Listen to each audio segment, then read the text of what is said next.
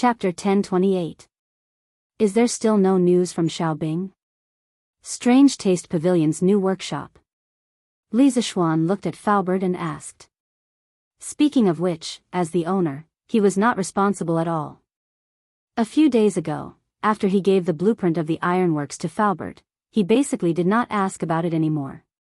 It was not because he was lazy, but because of the sprouts and the spies in Jianghu, which took up a lot of his energy.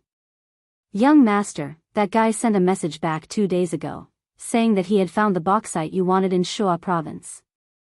He should be sending a batch back in 2 days. Faubert replied with a smile.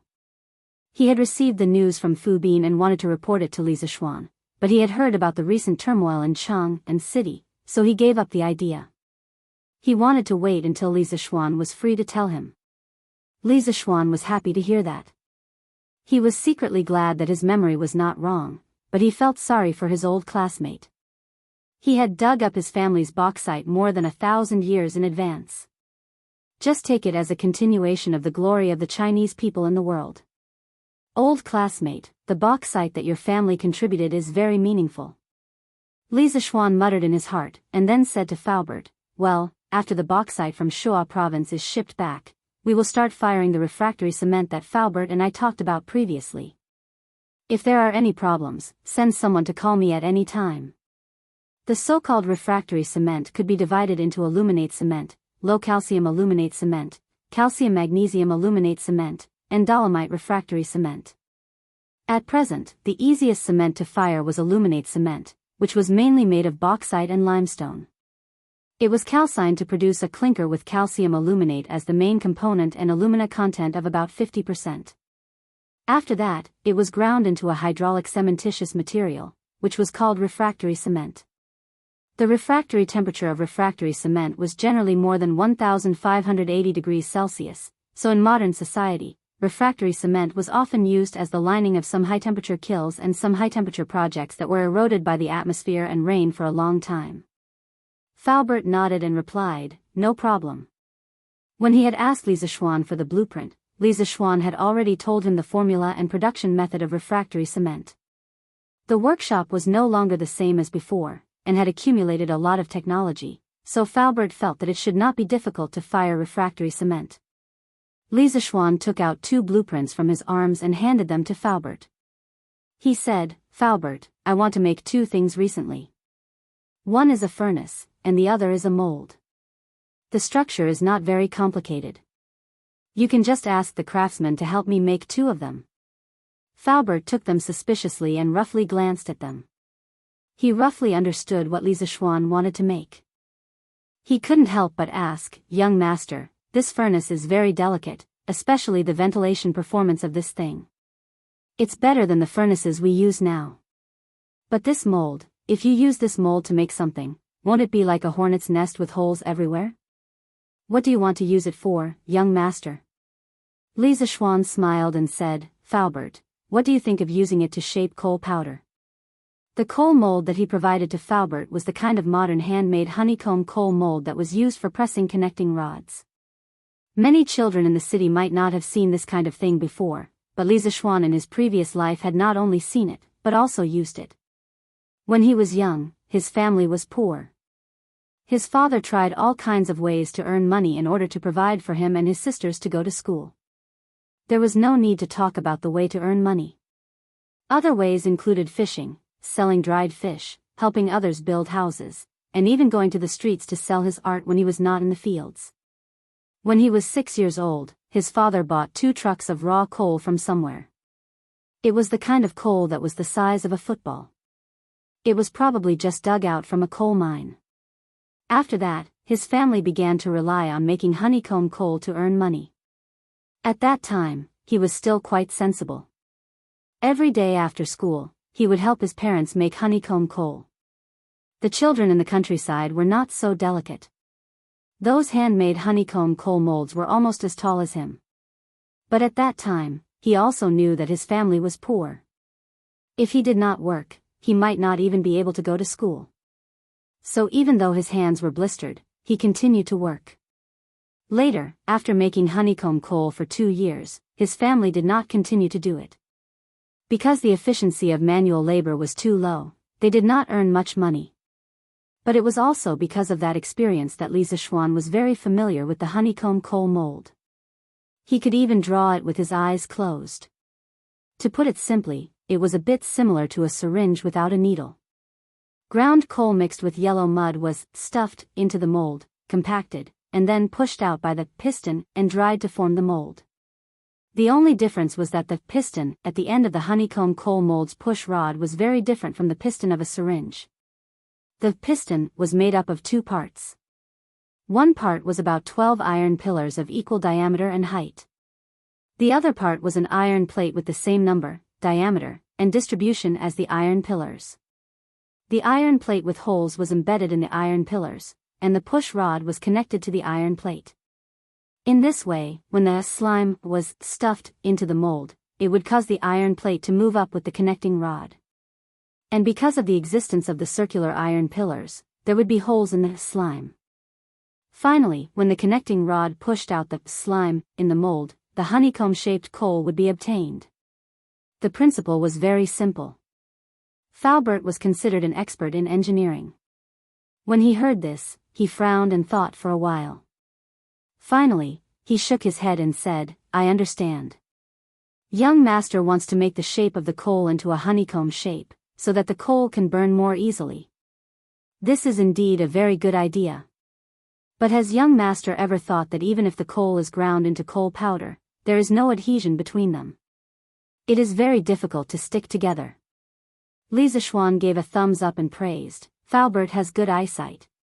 Haha. This coal powder is indeed as you said, there is no adhesion. But we can add something sticky to it to make it stick together. In this way, we can create honeycomb-shaped coal. Together with the stove on the other paper, Faubert, do you think it will be very convenient for us to boil water in the future?" Faubert couldn't help but be startled. He finally understood that the two drawings that Li Zixuan gave him were actually used together. He thought for a while, and after a while, he said with a face full of admiration, "Young master is really a genius. This kind of wonderful idea, even if I were 40 years younger, I am afraid I would not be able to come up with it." Chapter 1029. Actually, if Fu Bin had not discovered the coal mine in Yifan County, Li Zixuan would not have thought of making honeycomb briquettes. At the very least, he would not have done it in the short term. But now that he had a big coal mine, he could not just take the coal from the coal and not use the coal inside, right? That would be a waste. The coal content in the coal mine was the majority, and the coal that could be directly used for combustion was relatively small. Following the principle that waste was a great crime, Li Zixuan decided to create the modern coal furnace with a furnace and honeycomb briquettes. In the modern era, on October 1, 1950, Guowendi's Household Industry Society was established to produce the new fuel developed by Guowendi, honeycomb briquettes. In 1956, during the socialist transformation of capitalism, Guowendi's Big Briquettes Processing Industry Society changed from a private operation to a state-owned enterprise. Honeycomb briquettes became popular throughout the country. According to the records of that year, burning normal coal needed to be shaved and added a few times a day. But burning honeycomb briquettes did not need to be lit every day, nor did it need to be heated and shaved. Thus, the annoying phenomenon of black smoke and flying ashes was completely eliminated. A family of 5 or 6 people burned normal coal every month, but burning honeycomb briquettes only required about 200 kilograms, and it also saved the wood used to guide the coal. The result of promoting honeycomb briquettes in the capital in the first half of 1958 was that the city and the suburbs did not have complete statistics. They saved about 7,000 tons of firewood and 70,000 tons of coal. Thus, in terms of saving resources, Li Zixuan felt that it was necessary to make honeycomb briquettes. Although the consumption of mineral resources in this era was far less than in the modern era, it was better to save as much as possible. He had to leave some resources for the future generations, right? Actually, the main reason was that Li Zixuan still missed his parents and family in his previous life. He did not want his family to have no resources after 1,000 years. Li Zixuan planned to use the raw coal from the coal mine to make honeycomb briquettes, and also to use a portion of the coal to make coke. The so-called coking of raw coal refers to the process of heating coking coal to about 1000 degrees Celsius, high-temperature dry distillation, under isolated air conditions. Through thermal decomposition and coking, it produces coke oven gas and other coking chemical products. In terms of craftsmanship, it was not difficult. The burnt coal could be used as a reducing agent to smelt iron. Faubert, you must be joking. Since that's the case, I won't delay your work any longer. The furnace and molds aren't that urgent. Let's focus on the ironworks first. Hearing Faubert's praise, Li Zishuan did not feel proud. Instead, he felt a little sad.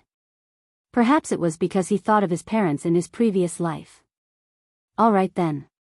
Actually, these two things aren't complicated. I'll get someone to make a few for you later.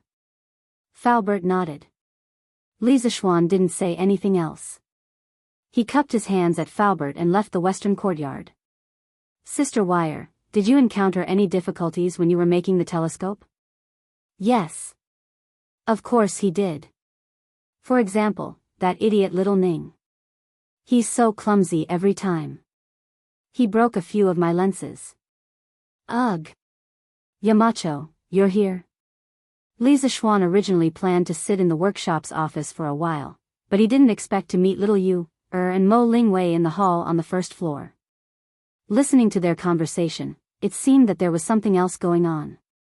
When Mo Lingwei saw him coming, she quickly stopped talking and greeted him. Sir. Little Yu had a booklet on her lap and a pencil in her hand. When she heard Mo Lingwei say that Li Zishuan was coming, she put the booklet on the chair and stood up to greet him. Yes. What are you guys doing? Li Zishuan responded and asked with a smile. Mo Lingwei turned to look at little Yu, and replied, Yamacho, I heard that there was a big movement at the workshop recently. I was curious, so I came to take a look. It's okay if I can't help, but it's even better if I can help. I didn't expect to meet little Yu, so we chatted for a while. Li Zishuan couldn't help but ask, what? The Mahists also have research on iron smelting? He knew that the Mahists were good at building mechanisms, but he didn't know that the Mahists had research on iron smelting. Mo Lingwei said proudly, of course. There are many records of iron smelting in the Mahists' ancient books. I even gave a lot of suggestions to improve the blast furnace that Faubert is building now. China had mastered the technology of smelting iron and steel from iron during the Spring and Autumn Warring States period. It was as easy as drinking water for the Mahists. Not only were they good at smelting iron, but the Mahists were also good at forging swords. The Mahists' master's personal sword, the Ink Snow Sword, was extremely famous in China's history. So no matter what, it was impossible for the Mahists not to be proficient in the art of smelting iron. Hee hee. Then I have to thank Ink Girl. Li Zishuan saw that Mo Lingwei was serious, so he smiled and said politely. Mo Lingwei waved her hand and said, hee hee. Yamacho, you don't have to be so polite. Now that I'm a member of the academy, it's only right for me to do something for the workshop. Li Zishuan smiled and looked at Li Yu. Without waiting for him to ask, Li Yu took the initiative and said, Yamacho, a few days ago I heard that Sister Wei became a professor at Yanhuang College. I met her today, so I wanted to write about her in the newspaper. It's a good thing for us girls. Just now I was asking Sister Wei about the details of how she made the telescope. Li Zishuan was stunned and thought that little Yu's thinking was quite modern. Wasn't what she was doing now equivalent to the reporters in modern times interviewing famous people and then using the content of the interview as news? This little girl really had the talent to be a reporter. She was self-taught. Haha. I see. Then you guys continue to chat. But little you have to be careful when you write the news. The production of the telescope is a secret of the college and the imperial court. Any technical things can't be mentioned in the newspaper. Otherwise, there will be big trouble. Li Zishuan didn't object to little setting Mo Lingwei as a role model for Tang Empire's women. But in terms of principles, he had to make it clear to Li Yu in advance. This was because the technology of the telescope was too important. If it fell into the hands of an enemy country, who knew how much trouble it would bring to Tang Empire? I understand, sir. When the time comes, I'll write the news and show it to you again. Little Yu still knew the importance of the matter. She immediately replied solemnly. Okay. Li Zixuan nodded and looked at Mo Lingwei and said, Ink Girl, many of the things you know are related to Tang Empire's interests. So in the future, you have to be careful with your words and actions. Don't casually reveal things that you shouldn't reveal to others. Mo Lingwei stuck out her tongue and said, I know, Yamacho. I don't usually go out of the college, so I won't reveal any secrets. That's the best. You guys continue chatting, I'll go up first. Chapter 1030. The next day, Datong Daily's headline attracted everyone's attention. How did a strong career woman become Professor Mo Lingwei of Yanhuang College? Whoa. Since when did Yanhuang College have a female professor? Professor? What's a professor? TSK. Wang Anfu, if you don't go to the Fenghua brothel more often, you won't be like this now. You don't even know about a professor of Yanhuang College. Haha. That's right. This brat usually spends all his energy on prostitutes. If you have something to say, just say it. Stop talking nonsense. Tisk. Let me put it this way. Being a professor is the highest honor in the Yanhuang Academy. Those who obtain the title of professor will receive the best treatment in the academy. Needless to say, the generous salary will not be a problem.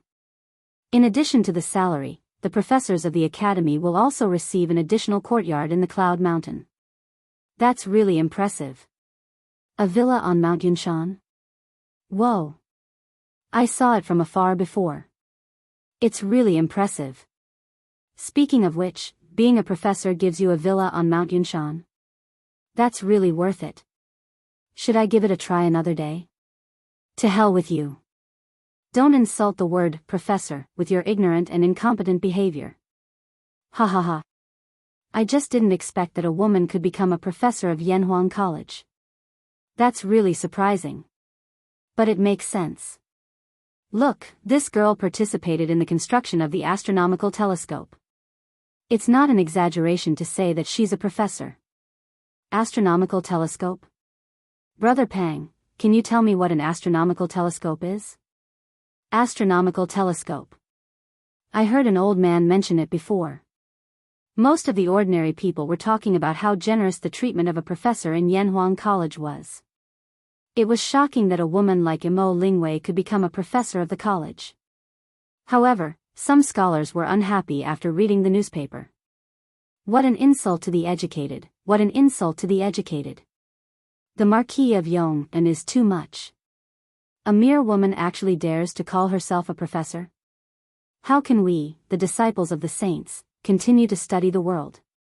In the Imperial College of the Imperial College, a Confucian scholar couldn't help but slap the table and stand up angrily after reading the headlines in the newspaper during class. Uncle Huai, are you talking about today's news from Datong Daily? Another Confucian scholar asked as he stood up.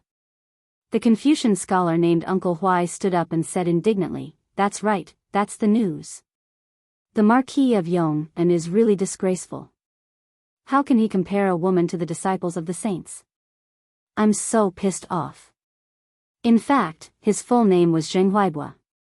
He was a concubine-born son of the Jing family of Xinjiang. Although he was born of a concubine-born son, he carried the name of the Jing family of Xinjiang. No matter where he went, he was like a crane in a flock of chickens. I saw the news just now too. I'm furious too. Me too. The Marquis of Yong'an has really gone overboard this time. Why don't we all go to the Marquis of Yong'an manor to demand an explanation? Zheng Huaibua saw that the students in the classroom were all furious. He gritted his teeth and suggested. Okay. Let's go and demand an explanation from the Marquis of Yong'an. Let the Marquis of Yong'an revoke that woman's position as a professor. Yes. It must be revoked. Uncle Huai, if you want to go, I'll go with you. The classroom that was previously noisy suddenly became lively. After a while, a student weakly said, "Uncle Huai, I think we shouldn't go. Last time, the students of our college went to the Marquis of Yong and Manor to demand an explanation. In the end, they were almost stripped of their academic status. The leader, Cui Yunhan, was even sent to Jianghu." These words woke everyone up from their dream. When these words came out, the few people who were arguing fiercely earlier were all jolted awake. They immediately recalled that a few months ago when Li Zixuan officially mentioned on the newspaper that the Marquis of Yong and Cui Yunhan brought a group of students to the Marquis of Yong and Manor to cause trouble. In the end, they were wiped out in one fell swoop by the imperial guard sent by Li Zixuan. After that, Li Zixuan ignored the pleas of the Cui family's old grandfather and actually sent Cui Yunhan to Jianghu. This was a real lesson learned from the mistakes of the past. Furthermore, from the previous incident, it could be seen that Li Zixuan's current imperial favor was very high. It wasn't something that ordinary people could shake. Scholars like them who didn't have any scholarly achievements were even worse. Qi Cheng's words are reasonable. This matter needs to be discussed at length. We can't just go rashly. After a while, someone betrayed. This was the traditional Confucian students. They advocated a gentleman does not stand under a collapsing wall. Once they discovered that there might be danger ahead, they would usually run faster than anyone else. Yes. Uncle Huai, this matter needs to be discussed at length. Otherwise, the gains won't make up for the losses. Why don't we go find Professor Cui? He has the right to write a letter to advise against it. Let's ask him to help us advise His Majesty on this matter. Zheng Huaibua despised his stupid teammates in his heart. After hearing this sentence, he couldn't help but nod and say, "Okay. Professor Cui is an upright person who abhors evil. Let's go find him together. He definitely won't sit by and do nothing." Speaking of Cui Shanyu, this fellow was actually quite miserable. Previously, he had joined forces with the 7 great professors of the Imperial College to impeach Li Zixuan. Although he had forced Li Zixuan out of the Imperial College in the end, he didn't get any good results. Not only did he fail to run for the position of the Imperial College's secretary, but he was also called by Li Er in the Imperial Edict as a teacher who only knew how to fight for power and profit. As a result, his political career in the Imperial College had basically come to an end. In the following period of time, Cui Shanyu kept a low profile. It was likely that he didn't expect that while he was peacefully sitting at home, someone would deliver the opportunity for revenge to him. Wow! This ink girl is so amazing. Despite being a girl, she can actually achieve her current status. She is truly too amazing. The scholars were indignant that Mo Lingwei had ridden on their heads. The women of Chang and were looking up to Mo Lingwei's glorious achievements and sighing that a woman could actually not lose to a man. Within the Changle Palace, after Princess Changle saw the news in the newspaper, she let out a similar sigh. According to Brother Qin Ke, the ink girl is from the Mo family and is proficient in arithmetic and construction. It is only natural that she can achieve such accomplishments. If only Changle had the same intelligence as the ink girl. Sitting alone by the window, Changle gazed at the ginkgo leaves drifting in the wind. She couldn't help but sigh. Everyone envies me, the princess of the Great Tang, but they don't know that I envy the ink girl, a free person who can do what she likes and pursue her true love. Chapter 1031. Wow! Hanli, is this Mo Lingwei a professor at your college? South of Chang and City, and Le House, Lin family's backyard. Today was Yanhuang College's Saturday, so Iron Egg came to tutor Lin Hao. After Han Lijing went to Hedong Road, Iron Egg couldn't live alone in the Han village, so he was now living in Chang and City's Li Mansion. Although his sister, Han Yushi, reprimanded him for the results of the monthly test, he still came to the Lin family to fulfill his promise. Lin Hao took the opportunity to read today's Tang Daily while he was squatting in the latrine. His eyeballs almost popped out of their sockets when he saw what it was. He quickly wiped his butt and limped out of the latrine. Then, he walked to Iron Egg's side, widened his eyes, pointed at the newspaper, and exclaimed, Iron Egg frowned and said unhappily, "She's a professor at our college." "Young Master Lin, please don't call her by her name." Respect for teachers was a rule that every student of Yanhuang College must abide by. "Ahem, sorry. Lin Hao coughed and touched his nose embarrassedly. He then said, "What I mean is, why is there a female professor at Yanhuang College?" Iron Egg's expression relaxed.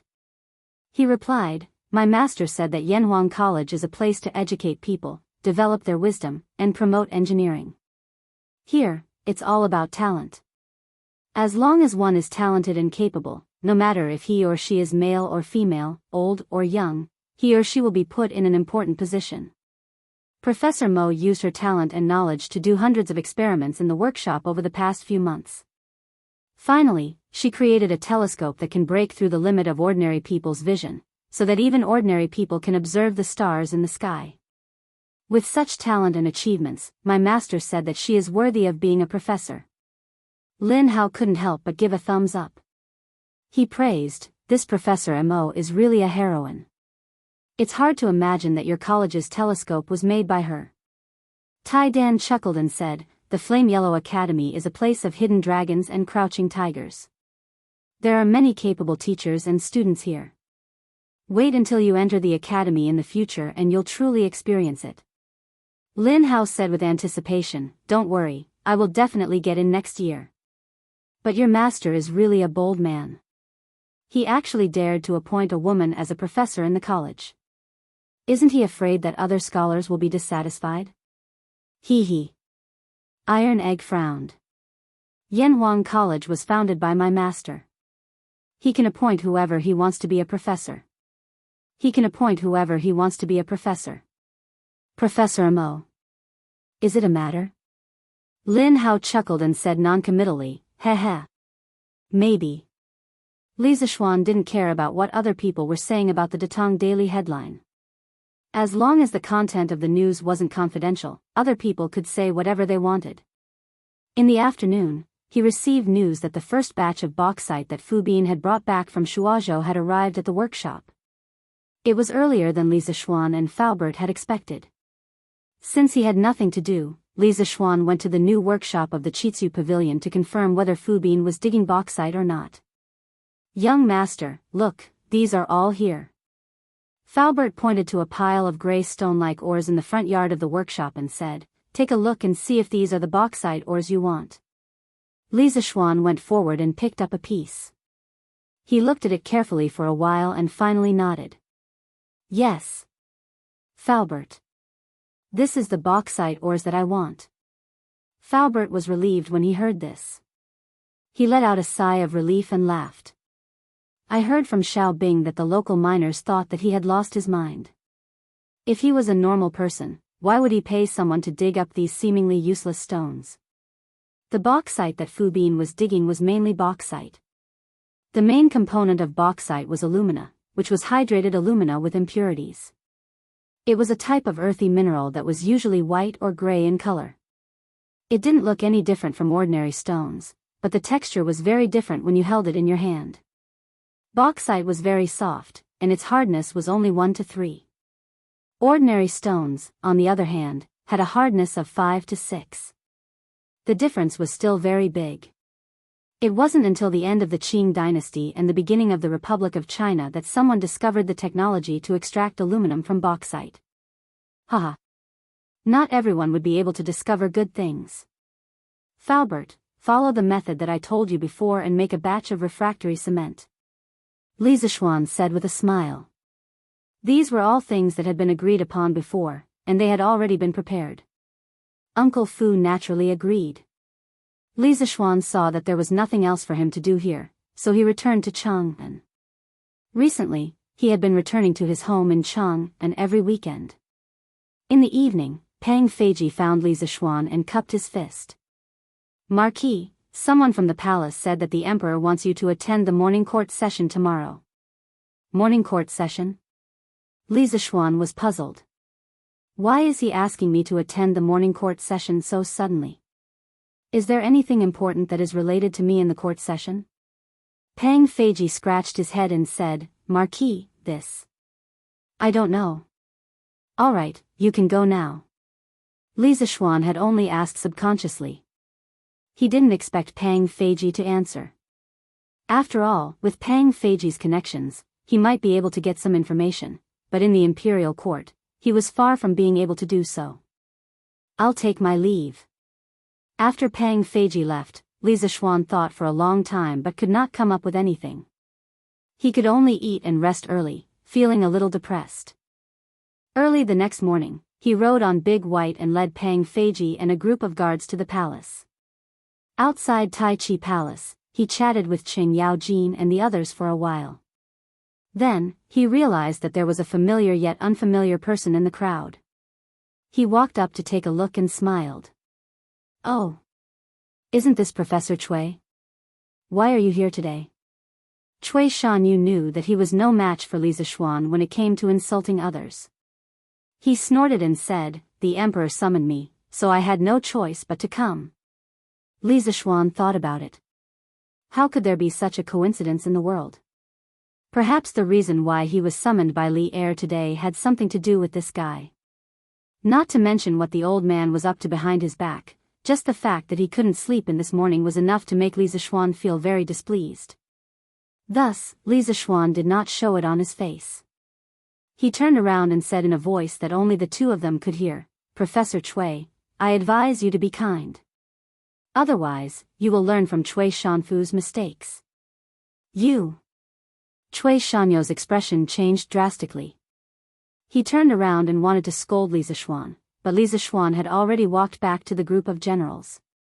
He could not make it in time. Go to court. All officials, go to court for an audience. At this moment, a eunuch at the top of the stairs shouted in a high-pitched voice. The officials immediately quieted down and lined up. They carried the imperial edict and walked up the stairs toward Tai Chi Palace. Chapter 1032. Cui Shanyu, are you the one who impeached the Marquis of Yong, and for insulting the teachings of the saints and misleading the students? Inside the Taiji Palace. Halfway through the morning assembly, Li Er suddenly called out Cui Shanyu's name and asked. Cui Shanyu was still thinking about the words Li Zishuan said outside the Taiji Palace to persuade him to be kind. When he heard Li Er call out to him, he was startled at first, then quickly went forward and bowed. "Your Majesty, it's not that I want to impeach, but that I represent the thousands of disciples of the saints to seek an explanation from the Marquis of Yong." And Li Zishuan, who was resting on the coiling dragon pillar in the main hall, was shocked at this moment. It was finally his turn to go on stage. As expected, Li Er said, "Marquis of Yong, and come forward. Professor Cui wants to seek an explanation from you." "Yes, Your Majesty." Li Zishuan responded and walked in front of Cui Shanyu. He asked with a smile, "Professor Cui, I wonder what kind of explanation you want from me?" "Oh, no, it should be the thousands of disciples of the saints that you speak of. What kind of explanation do you want from me?" Cui Shanyu swallowed his saliva and mustered his courage. "The saints have taught us that the heavenly sovereign is inferior to the earth, the universe is fixed, the inferiority is superior to the inferiority, the position of nobility and inferiority is determined, the way of heaven becomes a man, the way of earth becomes a woman. The universe knows the beginning, the Kuan creates things. But today, the Marquis of Yong, and allows a woman to steal a professor of Yanhuang College. Isn't this an insult to the teachings of the saints, a disgrace to the culture, and misleading the students? The heavenly sovereign is inferior to the earth, the universe is fixed." From the Book of Changes, Li Zishuan frowned, because he was not used to Cui Shanyo's previous words. Fortunately, he inherited the memories of 2 lifetimes. After pondering for a while, he finally understood that this old fellow wanted to use the mouth of Confucius to convey the idea of men being superior to women.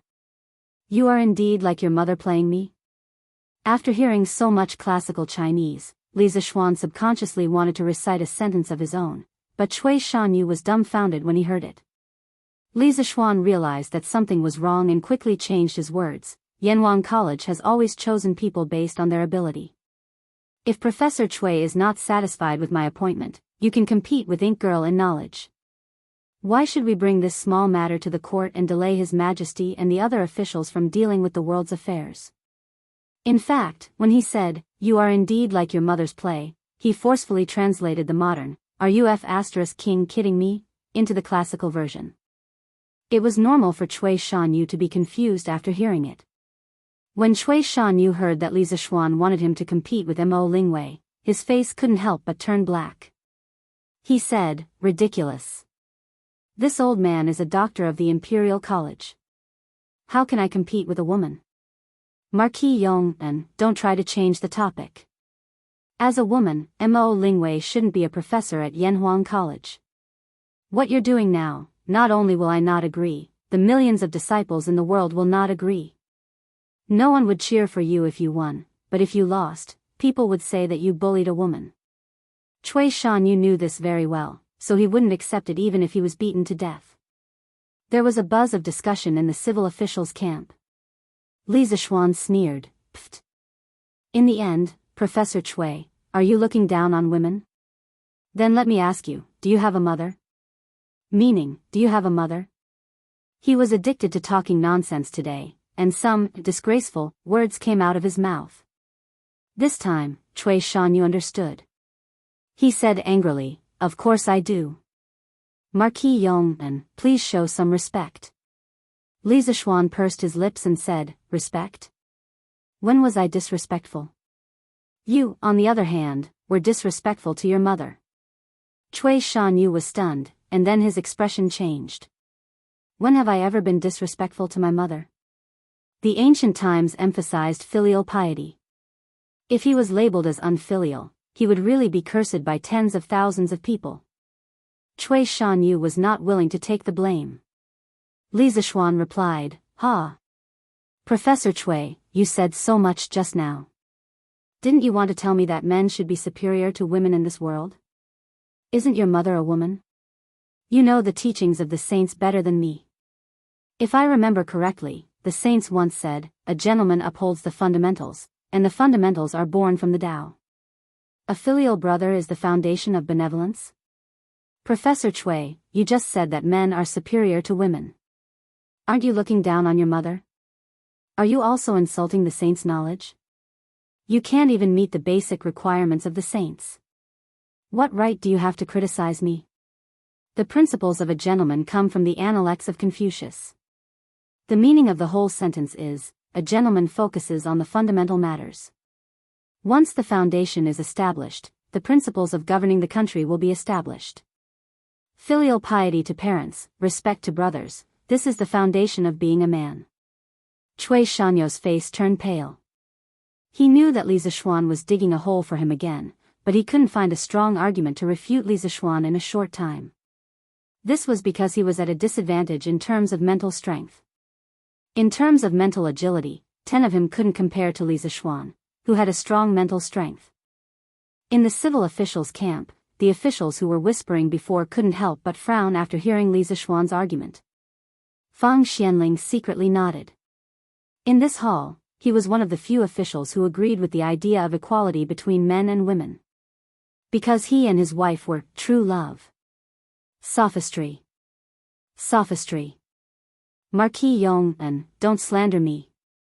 I never said anything about men being superior to women. Cui Shanyu felt the burning pain on his face, but he still defended himself. Ha! You shouldn't admit it. Professor Cui, you're only this promising. Li Zixuan looked at Cui Shanyu with disdain and said, anyway, Yanhuang College teaches engineering. It's a matter of course to appoint all the excellent engineers to teach students. This is also an internal matter of Yanhuang College. Professor Cui, as an outsider, you don't seem to have the right to interfere, right? That's right. Little Xian is the Yamacho of Yanhuang College. Does he need to ask you for permission to appoint a professor? Cui Shanyu, I'm afraid you're interfering too much. Qing Yaojin couldn't help but step forward and interrupt. The reason why the old man kept silent today was because he felt that with Li Zixuan's current fighting power, fighting Cui Shanyu would be a piece of cake. Now that he spoke up, he was just beating a drowning dog. Sophistry, Marquis Yong, and you're insulting, enough. Everyone shut up. Cui Shanyu wanted to refute again, but Li Zixuan, who was sitting at the head of the table, was getting impatient. Today's matter was already very clear. Li Zixuan appointing Mo Lingwei as a professor was indeed inappropriate, but the Confucian defenders led by Cui Shanyu found it difficult to argue against Li Zixuan. The other civil officials were also unwilling to jump out and join the battle. After all, no one would be able to accept being called, "You have a mother." Mo Lingwei is a key figure in the construction of the astronomical telescope. Although she is a woman, her talent is enough to be a professor. Moreover, as far as I know, she's only in charge of experiments and not teaching. There's no such thing as misleading students. Li Er paused for a moment, then made the final decision. Chapter 1033. Moreover, we have also heard that the Marquis of Yong and had appointed Mo Lingwei as a professor. This matter will end here. In Taiji Palace, Li Er had completely settled the matter of Mo Lingwei becoming a professor of the academy. He then turned to Cui Shanyu and sternly said, "Cui Shanyu, I see that you are quite proficient in Confucian classics. Staying in the Imperial College will be a waste of your talent. Therefore, I have decided to transfer you to the Hongwen Library as a scholar. You will be in charge of writing history. Are you willing?" Cui Shanyu's heart instantly sank. He anxiously said, "Your Majesty, this subject's life goal is to pass on the Tao and cultivate talents for the Great Tang. This subject still wants to teach students in the Imperial College for a few more years. Your Majesty, please grant my wish." He was no fool. Although becoming a scholar in the Hongwen Library was the same rank as his current Imperial College professor, going to the Hongwen Library to write history was basically an idle job. He understood that Li Er found him annoying and wanted to chase him away. Li Er's eyes instantly turned cold. The temperature in the hall seemed to have turned cold as well. Cui Shanyu inexplicably shivered, regretting his rashness. Make the best use of people and materials.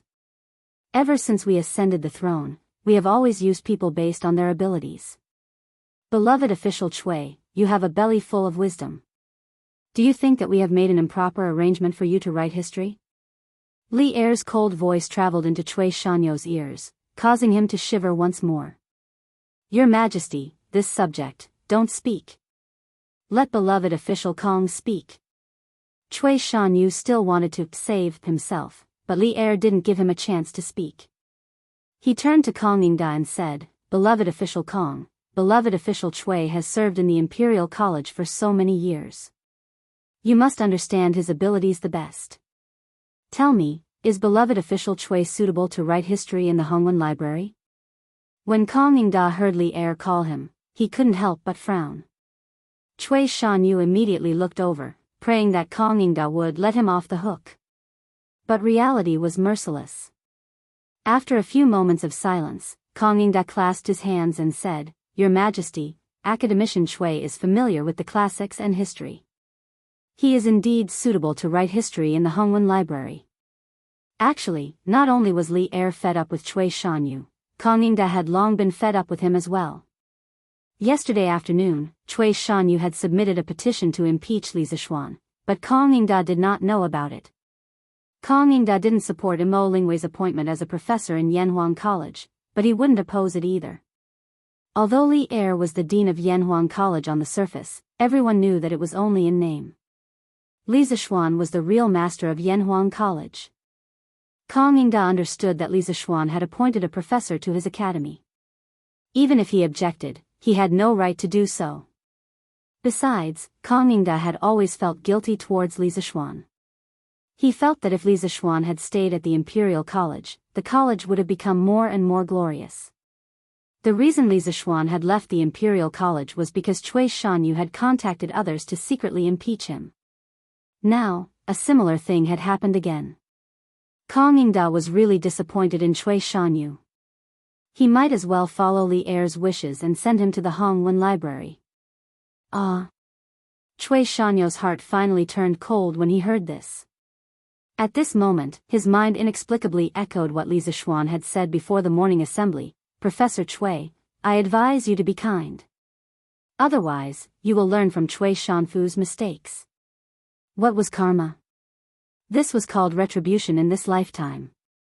In less than an hour's time, Li Zishuan's seemingly careless words had actually become reality. Cui Shanyu really hated Zheng Huaibua and the other scholars who had urged him to impeach Li Zishuan. Ah! Minister Cui, are you willing to go to the Hongwen Library to study history now? Li Er nodded with satisfaction. If he could send Cui Shanfu to Lingnan, what could Cui Shanyu do? In any case, Li Er would definitely support the new study of engineering. If he did not take advantage of his strong control over the Tang Empire to let engineering take root, when his descendants ascended to the throne, engineering would be instantly strangled by Cui Shanyu and the other Confucian defenders. After this year of witnessing the power of engineering, Li Er believed that if the Tang Empire wanted to last forever, it could not be separated from engineering. This subject is willing. Thank you, Your Majesty. Cui Shanyu sighed as if he had accepted his fate. He bowed towards Li Er. At this point, he knew that there was no use in struggling. At this moment, he seemed to have aged a few years, but his heart was even older. The rest of the ministers did not come forward to intercede for Cui Shanyu, including Wei Zheng, who had always liked to nitpick. First, Li Er's appointment was righteous and no one could find fault with it.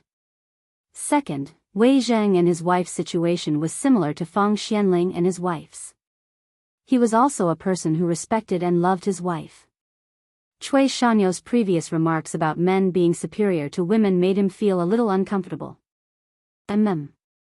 Official Cui is a righteous person and has worked hard for the country.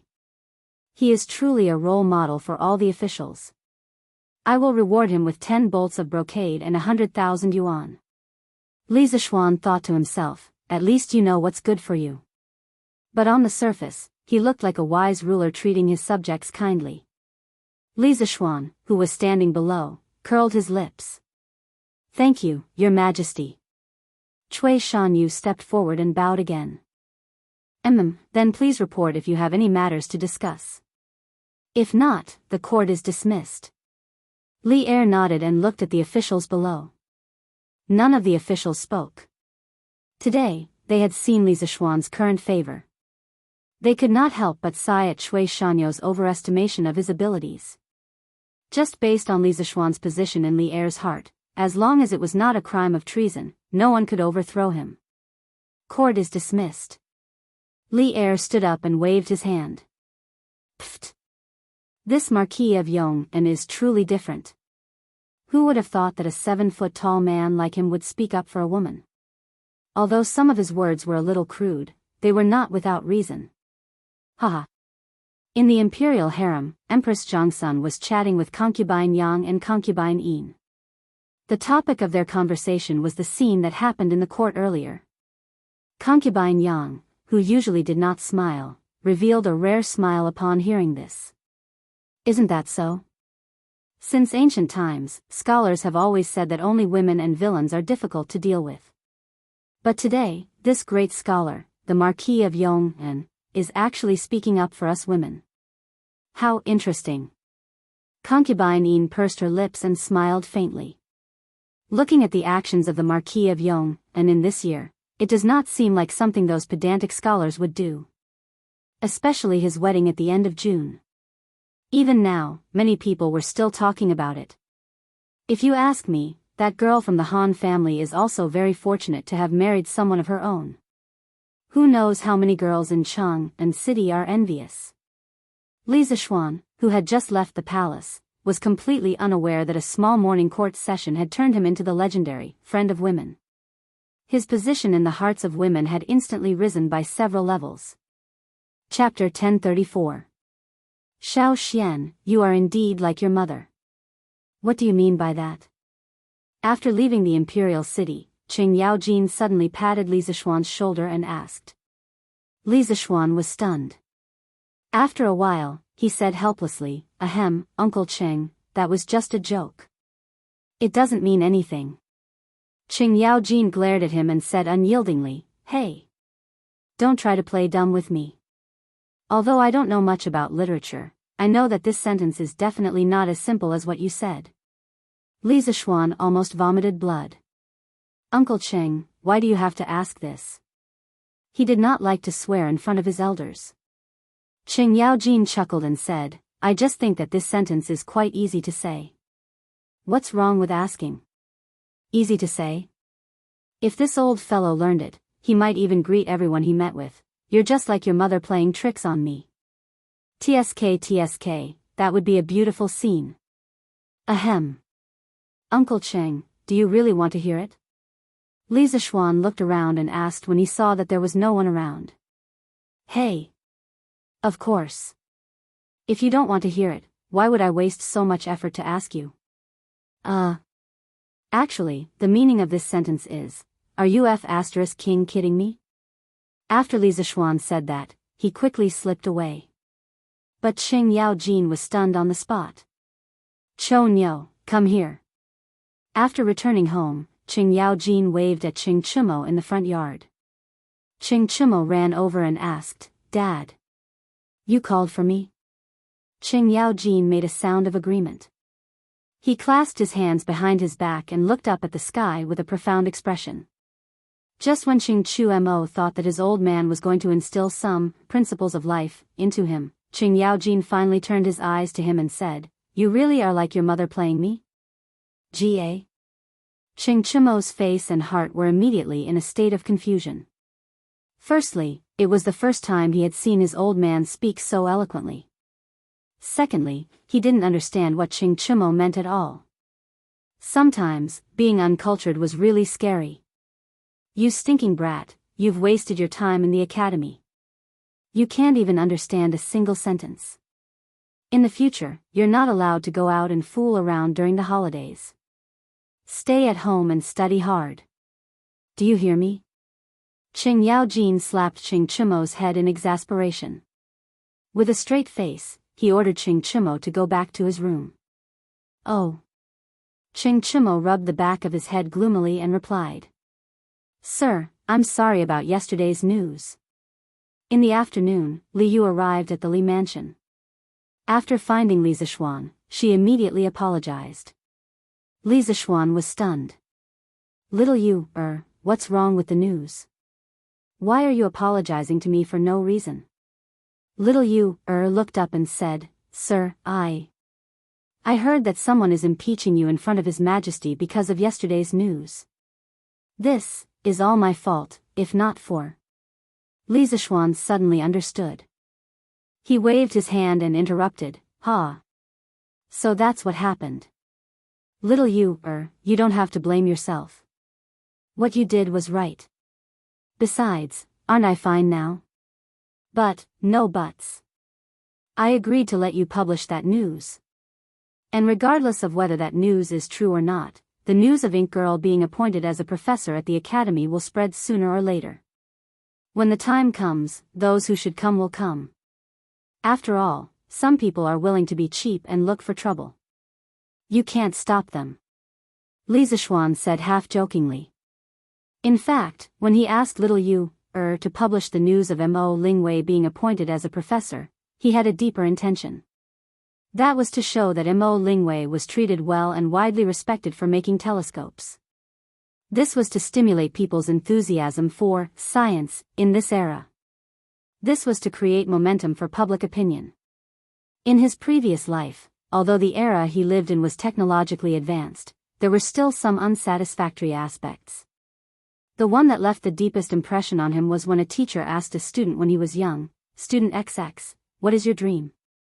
Under normal circumstances, the student would answer, Teacher, I want to be a scientist when I grow up. Or, I want to be a soldier when I grow up and protect my country. But what would happen when he went to university? Little kid, what is your dream? Uncle, I want to be a celebrity when I grow up. Or, Uncle, I want to be an internet celebrity when I grow up. Now that Li Zishuan had transmigrated to the Tang dynasty, he didn't want the Tang dynasty to develop like that in the future. He felt that his Datong daily needed to use public opinion to stimulate the enthusiasm of the people to advocate science and technology. He wanted everyone to feel that scientists like Mo Lingwei were honorable and worthy of respect. Perhaps his power was just a drop in the bucket and couldn't really affect the overall situation, but some things were better done than not done. Some things needed someone to take the lead. Pfft. Hearing the second half of Li Zishuan's words, little Fishy couldn't help but laugh. She said, "Sir, if Professor Chui heard this, wouldn't he be furious?" Hee hee. Li Zishuan shrugged and said nonchalantly, "What does it have to do with me whether he's angry or not? Little Fishy, in the future, Datong Daily has to write more of this kind of news. We have to let the people know how great our Yanhuang College is. Moreover, the teachers of the college have always been contributing their wisdom to the Tang dynasty. They are worthy of everyone's respect." Little Fishy nodded vigorously and said with anticipation, "Yes, yes. Sir, don't worry, I will." Actually, little Fishy really wants to become someone as amazing as Sister Mo, but I can't understand the principles and formulas that Sister Mo talks about. I know that I'm still far from Sister Mo. However, it should be a very interesting thing to let more people worship people like Sister Mo. Little Fishy is willing to do it. Li Zishuan shook his head and laughed. "Little Fishy, what Ink Girl did is indeed great, but what you're doing now isn't bad either. You can use the pen in your hand to create a spiritual idol for the people." Little Fishy asked doubtfully, "Sir, what's a spiritual idol?" Li Zishuan thought for a moment and said, "It's someone who can inspire you, encourage you, and let you find your way when you're lost. They can all be called spiritual idols. For example, the ink girl that you worship, Little Fishy, can be considered your spiritual idol." "Oh. I understand now. Thank you for your guidance, sir." Little Fishy smiled and thanked Li Zishuan. Then, as if she suddenly thought of something, she said, "Oh. By the way, sir, thank you for speaking up for Sister Mo in the imperial court. Perhaps you don't know, but now all the women in Jianghu are saying good things about you." Hee hee. "I'll take my leave first." Little Fishy playfully stuck out her tongue, then bid farewell and left, leaving behind a black-faced Li Zishuan. Chapter 1035. Cui Shanyu was entrusted with an important task by Li Er and was sent to the Hongwen Library to revise history. The group of supervisors at the Imperial College did not dare to cause any more trouble. For this reason, the Jing clan of Xinjiang even sent someone to warn Jing Huaibua to behave himself. Not only did Li Zishuan have the emperor's heart, but the power that was related to him was also deeply rooted. It was almost equivalent to half of the entire Tang Empire's military power. Most importantly, Li Zishuan might be hiding something extremely terrifying in his hands. Back then, the 7 cultivators sect of Snake Spirit Mountain was destroyed in a single night. The aristocratic families still remembered this in their hearts. The Jing clan was not willing to provoke Li Zishuan. It was not that the Jing clan was afraid, but that they did not have any deep grudges with Li Zishuan. It was not worth it to fight to the death with him. Aristocratic families were all profit-oriented. The days suddenly became leisurely. For several days, no one came to disturb Li Zishuan. As the end of the year approached, the weather became colder. Although it was not snowing yet, Jianghu was located in the north of China. Once winter came, the north wind would often howl. The wind was like a knife to the face. Recently, Li Zishuan had been wondering if he should let the students of the academy have their winter break in advance. After all, the weather was indeed a little cold. The cold weather made Lanner, who usually liked to go out and play, unwilling to go out anymore. The little girl stayed at home all day, wrapped in a thick fox fur coat and wearing cotton clothes inside. Her chubby appearance made her look even cuter. Take note, cotton clothes were not cotton clothes. Although there was cotton in the Tang dynasty, it was only used as an ornamental flower. At this time, it was not used to make cotton clothes. The so-called cotton robes were made from extremely high-grade silk. This type of silk was also known as bai. It was mainly used to make cotton robes. In the Book of Songs, the saying, "Chiue has no clothes, so he robes with his son," referred to this type of robe. This kind of robe made of silk had excellent insulation properties. Of course, it was also quite expensive to make. Only wealthy families could afford it. However, for the poor, wearing a robe with a bai on it was a luxury. Basically, they would wear a bai robe. The so-called bai robe was a robe filled with a type of low-grade silk, and its ability to resist the cold was extremely poor. Even when some famous people were not successful, they would cause a lot of trouble because of this.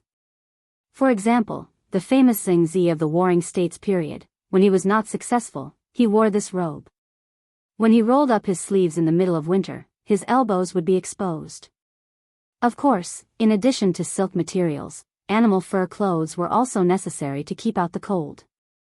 However, high-grade fur clothes were basically the patent of the rich and nobles. Of course, the common people could not count on them. It was conceivable that winter was a difficult season for most people in an era without cotton. Just listen to the great poet Du Fu's poem and you'll know, the cloth quilt has been cold as iron for many years, and the proud child is evil.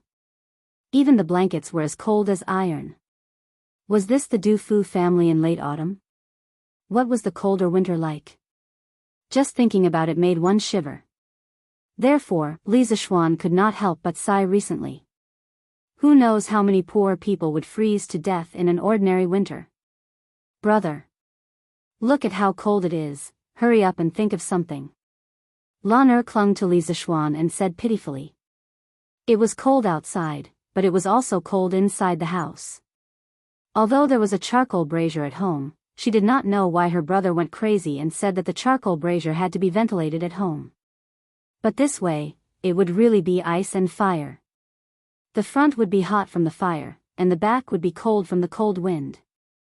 At this time, she began to envy Li Zixuan. Although it was cold outside, Li Zixuan had internal energy and only wore a few layers of clothes. However, his big hands were always so warm. Therefore, whenever Lan Er saw Li Zixuan at home, she always liked to put her hands in Li Zixuan's palms to warm them up. Ha! You little girl. Hot summer and cold winter is a natural cycle. How can your brother change the weather for you? After hearing the little cutie's cute request, Li Zixuan was a little amused. Lan Er blinked and said cheekily, hee hee. Brother can't change the weather, but there must be other ways. Brother is the best. Ha! You little girl, you call it cold when there is a charcoal brazier? Why don't you go out and see? Is there anyone in the Li family outside who can afford charcoal? Mrs. Li said to her daughter in a bad mood. Lan Er pursed her lips and did not say anything. Li Zixuan said happily, if you want to talk about that, it's not like there's no way, young master. Faubert sent someone to deliver a furnace and a batch of strange-looking charcoal balls. He said that he wants you to try it. An idea popped up in Li Zixuan's mind. San Bao suddenly came in and bowed. Oh. Haha. You came at the right time. Where are the things? Quickly bring them in. Li Zixuan's face lit up with joy as he said loudly. Ever since the last batch of bauxite, Fu Bin sent people to deliver a few more batches of iron ore, sulfur ore, and coal. The furnace in the workshop was almost completed recently, so Faubert started to study how to make honeycomb briquettes. As for the furnace used to burn honeycomb briquettes, the structure was too simple. Faubert directly asked his trusted craftsman to build it. Li Zixuan gave Faubert a very detailed method of making honeycomb briquettes. It only took 2 to 3 days for the first batch of honeycomb briquettes to be ready. How could Li Zixuan not be happy when he thought that he had brought a very practical modern item to the Tang dynasty? Young master, it's all in the yard. I'll bring it in for you now.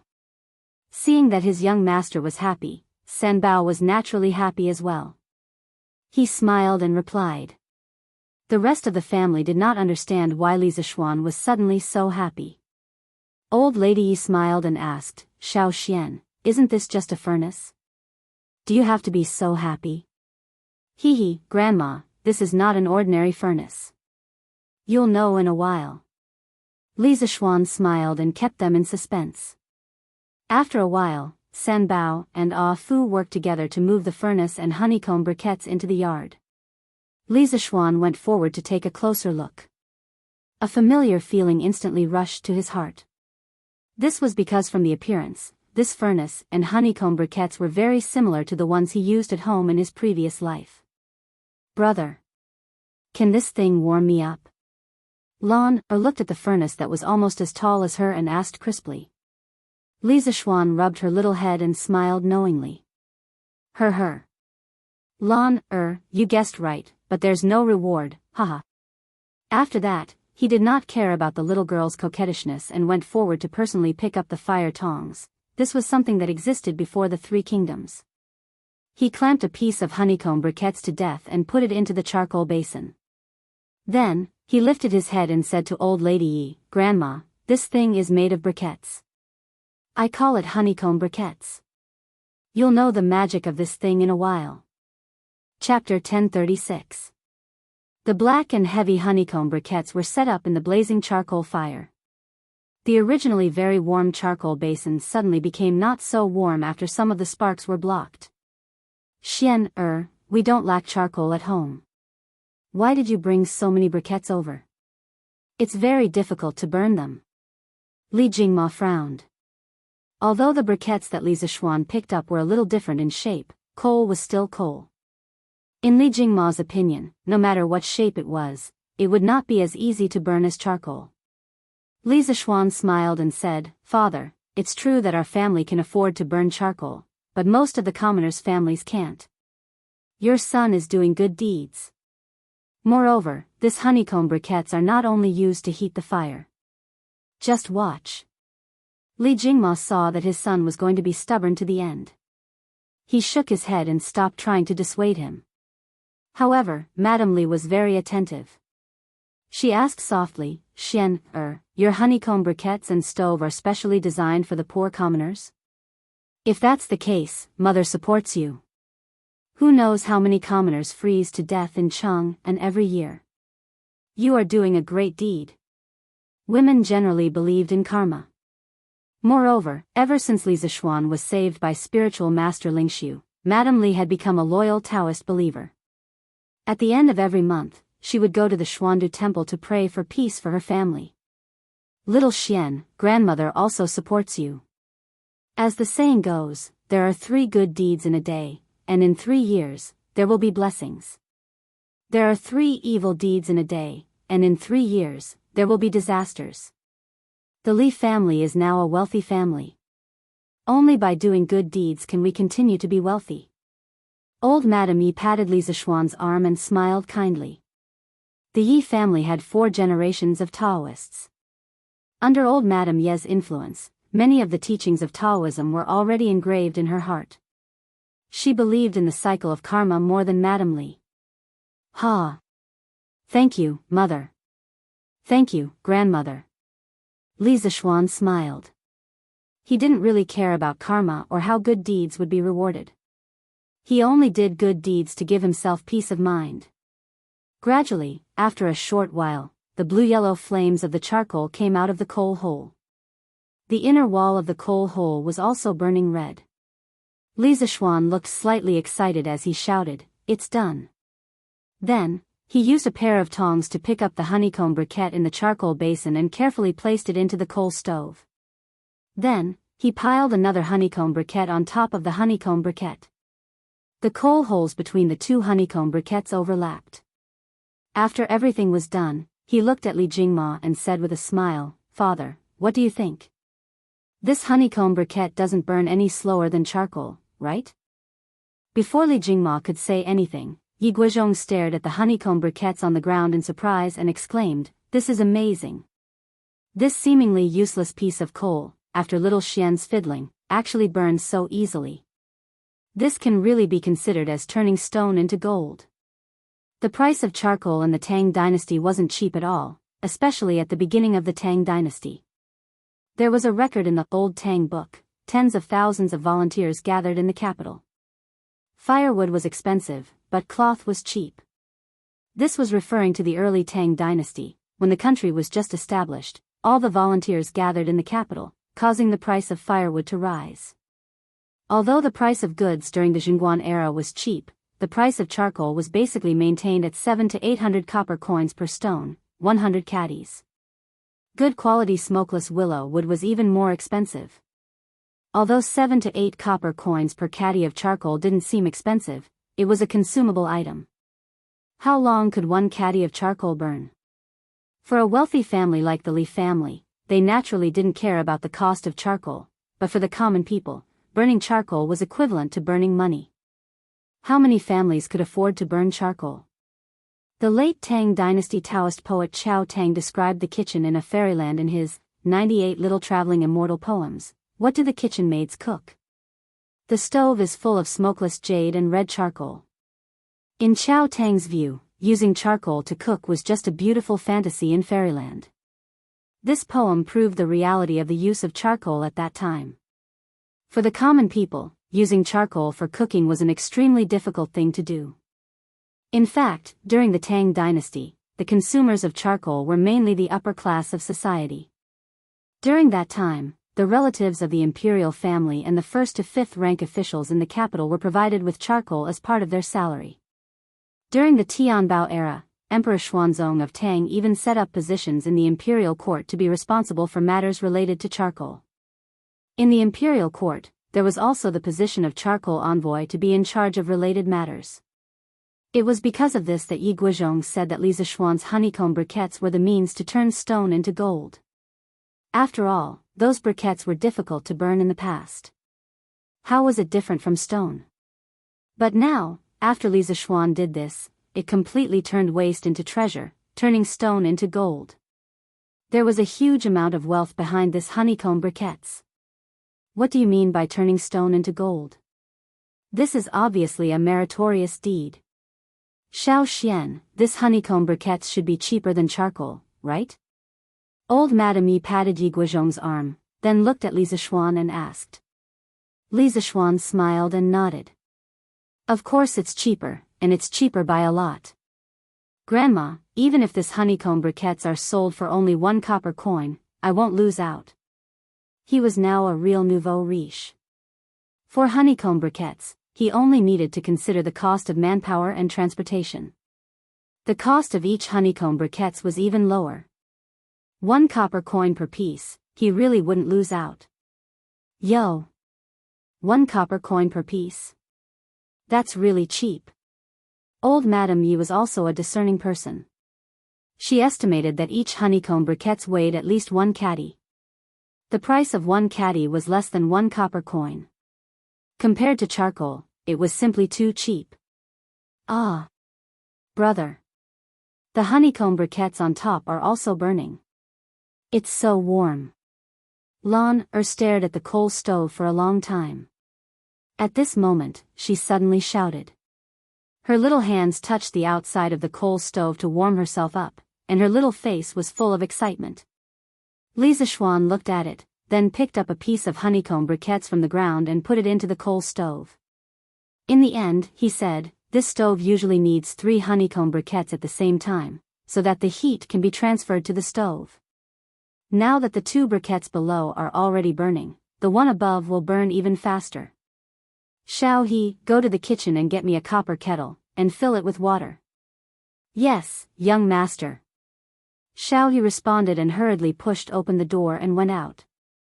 Yi Fashion guessed Li Zishuan's intention and asked, Cousin, are you going to boil water on this stove? That's right. The honeycomb briquettes, other than being used for heating, are also used to boil water and cook rice. And its advantage in this aspect is something that even charcoal can't replace. Li Zishuan replied with a smile. After a while, Xiao He came back with a copper kettle. The kettles of this era were made of pottery and copper, but their appearance was still very different from the modern kettles. Li Zishuan was too lazy to care about these things now. To him, it was fine as long as it could be used to boil water. He placed the copper kettle on the stove and opened the lid of the ventilation hole of the coal stove. After a while, the fire in the stove became more vigorous. In less than a quarter of an hour, there was a chi-chi-hoo-hoo sound coming from the kettle. Mrs. Li said in surprise, this honeycomb briquettes boil water really fast, much faster than firewood. Li Zishuan replied, Mother.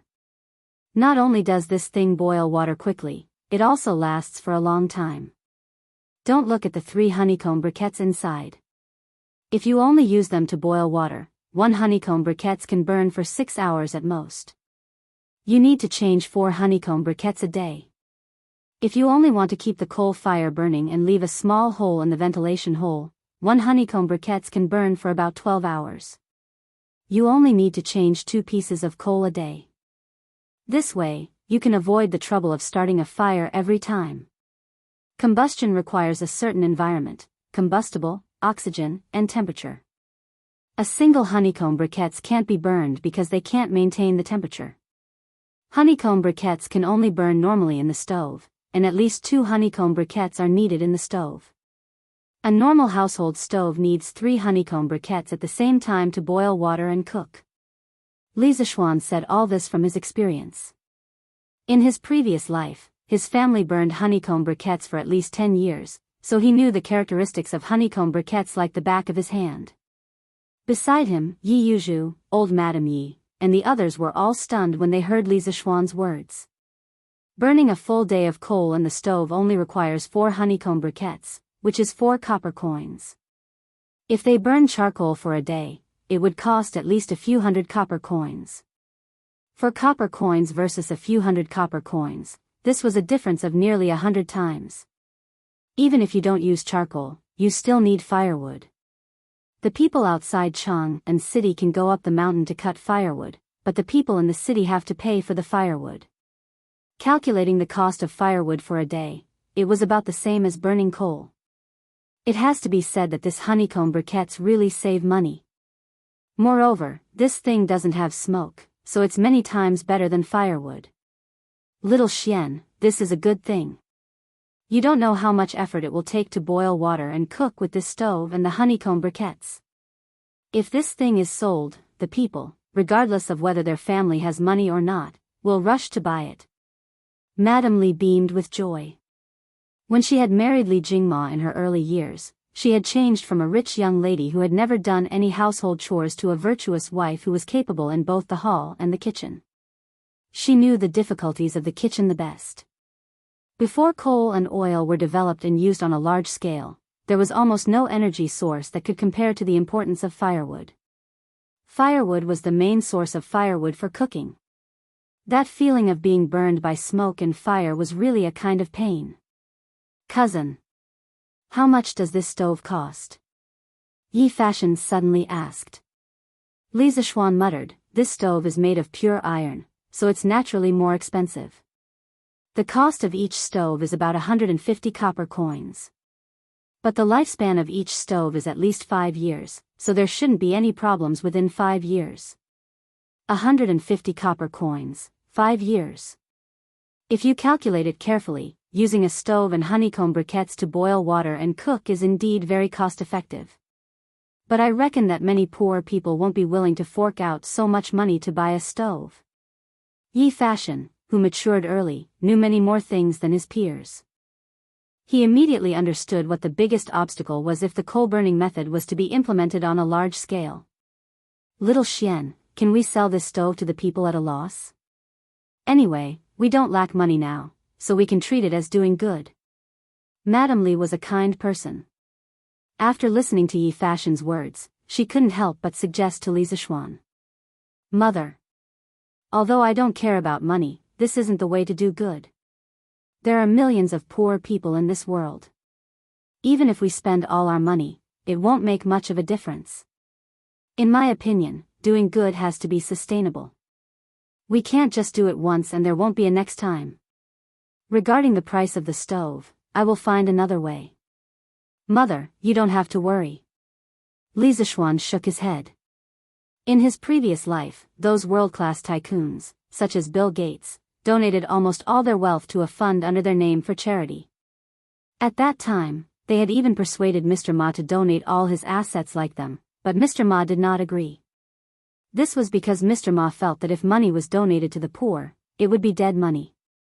Once the poor finished using it, that portion of money would be completely gone.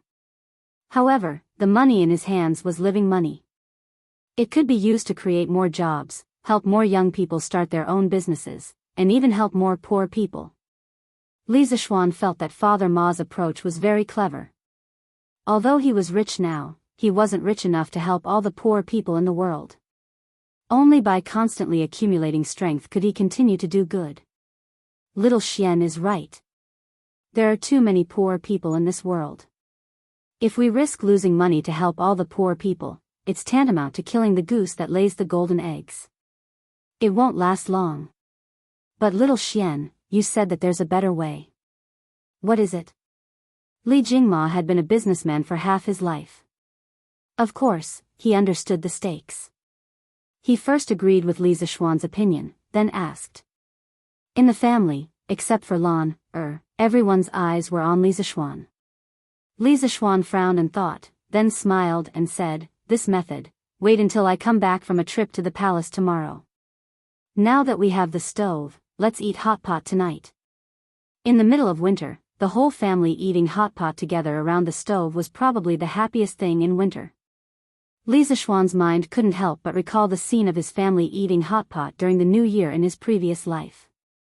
He felt an inexplicable bitterness in his heart. Hot pot? What's hot pot? Can it be eaten? Yi Guochong had lived for a long time, but this was the first time he heard the term hot pot. He couldn't help but ask. Li Zishuan was stunned. He thought to himself, is there no hot pot in this era? After searching the memory of his predecessor, he quickly changed his words. Ahem.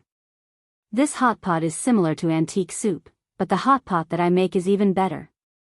Wife, let's go and help your husband prepare some food.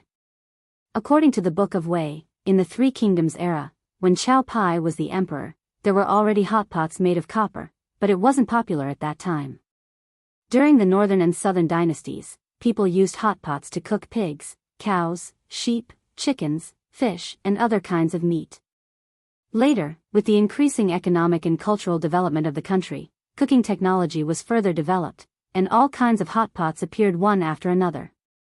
During the Northern Song dynasty, hot pot was already available in the taverns of Kaifeng in Bianjing in winter. However, the hot pot at that time wasn't called hot pot, but antique soup, which got its name from the gudong sound when the ingredients were added to the boiling water. It was an original delicacy in China. In Bai Ji's poem, Asking Lu 19, green ants new fermented wine, red clay small stove. Late night for snow, can we drink a cup of nun? He vividly described the scene of eating hot pot at that time. Okay. Husband. Han Yushi smiled, then quickly got up and followed Li Zishuan to the kitchen. Chapter 1037. Wife, help me fry some sesame seeds. Husband. Shao He, go and find someone to peel some garlic for you. Yes, young master. Shao Shi, don't I remember that we have peanuts at home? Go get some and peel them. Yes, young master. Aunt Shao, do we have mutton at home? Yes, young master. It's just that the mutton smells a bit strong. Young master, do you really want it? Yes. Not only mutton, but also fish. Hey. Today, I'll show you my knife skills. He planned to cut some mutton rolls and make some fish balls. In the kitchen, Li Zishuan had put in a lot of effort for this hot pot. He planned to use all the seasonings at home, because the key to whether or not the hot pot was delicious was whether or not the dipping sauce was good. He planned to use sesame sauce mixed with peanut butter, then sprinkle some garlic, soy sauce, salt, vinegar, chives, and mustard. Although there was no chili, the overall taste would definitely not be bad. Sesame and garlic were both introduced into China during the Western Han Dynasty. Of course, there were these things in the Tang Dynasty. As for peanuts, this was a bit more complicated. Modern scientists generally believe that the origin of peanuts was in South America. After the great geographical discovery in the 15th century, it spread from South America to Europe, Africa, and Asia. However, there were also scholars who believed that China was also one of the origins of peanuts, based on two archaeological discoveries in the 50s and 60s of the 20th century. In 1958 and 1961, a number of peanut-like plant kernels were unearthed from the Wuxia Qianshan ruins in Zhejiang and the Xiushui Shanbei ruins in Jiangxi. Among them, the unearthed specimens in Jiangxi were more complete. After identification, it was confirmed that they were peanut kernels, and they existed around 2000 BC. However, archaeology was very strict when it came to certain conclusions. Out of the two discoveries, only one of them could be confirmed as a peanut specimen. This kind of isolated evidence was far from enough to prove that peanuts were originally from China and were not introduced from America after the great geographical discovery. Therefore, there is still debate about the origin of peanuts in the academic world. This book tentatively assumes that peanuts existed in the Tang dynasty. Li Zishuan cut up a few large plates of mutton rolls. Everyone in the kitchen was dazzled by Li Zishuan's miraculous knife skills. Fortunately, Li Zishuan had internal energy. If he had transmigrated into the body of a weakling, who could not even truss up a chicken, he would not have dared to play like this. Seeing that Han Yushi had finished stir-frying the sesame seeds, Li Zishuan asked his wife to start stir-frying the peanuts. He personally ground the stir-fried sesame seeds into powder. As for the peanuts, he would do the same later. When the time came, the two sauces would be mixed together according to the ratio. Together with the seasoning, it would basically be done. As for the hot pot dishes, other than the lamb rolls, there were also Li Zishuan's special fish balls, chicken slices, pork rolls, and other meat dishes. As for the vegetarian dishes, there were only bean sprouts and tofu. The vegetables in his greenhouse hadn't even grown yet. This was also the only regrettable thing. After preparing the ingredients and the dipping sauces, Li Zishuan returned to the main hall. He picked up the wind-chasing sword that could cut iron like mud and began to modify the table. He actually dug a circular hole in the middle of the square wooden table. It was exactly one size bigger than the diameter of the coal stove. Old Man Li frowned as he watched. In his heart, he thought that his son was really a prodigal son. After everything was done, Li Zishuan placed the coal stove under the table. By raising the coal stove, he made the coal stove extend out of the hole in the middle of the table. All right. Wife, serve the dishes. San Bao, go to the kitchen and bring the pot over. Also, bring some water. Li Zishuan clapped his hands and said. Speaking of which, he really put in a lot of effort in order to eat hot pot in the Tang dynasty. After a while, the washed and cut ingredients were all placed on the table. A big pot was placed on the coal stove that passed through the dining table. In front of everyone was a gray dipping sauce sprinkled with chopped green onions and garlic. It looked very tempting. Xiao Xian, how do you eat this? Don't tell me that after the vegetables are cooked, you still have to take them out to dip them in? Yi Guizhong stared at the bowl of dipping sauce in front of him and asked in puzzlement. Sometimes, he was also very curious and wished that he could pry open Li Zishuan's head to see what was inside. Who asked this guy to come up with new tricks every once in a while? Good. Grandfather's eyes are really sharp. Actually, if you directly put all the ingredients into the pot and cook them, some things won't taste good if they're overcooked. The most authentic way to eat hot pot is to pick up the fresh vegetables and put them into boiling water. After boiling for a while, you take them out and dip them in the seasoning. It's fresh and delicious. At this time, the boiling water in the pot was already boiling. The bottom of the pot was actually just some seasonings like ginger, salt, green onions, and oil. It was very simple. As Li Zishuan spoke, he picked up a few pieces of mutton rolls and stirred them twice in the pot. The bright red mutton rolls turned dark gray in a short while. Li Zishuan directly put the boiled mutton into the dipping sauce bowl and dipped it in it. He smiled and said, although raw mutton has a strong rank odor, after it's boiled and dipped in the dipping sauce, not only will the rank odor be reduced, but it will also be very delicious. Grandmother, try it first. After saying that, he put the dipped mutton into old Madame Ye's bowl. Old Madame Ye beamed with joy and said, good, good, good. My good grandson. Grandmother will try it. Yi Guizhong, who was beside her, could only stare helplessly. The old man was very depressed in his heart. He could only follow Li Zishuan's steps like a child and boiled mutton for himself with a pair of chopsticks. Mmm. Delicious. This mutton is so fresh and tender. The dipping sauce tastes so good too. I've lived for so long, but I've never eaten such delicious mutton. Old Madame Yi put the mutton in the bowl into her mouth and chewed lightly. The freshness of the mutton rolls mixed with the fragrance of the sauce. In an instant, the taste buds on the tip of her tongue began to absorb the delicious taste of the mutton rolls like a person who hadn't eaten for 3 days. Lon also wants to eat the boiled mutton. Brother. Lon shouted after hearing old Madame Ye's evaluation. Come, brother will help you. Father, mother, wife, grandfather, everyone, let's start eating. Li Zishuan called out to his family as he boiled the mutton for Lon. Haha. Eat. Everyone eat. This mutton is really delicious after being boiled like this. Yi Guizhong also tasted the freshness of the boiled mutton and said excitedly. Soon, the atmosphere in the house began to rise. Eating hot pot was all about one person and many people. Only then would it be lively and warm. Yo! Why are you eating so early today? Looks like I came at the wrong time. Chapter 1038. Oh! This mutton is so delicious. How can good meat not have good wine? Xiao Xian, quickly get someone to bring the wine. I'll have a good drink with your father and grandfather. Everyone said that there was a Cheng Yao Jin who appeared out of nowhere, but Li Zishuan ate a Cheng Yao Jin in the middle of the hot pot.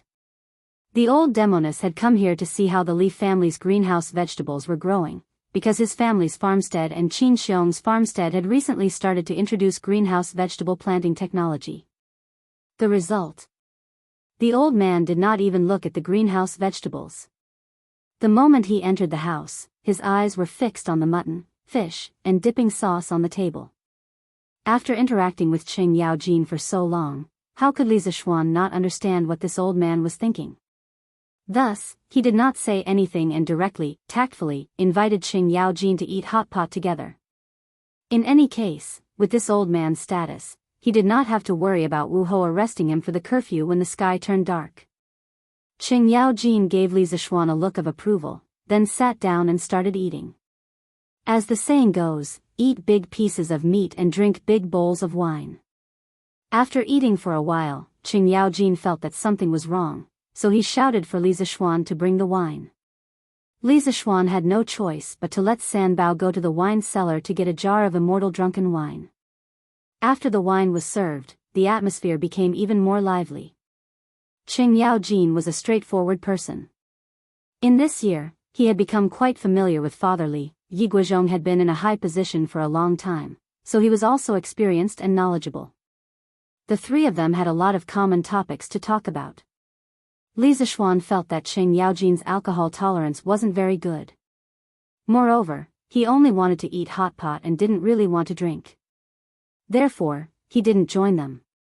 He ate happily with Lon, Madame Li, and old Madame Yi. After eating and drinking to his heart's content, Cheng Yao Jin burped and returned with the smell of alcohol. Before he left, the old man did not forget to tell Li Zishuan, burp. Xiao Xian. Your family's hot pot, burp, is too delicious. Later, I'll send my chef over, burp, you have to get someone to teach him. I, old Cheng, haven't eaten so much in a long time, burp, I drank so much. The old man had completely forgotten his original intention of coming to the Li family. The only thing he remembered was the hot pot. It had to be said that in a situation where there was no war, the desire for good food was old Cheng's greatest pursuit now. The next day, near noon, Li residence. Feiji, take these blueprints to the workshop, and give them to Faubert in the next 2 days. Li Zishuan called Pang Feiji over, took out 2 pieces of paper and handed them over. Yes. Marquis. Pang Feiji left. Li Zishuan asked people to carry a coal stove and a basket of honeycomb briquettes into the carriage. The coal stove was still burning, and then he rode the carriage to the palace. He wanted to see Li air. As for the blueprints that he just gave to Pang Feiji, they were the radiators and heating pipes that he had just drawn in the morning. The structure was quite simple, and he had already measured the dimensions in the morning. As for the dimensions of the house in Yunshan Villa, he had drawn the blueprints of the villa, so naturally, there was no need to measure them. Li Zishuan planned to install self-made heaters for his residence and Yunshan Villa at the same time. Anyway, now that he had the honeycomb briquettes and the coal stove, he just needed to set up a pot and arrange some pipes, and it was basically done. This was made by imitating the self-made heaters in the villages in his previous life. The principle was also very simple, a big boiler that boiled water. The furnace was double-layered, and the top and bottom were closed. The top was connected to a steel pipe, and the water pipe went up from the flue to the heater water supply. This point was the lowest point of the water pipe, and the heater end was the highest point. There was an exhaust valve, and the slope was 1%. The bottom level was connected to the heater return water, and the top of the return water pipe was connected to the heater water supply pipe. The height of the return water pipe was higher than the highest point of the supply pipe, and there was a water supply tank at the back.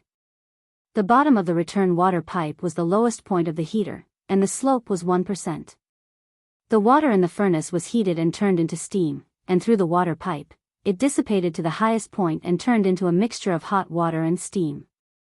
The hot water entered the radiator to dissipate heat, and its temperature decreased, density increased, and volume decreased. It entered the boiler through the return water pipe, and thus formed a circulation circuit. The slope of the water pipe for self-made heaters was very important. If the slope was reversed, it would not be hot. The water layer in the furnace had to be thin, 1 to 3 millimeters, because the thick water layer would consume coal.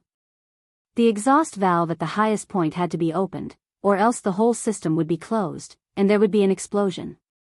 The reason why Li Zixuan had only started to install a heater now was because he didn't have honeycomb briquettes or a coal stove. It was very inconvenient to boil water because charcoal could not last as long as honeycomb briquettes. Now that he had created the honeycomb coal and coal stove, he had to quickly install the heating in his house. In the imperial palace, Li Er returned to the Lijiang Hall in Shiyuan right after the morning court session, because there were charcoal braziers and heaters here. Although he was an emperor on horseback and knew martial arts, he was far from being invulnerable to cold and heat like a martial arts grandmaster. In this kind of weather, he would also feel cold. Li Er had just spoken for a while with Empress Jiangsun in the Lijiang Hall when an attendant from the Yellow Door came to report. "Your Majesty, the Marquis of Yong, and requests an audience." Li Er was stunned for a moment before he laughed out loud. "Oh. When did this brat take the initiative to look for me? Did he say what happened?" Ever since Li Zixuan entered the officialdom, most of the time, he would only enter the palace when Li Er summoned him. It was extremely rare for him to take the initiative to enter the palace like today. Replying to Your Majesty, the Marquis of Yong, and said that he is here to present a treasure. That attendant replied cautiously. "Present a treasure? Ha! Today, new things are happening one after another. Let him wait at the Sweet Dew Hall first. I will be there soon." Li Er's curiosity was piqued. He didn't care about the cold weather outside. He put on a fox fur coat and prepared to go to the Sweet Dew Hall to meet Li Zixuan. After all, this was the imperial harem, and Li Zixuan was already an adult and a married man. Of course, he couldn't let him come here. If it was at the beginning of the year before Li Zixuan was married, Li Er might have met him in the imperial harem. But now, it was absolutely impossible. "Your Majesty, this concubine also wants to see what treasure the Marquis of Yong and is offering. I wonder if I can go with Your Majesty?" It was Empress Jiangsun who was also interested. She asked Li Er. "Haha. Since Maid Guanyin is interested, then let's go together. But it's very cold outside. Maid Guanyin, you have to wear an extra layer of clothing." Li Er laughed and agreed very straightforwardly. "Thank you for Your Majesty's concern. This concubine knows." Empress Jiangsun's heart warmed. A palace maid helped her put on a mink fur coat before the husband and wife left. Chapter 1039. Greetings, Your Majesty. Greetings, Your Majesty. In the Sweet Dew Hall, Li Zixuan saw Li Er and Empress Jiangsun walking out from the back of the hall. He quickly retracted his gaze and bowed towards the two. Rise.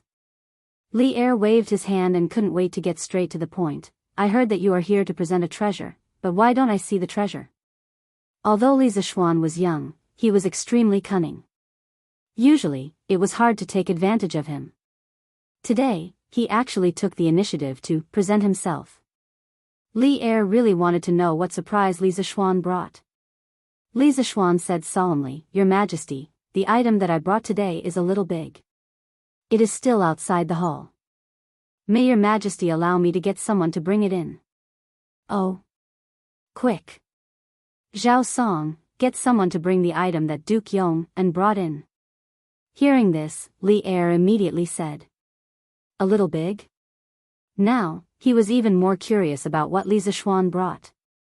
Zhao Song received the order and left. Moments later, he brought in 4 eunuchs carrying a coal stove and a basket of briquettes. Seeing the eunuchs carrying in a lump of metal and a basket of black items, Li Er couldn't help but frown. Because these 2 items didn't look high and mighty at all. Feeling slightly unhappy, Li Er walked down from above and looked at Li Zishuan unkindly. "This is the treasure that you want to present to me?" What a special coal stove."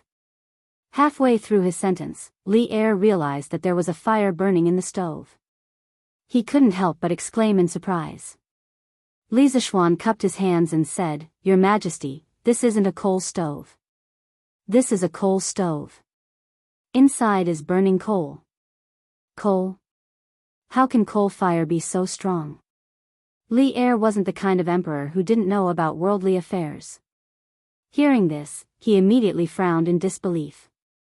At this moment, Zhang Sun also walked down from above.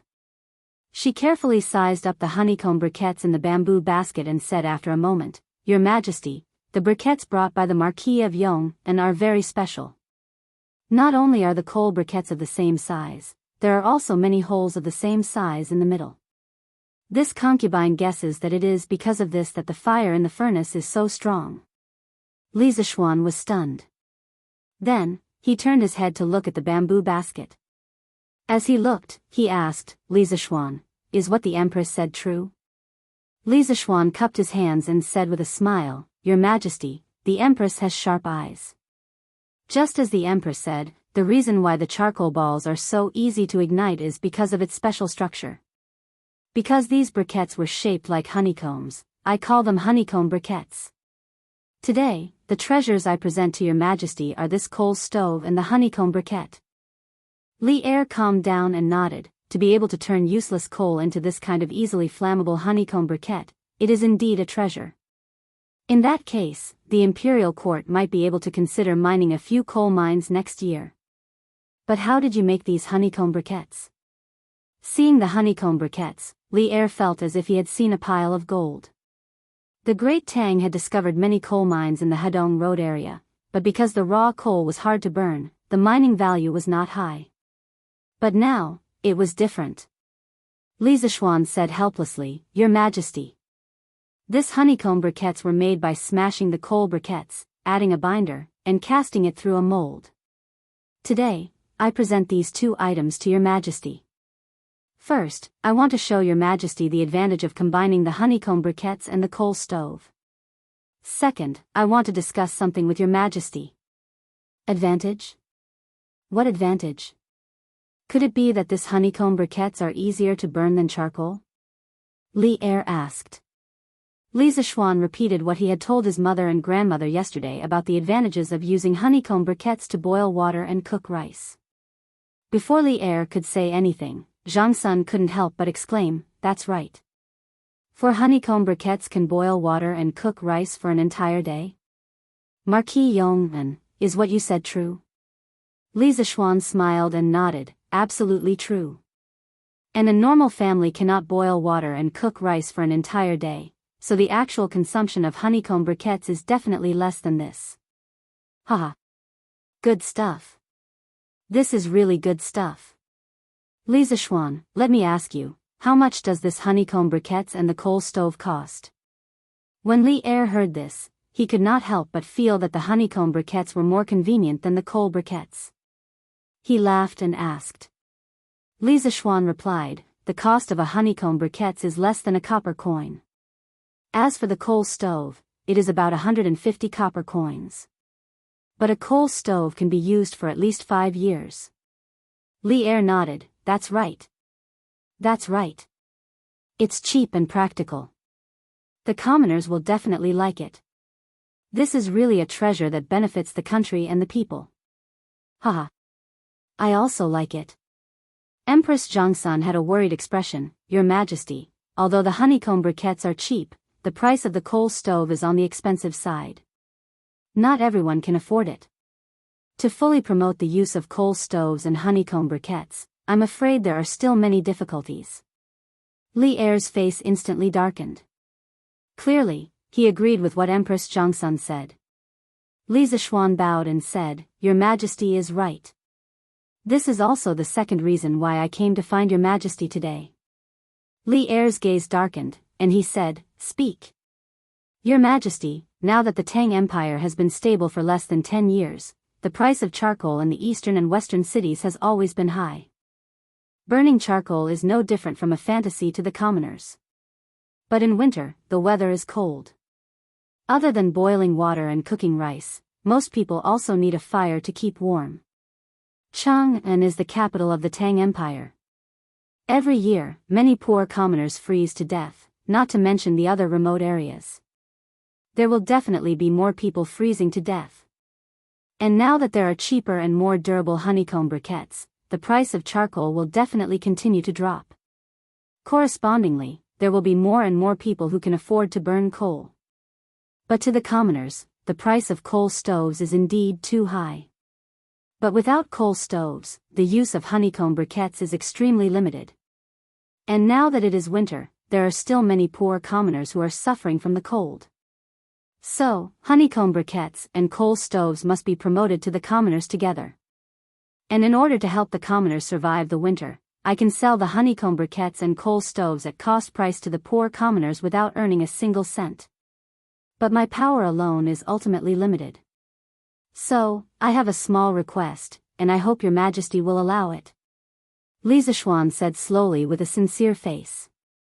Hearing this, Li Er was silent for a moment, and he said, It's good that you still have this kind of heart. I really didn't misjudge you. Actually, since the beginning of winter, I have been thinking about how to reduce the number of commoners who freeze to death. But in Chang'an alone, there are tens of thousands or even hundreds of thousands of poor commoners who are suffering from the cold. The money in the national treasury cannot be used now. If you have a way, quickly say it. As long as your request is not too much, I will allow it. Chapter 1040. Inside the Sweet Dew Hall. Li Er and his wife stared eagerly at Li Zishuan, because Li Zishuan had just mentioned a problem that they were very concerned about, which was the problem of the poor people freezing in winter. In fact, in the previous dynasties of the Tang Empire, no matter which dynasty, many people would freeze to death every year. In the era where cotton had not been planted on a large scale, the price that the people had to pay to wear warm clothes was too high. Your Majesty, I wish to set up a public welfare organization to help the poor people. Li Zishuan clasped his hands and said the idea that he had been brewing in his heart these days. Public welfare organization? Marquis Yong'an, what is public welfare? Empress Jianghu was puzzled.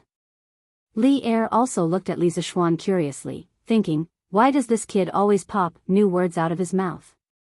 Could it be that he learned all these from that dream? Your Majesty, the so-called public welfare is related to the welfare and interests of all the people of the Tang Empire.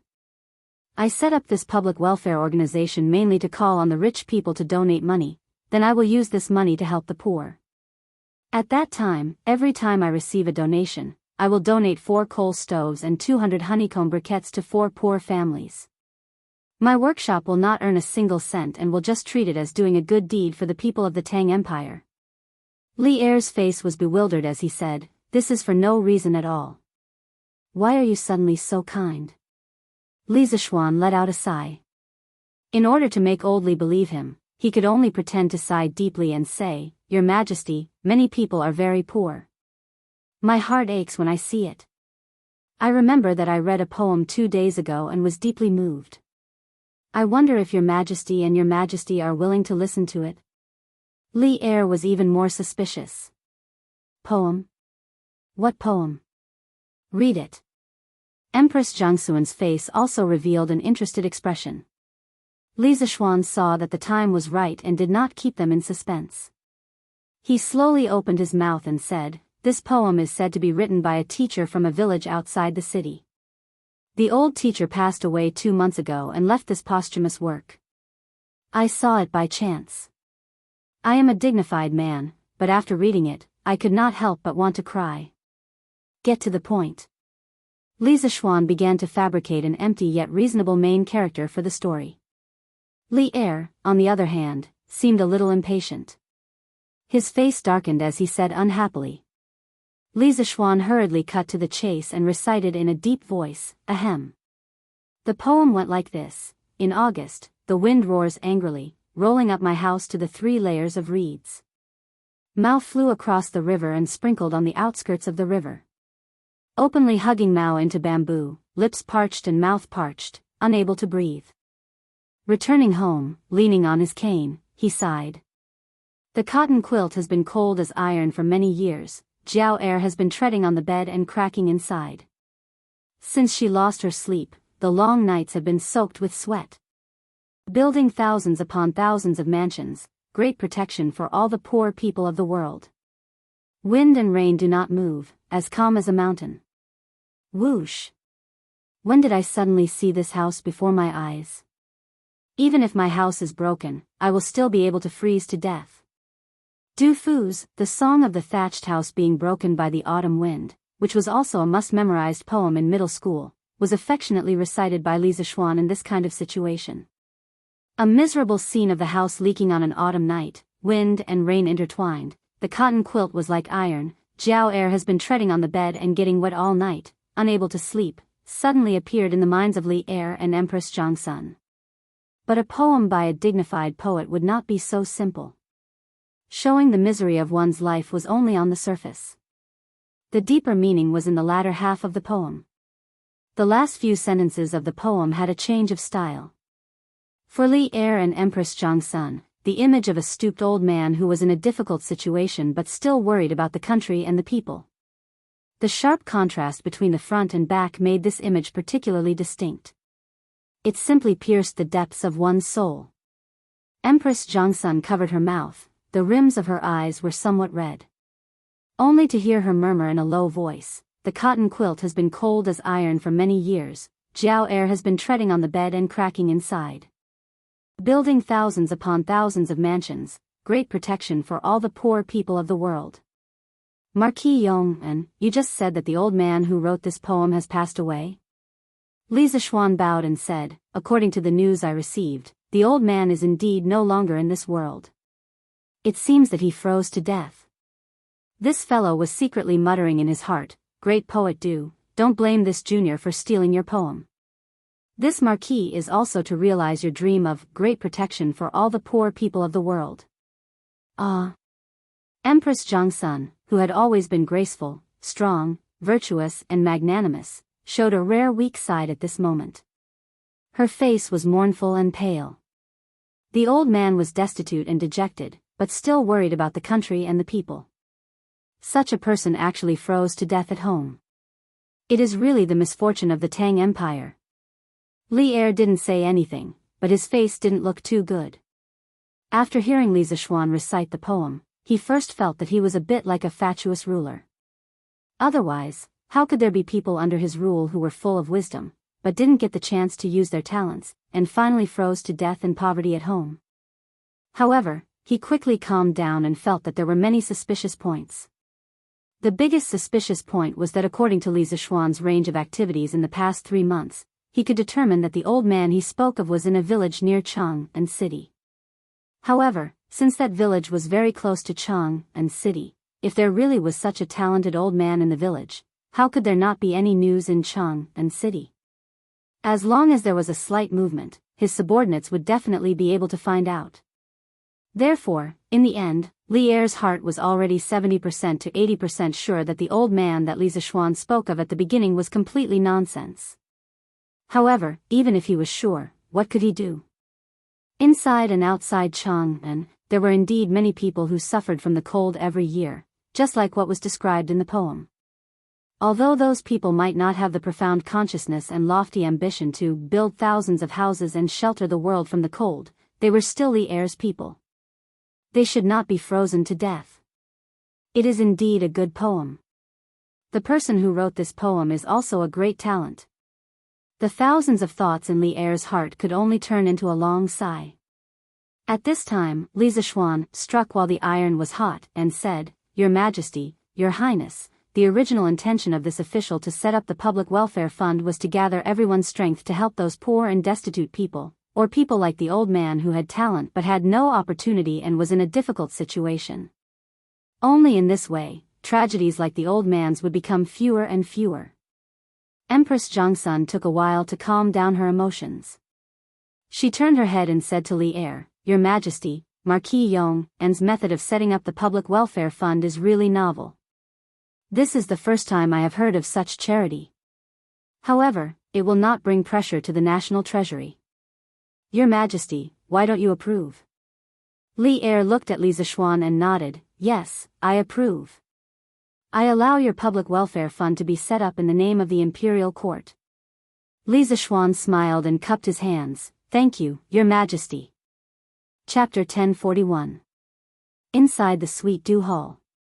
After Li Er agreed to Li Zishuan establishing the Warm Tang Public Welfare Foundation in the name of the imperial court, Empress Jiangsun said happily, "Marquis Yong, if your public welfare organization is established, remember to tell Ben Gong. Ben Gong also wants to contribute her meager strength." Li Zishuan cupped his hands and said, "Empress, you misunderstand. What ability does this official have to shoulder such a heavy responsibility? What this official means is that the president of this public welfare organization should be Empress. This official will not hold any position in this public welfare organization." Empress Jiangsun couldn't help but be startled. This answer was completely out of her expectations. However, after a moment, she still smiled and shook her head, saying, "Hee hee. Marquis Yong, you're even scheming against Ben Gong? That won't do. Ben Gong usually has many things to do. Ben Gong can't take care of your public welfare organization. When the time comes and the important matter of saving the people is delayed, Ben Gong will become a sinner." Although she didn't understand why Li Zishuan would make such a decision, she had always been a low-key person. This kind of public appearance that would easily attract attention was something she definitely wouldn't do. Li Zishuan hurriedly said, "As the master of the imperial harem, it's normal for Empress to have no time to care about other things. However, as the president of the public welfare organization, Empress doesn't need to take care of it every day. The other people in the public welfare organization will naturally help Empress resolve her worries and difficulties." Li Er seemed to have understood something at this moment.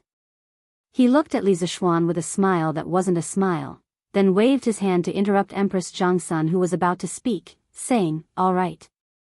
In Zhen's opinion, Guanyin maid, you should accept the position of president. Although this kid doesn't hold a position in it, he probably already has plans for the other positions in the public welfare organization. Guanyin maid, you don't have to worry." The matter was already very clear. Li Zishuan wanted to establish a public welfare organization to help the people, but he was worried that he would gain too much prestige among the people and cause the officials to impeach him. Thus, he took the initiative to invite Empress Jiangsun to be the leader of this public welfare organization to shoulder the prestige of the people.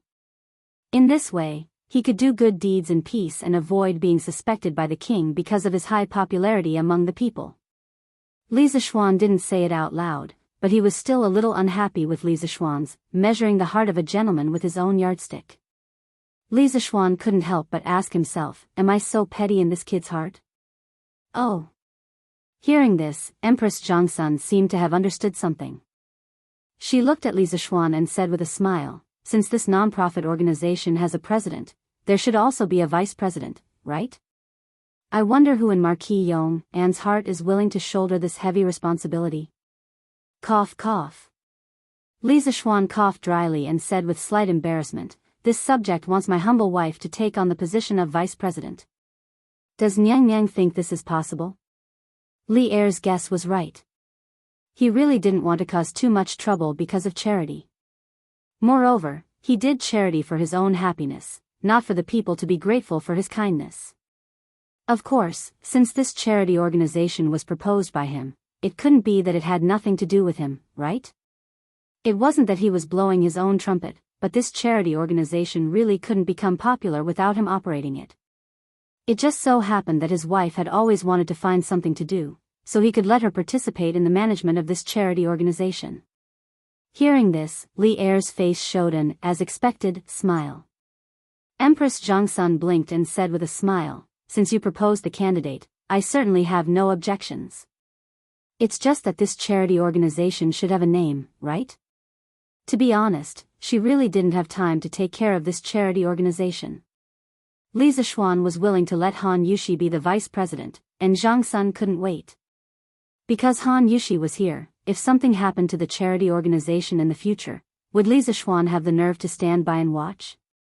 Therefore, she was happy to see Li Zishuan's candidate. Li Zishuan pondered and said, "Why don't we call it the Nuan Tang Charity Fund?" "Your Majesty, what do you think?" "Nuan Tang, Nuan Tang." "Good. Let's call it Nuan Tang." Li Er's eyes lit up, and he clapped with a smile. "It's indeed a good name, the meaning is good." Empress Jiangsun also praised. Li Zishuan smiled and said, "Since your Majesty and your Majesty have no objections, then let's call it Nuan Tang. I will personally invest 20,000 strings of cash, and these 2 days, I will also use Datong daily to gather the rich folk to donate money, and strive to let all the poor people in Cheng and city be able to use coal stoves and burn coal before the new year. As for the other provinces and counties, time is too tight, I'm afraid there won't be enough time this year." Empress Jiangsun hurriedly said, "Since I'm the president, how can I not contribute money?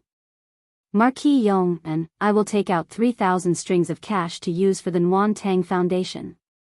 She thought that with some of her own private money and some gold and silver jewelry, she should be able to gather 3,000 strings of cash.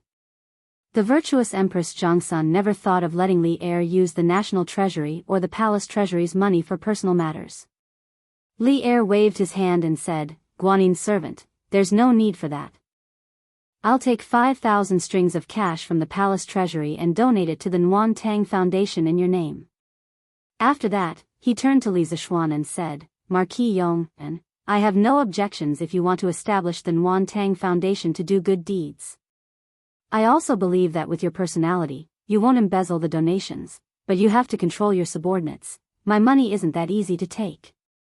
Li Zishuan cupped his hands and said, "Don't worry, Your Majesty, I'll be careful. I'll make sure that every donation of the Nuan Tang Foundation is properly spent." As a modern person, he knew better than anyone how important honesty and fairness were to a charity foundation.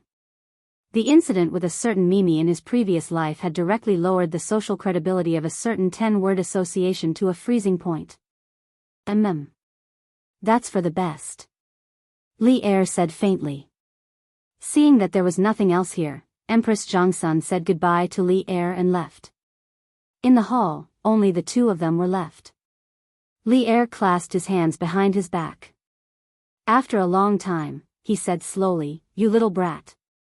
I'll tell you one more time, I'm not Lu Bang, and you're not Han Xian." After saying this sentence that had no head or tail, Li Er snorted and left in a huff. It was obvious that he was very unhappy. Sigh. "I'm just too lazy to mess around. Otherwise, even if you're Lu Bang, I'll still be able to pull you down."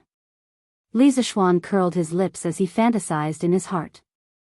He understood what Li Er meant, but he didn't regret doing so, because he was a person who didn't like trouble in his bones. However, just because he didn't like trouble didn't mean that he was afraid of trouble. Just as he thought, if Li Er was really an emperor like Lu Bang, who killed meritorious officials, he, Li Zishuan, wouldn't just sit and wait for death. Whoever didn't let him have a good life, he wouldn't let them have a good life. Chapter 1042. Marquis, Manager Fu said that the things you want will be ready in 2 days. When the time comes, he will send someone to deliver them to you. After returning home from the palace, Li Zishuan met Pang Feiji at the entrance. Pang Feiji cupped his fists. I understand." Li Zishuan nodded lightly. He was secretly happy. It seemed that he would be able to use the heater in a few days. What a corrupt life. When he returned to the main hall, his family was waiting for him to eat. Seeing that he had returned, Han Yushi hurriedly ordered the dishes to be served. Because the food cooled quickly in winter, before Li Zishuan returned, the cooked food was kept warm in the pot. From this, one could see Li Zishuan's important position in the Li family. He was the proper head of the family. During the meal, Li Zishuan told his family about the warm Tang foundation that he had told Li Heir and Empress Jiangsun in the palace.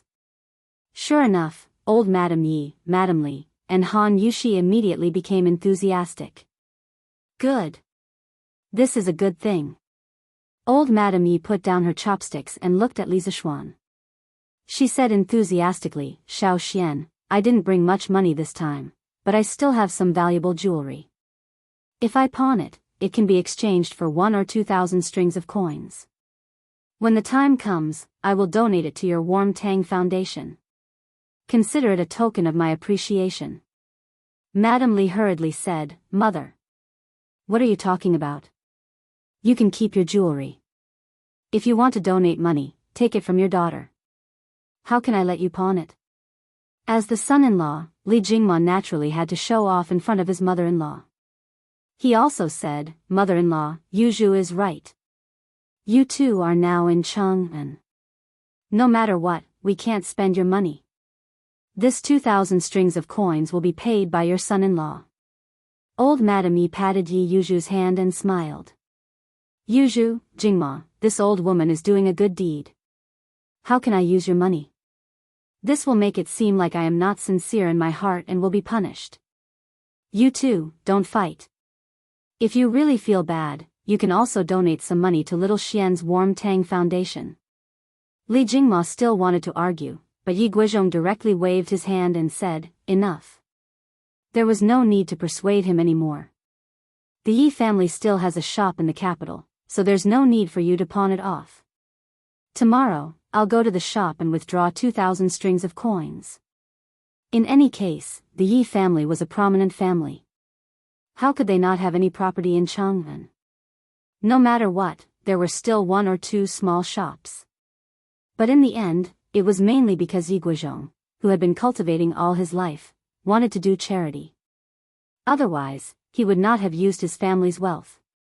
When Madame Li heard Yi Guizhong's words, she didn't try to persuade him any further.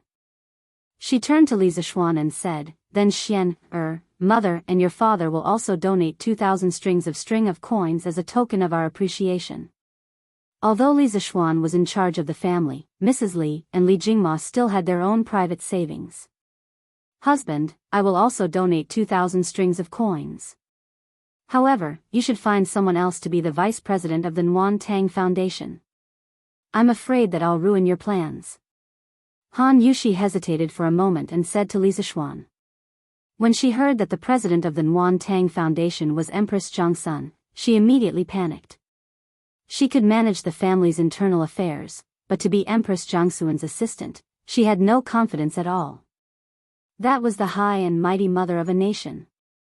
Li Zishuan patted his wife's hand and said softly, Wife. Let me ask you, do you know how to read the accounts?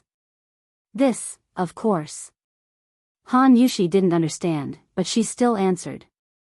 Then do you know how to use people? I know a little. After being the mistress of the Li residence for so long, she naturally knew how to use people. Then it's fine. Li Zishuan clapped and said with a smile, Wife, don't think that the vice president position is so complicated. As long as you know how to read the accounts and know how to use people, there won't be a problem. Besides, your husband will help you from behind. What are you afraid of?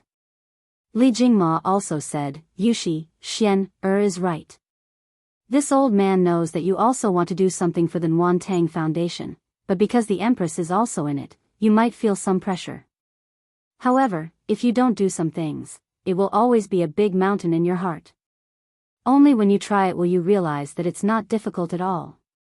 Li Jingma, who was old and experienced, already understood the hidden purpose of Li Zishuan, pulling Empress Jiangsun into the Nuan Tang Foundation.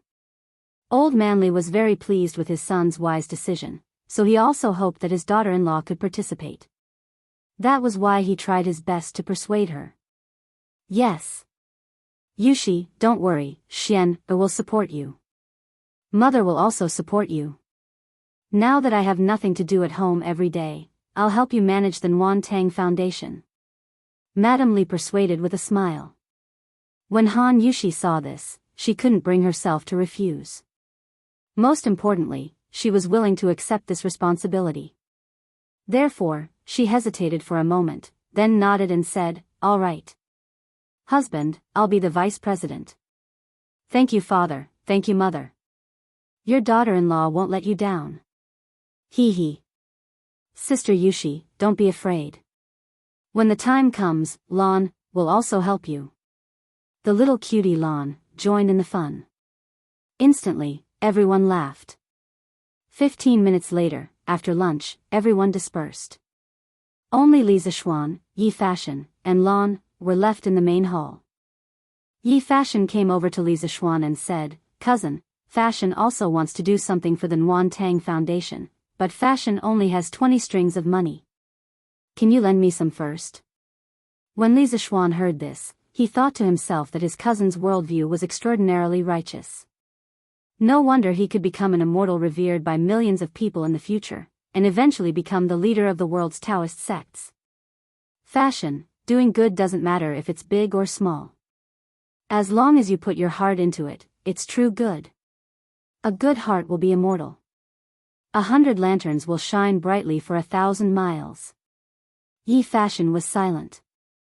After a while, he saluted and said, "Thank you for your advice, cousin. Fashion will donate all the strings of money in a while. However, Fashion still wants to do something. I wonder if Fashion can help with the Nguyen Tang Foundation in the future?" Li Zishuan smiled and said, "Of course." Yi Fashion expressed his thanks and left in satisfaction. Lan was not to be outdone. She said, "Brother, cousin Fashion has already donated money. Lan also wants to donate money. Lan saved up 50 strings of money. Lan wants to donate all of it." "Ah. Lan where did you get so much money from?" Li Zishuan was shocked. "Humph. I'm not telling you. Anyway, Lan wants to donate money," the little rich lady said proudly. Chapter 1043. The next day, Datong daily threw out 2 bombshells, and Chang'an City was once again bustling with noise and excitement. From today onwards, Curious Pavilion will launch a honeycomb-shaped coal ball and a matching coal stove. Using honeycomb-shaped coal to boil water and cook rice, you only need to consume 4 pieces of honeycomb-shaped coal each day. Each piece of honeycomb-shaped coal only costs 1 copper coin. The coal stove only costs 200 copper coins. Moreover, a coal stove can last for at least 5 years. A coal stove sold to the rich would definitely not be sold at cost price. There are so many workers in the workshop who need to eat too. First, there was an advertisement in the newspaper that piqued the curiosity of the people. In the layout of Tang Dynasty Daily, apart from the headline in the middle of the first page, another important position was the position of the first article at the beginning of the article. Under normal circumstances, advertisements would not be placed there. This time, Li Zishuan was abusing his position for personal gain. Honeycomb-shaped coal? Coal stove? What the hell is this? Is it really as amazing as the advertisement says? When the people saw the advertisement, their first reaction was to ask questions. Hey! Other shops' products might be fake, but Curious Pavilion's products are definitely not fake. The advertisement says that 4 coal balls cost 4 copper coins and can boil water and cook rice for an entire day. It must be real. That's right. Curious Pavilion's products have always been authentic. They have never boasted before. Wow. If that's the case, then burning honeycomb-shaped coal is much more cost-effective than burning charcoal. Yeah. When the East Market opens, I'll go to Curious Pavilion to buy a coal stove and some honeycomb-shaped coal. Although honeycomb-shaped coal is cheap, the coal stove is not. Each one costs 200 copper coins. Ha! Didn't you read the newspaper that a coal stove can last for at least 5 years? On average, it's only 40 copper coins a year. How is this expensive? It's still cheaper than burning charcoal. Hee hee, that's true. I wonder if honeycomb-shaped coal is as good as charcoal. I'll go take a look later. If it's really good, I'll only burn coal this year and not charcoal. Haha. Let's go together. Let's go together. After the early risers of Chang'an saw the new news announcement in the newspaper, it didn't take long for people to gather in groups to buy coal stoves and honeycomb briquettes. This was the current status of the pavilion in people's hearts. They always believed that no matter what the pavilion produced or how high the price was, it would always be the best. This was similar to the modern Apple. No matter what new product Apple launched, no matter how expensive it was, countless fans would rush to buy it. The only difference was that the items in Strange Interest Pavilion were usually worth the price. Compared to the items themselves, the prices were not considered expensive. However, no one would have expected that the introduction of honeycomb coal would completely change the energy structure of the Tang dynasty. The era of using coal as the main energy source would soon be gone, and the change in the energy structure would provide the most solid foundation for the transformation of social production methods. In his previous life, the reason why the British Empire was able to launch the first industrial revolution in the 18th century was mainly because of the power revolution brought about by the steam engine. And the energy used by the steam engine to generate power was coal. Yo! Quick, look at today's headlines. Just as the people were about to go to Strange Interest Pavilion to buy honeycomb briquettes and coal stoves, someone discovered the second bombshell of Datong Daily. What's wrong? What's wrong with the headlines? Whoa! From today onwards, the Imperial Court will officially establish the Warm Tang Charity Foundation. The Empress will be the foundation's president, and the Marquis of Yong will be the vice president. In the near future, the Warm Tang Foundation will be launching a 2-month warm winter campaign. Every time the foundation receives a sum of money, the Marquis of Yong will donate 4 coal stoves and 200 honeycomb briquettes to poor people who can't afford coal. The Warm Tang Foundation's headquarters will be located in the former workshop of Strange Interest Pavilion. From today onwards, it will accept donations from wealthy people. All donations will be used to help the people in need. The Warm Tang Foundation is willing to accept the supervision of the people and promises that every donation will be recorded and verified in the future. In addition, the Emperor and Empress are extremely benevolent. They will donate 5,000 strings of cash to the Warm Tang Foundation to help the poor. The Marquis of Yong will donate 20,000 strings of cash to the Warm Tang Foundation. The Marquis of Yong will donate 2,000 strings of cash. The Marquis of Yong and Anne's mother will donate 2,000 strings of cash. The Yi family of Nanyang will donate 2,000 strings of cash. Kindness will taint the heart and never die. The Warm Tang Foundation appeals to all citizens of the Tang Empire who are able to afford to donate a portion of your love. Not a single copper coin is missing, and not a lot of money. Every single copper coin you donate will be sent to the people in need. Let us use our love to warm Chang'an City. Someone read out the headline of Datong Daily. Those who were lucky enough to hear the news were stunned. Charity foundation, donation, these were terms that had never appeared before or rarely appeared. All of a sudden, they all appeared, catching people off guard.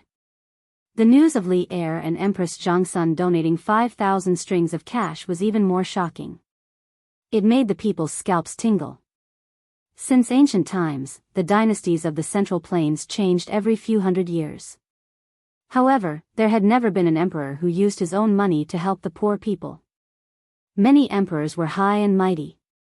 They had never stepped out of the palace in their entire lives. They had no idea what the suffering of the people was. As a result, there was a Jianghu emperor in history who said, "Why not eat meat?" However, ever since Li Heir ascended the throne, not only did he implement benevolent policies, he even wanted to use his own money to help the poor. In this era where imperial power reigned supreme, this was extremely rare. Many old people who had experienced the chaos of war couldn't help but kneel in front of the palace and chant, "His Majesty is benevolent. Long live Tang Empire." After a long while, some citizens couldn't help but comment, "The Marquis of Yong is also very benevolent." He actually donated 20,000 strings of cash. Heh. Isn't that obvious? The Marquis of Yong and has always been benevolent to the citizens. Didn't you see that his wife and mother donated money? That means that the Marquis of Yong and alone donated 24,000 strings of cash. Wow. The Marquis of Yong and is really a philanthropist. Heh. You're still saying that it's too little. Don't you know the relationship between the Yi family of Nanyang and the Marquis of Yong'an? The previous head of the Yi family is the Marquis maternal grandfather. He's currently living in the Marquis residence.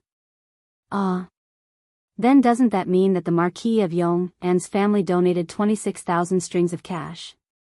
Of course. Right, didn't you guys notice that the newspaper said that the Marquis of Yong'an would give 4 coal stoves and 200 honeycomb briquettes to the poor every time he received a donation? According to the price of honeycomb briquettes and coal stoves, that's worth 1,000 copper coins. That means that the Marquis of Yong'an will have to fork out 200 copper coins every time the foundation receives a donation. I'll say it again. Back then, money was equivalent to 800 copper coins, hiss. Without a doubt, I'll definitely support the Marquis of Yong'an's business in the future. Why wait until the future? I'll go to Chitsu Pavilion to buy some coal stoves and honeycomb briquettes later. It's just nice that the weather has been cold recently. I can use them. I'll go too. I'm going to donate money to the Warm Tang Foundation. I don't have much, but I can still donate 300 to 500 copper coins. I'll donate 300 to 500 copper coins too. I'll donate 10 strings of cash. Wow. Boss Lu is generous.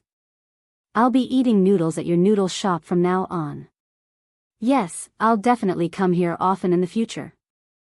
A storm of public charity was about to sweep through the city. Chapter 1044. This is the call of the heart, this is the dedication of love, this is the spring of the human world, this is the source of life. As long as everyone gives a little love, the world will become a beautiful human world. Outside, there was a storm of charity, but in the Marquis Yong'an manor, there was an intermittent singing. Listening to the lyrics and the tune, it was obviously the famous modern song, The Dedication of Love. The voice of the singer was also very sweet. That crisp voice was like the chirping of an oriole in the valley, pleasant to the ears and intoxicating. This voice was not Han Yushi's, nor was it Xiao He or Xiao Shi's. She was not anyone in the Li manor. Yes, yes, yes. Not bad, not bad. That's the tune. In the main hall, Li Zishuan sat on the seat of honor. On his left sat Han Yushi, and on his right sat a beautiful lady. That lady only wore a jade green dress in the middle of winter, and a green pleated skirt with scattered flowers and mist. Her body was covered in a thin green veil. Her shoulders were cut, her waist was slim, her skin was smooth, and her aura was like an orchid. Her long black hair was only tied up with a delicately carved plum hairpin.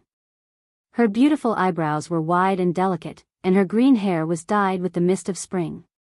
She had a spiritual energy that was like the clouds and mist of Mount Wu, but if one looked carefully, one would be able to see that there was a faint sadness that seemed like self-pity within her. At this moment, her hands were still on the strings of the zither, and Li Zishuan opposite her was applauding. As for Han Yushi, although she was smiling, no one knew what she was thinking. Then, Fian, can you sing the complete song for Marquis and Madam again? The lady stood up and bowed, then asked softly. Her voice was as beautiful as the spring water, making people feel comfortable and relaxed. Li Zishuan smiled and nodded, okay. Miss Yen Air, please sing. Speaking of Miss Yen Air, Li Zishuan had never seen her before, let alone know her. However, Ching Chimo, Li Huiran, and the other rich playboys who liked to walk their dogs and hang around the brothels would definitely know her. This woman was the famous courtesan of Hundred Flowers Tower in Chang'an City, Fang Fian. She was the goddess of countless men's dreams. Many rich young men could not get close to her even if they spent a lot of money. At most, they could only get a smile from her. But even so, there were still countless people who flocked to her. Today, Li Zixuan had asked Pang Feiji to invite back a girl who could sing the best in Chang'an. Pang Feiji did not know what Li Zixuan wanted to do. At first, he hesitated. He hesitated about what kind of girl he should find for Li Zixuan. Then, he felt a little conflicted. He felt that if he found a girl for Li Zixuan, he would be letting down Han Yushi, the mistress of the Li mansion. Later, this fellow secretly found Xiao He and asked her to send this news to Han Yushi of the West Courtyard and let her make the decision. He did not have to wait for long before Han Yushi's reply came. Her reply was very simple. There were only 2 words, do it. Pang Feiji thought about it and ran to Hundred Flowers Tower. He found the so-called Mother Hua and asked her to invite Fang Fian out. Under normal circumstances, Hundred Flowers Tower did not receive guests during the day. Moreover, Fang Fian was not someone who could be invited by ordinary people.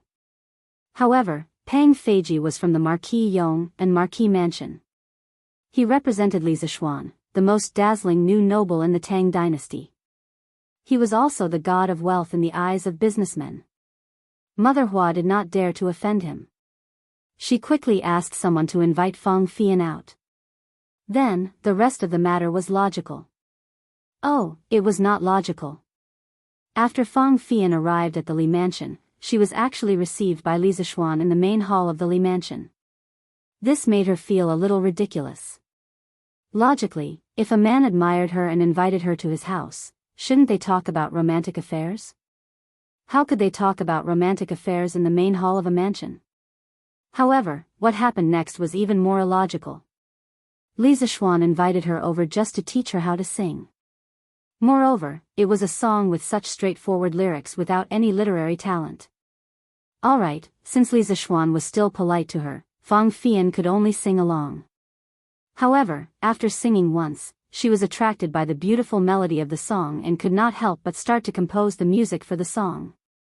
Later on, she was also conquered by the lyrics that she had always looked down on. Because although the lyrics were straightforward, the purest and most selfless feelings, as well as the truth, goodness, and beauty of the world, were the most touching. As long as everyone gives a little love, the world will become a beautiful world. What a beautiful vision this was. At this moment, Fang Fian's jade-like fingers were gently stroking the strings of the zither. Her fingers were like butterflies dancing on the strings as she softly sang, "This is the call of the heart, this is the dedication of love, this is the spring breeze of the human world." The sound of the guqin and the singing were like thin and bright silk. They were smooth and dense as they quietly stretched out. They stretched out, and stretched out again. Just like this, they passed through the main hall, passed through the main door of the Li residence, and floated above Yongla Lane. They were all pervasive and drilled into people's hearts. "Xiao Shi, do you think the young master has fallen in love with this vixen?" Outside the main hall, Xiao He sat on the stairs in front of the door. She rubbed her chin and said to Xiao Shi beside her with a depressed expression, "Xiao He, we have never met Miss Fang before. How can you say that about her?" Xiao Shi patted Xiao He's arm and said softly, "Did I say something wrong? Look at her wearing so little in the middle of winter. She must be trying to seduce the young master. It's over. If the young master is really seduced by this vixen, the young madam will be in trouble." Xiao He said worriedly. Xiao Shi shook her head and said, "No, the young master is not that kind of person." "Che. Xiao Shi, what do you know? You don't know how many men in Chang and have been seduced by this vixen. The young master is also a man. How can you be sure that the young master will not be seduced? I believe in the young master. The young master only asked Miss Fang to come over and sing." "Xiao He, you must be thinking too much." Actually, not only were the two of them arguing, Madame Li in the East Courtyard was also guessing what her son was trying to do today. "Old master, do you think Xian wants to take in a concubine?" "Take in a concubine? Humph. Even if he wants to take in a concubine, he can't take in a brothel girl. Not to mention that our family is now a big family. Even in the past, this old man would not allow him to take in such a dirty woman." Old man Li snorted. Jiangmu is right. Xiao Xian can take in a concubine, but he definitely can't take in a brothel girl. This was Yi Guozhong's voice. Actually, these people were thinking too much. Front courtyard, main hall. The song ended and the crowd dispersed. Li Zishuan stood up to send the guests off and said, Miss Yen, when you go back, you must teach this song to the other sisters in your brothel. Also, tell your mama Hua that for the next month, it's not that the 100 Flowers brothel can't sing other songs, but this song must be sung 10 times a day. Otherwise, I will definitely settle the score with her. Chapter 1045. Li Zishuan did not look down on the women in the brothel, but he did not like them either.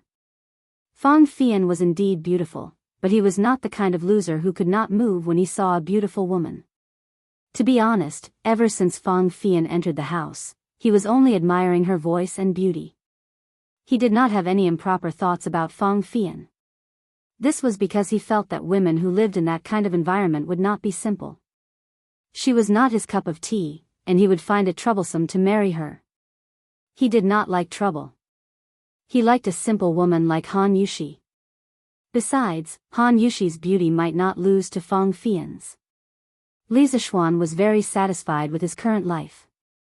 He asked Fang Fian to come over because he wanted to bring the song, Dedication of Love, from his previous life to Tang Dynasty and spread it all over the country. This was because this song could evoke the kindness in many people's hearts. My lady, we are in luck this time. Fang Fian left the Li residence in a carriage and headed to Peace Square. On the way, her personal maidservant said happily. What kind of luck? Fang Fian was still intoxicated by the melodious melody. After hearing the maidservant's words, she asked subconsciously. He. Now that the Duke of Yong has taken a liking to you, you don't have to worry about being taken advantage of by those stinky men anymore. Isn't this considered luck? The maidservant said with a smile. Fang Fian suddenly came to her senses. Her cheeks immediately turned red. She rolled her eyes at the maidservant and said, Kai, don't talk nonsense. Which eye of yours saw that the Duke of Yong was interested in me? If you talk nonsense again, I'll tear your mouth apart. He. Then I won't talk about it, I won't talk about it. The maidservant thought that her lady was shy and hurriedly begged for mercy with a smile. However, Fang Fian knew herself best. She did not see any lust in Li Zishuan's eyes when she was in the Li Zishuan's house. Moreover, Li Zishuan had treated her to the main hall of the mansion, which explained the problem.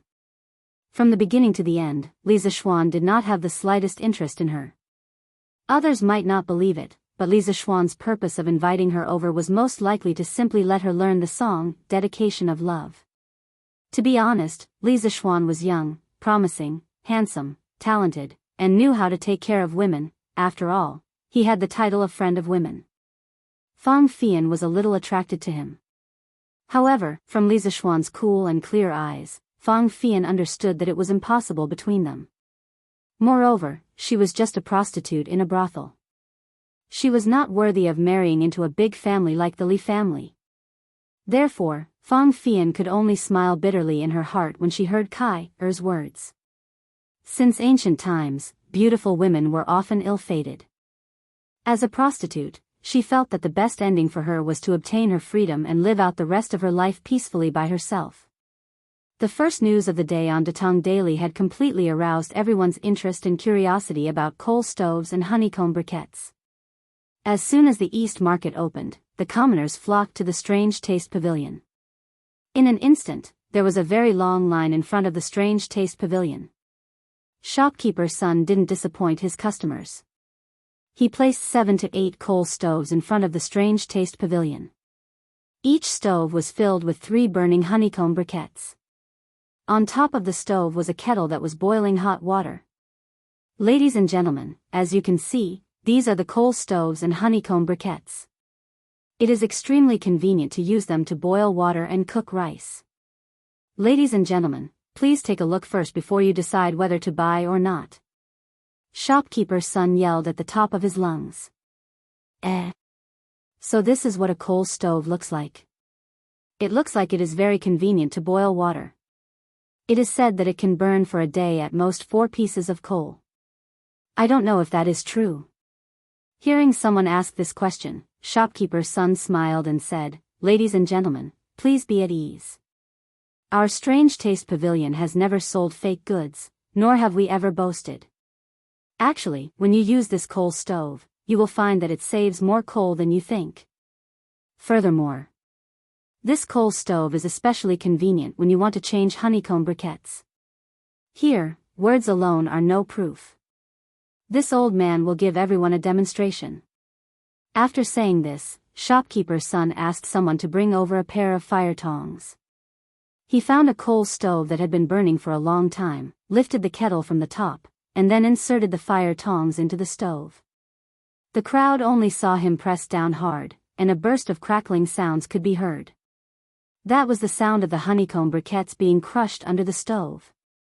Shopkeeper's son took out the fire tongs and removed the ventilation cover under the stove. Then, he used the fire tongs to dig out the crushed coal. After that, he picked up a new honeycomb briquettes and placed them into the stove. All right. Ladies and gentlemen, as you can see, changing coal is as simple as that. Shopkeeper's son handed the fire tongs to the servant and turned around to look at the customers in the queue with a smile. The whole process didn't even take half a cup of tea's time. Seeing this, everyone was shocked again and again. This coal stove is really too convenient. That's right, these 200 copper coins are really worth it. Shopkeeper's son, don't say any more, quickly start selling. No matter what, I want to buy a coal stove today. How can Strange Taste Pavilion's products be bad? Even if it's bad, I still want to buy it. I'll just treat it as supporting Marquis' charity. At the back of the queue, a large man impatiently shouted. Immediately, countless people followed behind him and responded, "That's right. Shopkeeper Lou, don't say any more, quickly start selling. The people in front aren't willing to buy it, but we are. That's right. They don't believe in Strange Taste Pavilion's products, but we do. Whether it's good or bad, we still want to buy it. Who says I'm not buying?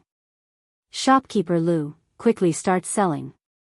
I want to buy a pair of stoves and 200 honeycomb briquettes." Seeing this, Shopkeeper Lou decisively announced the start of the sale. This time, the workshop had started preparing the stoves and honeycomb briquettes a few days in advance.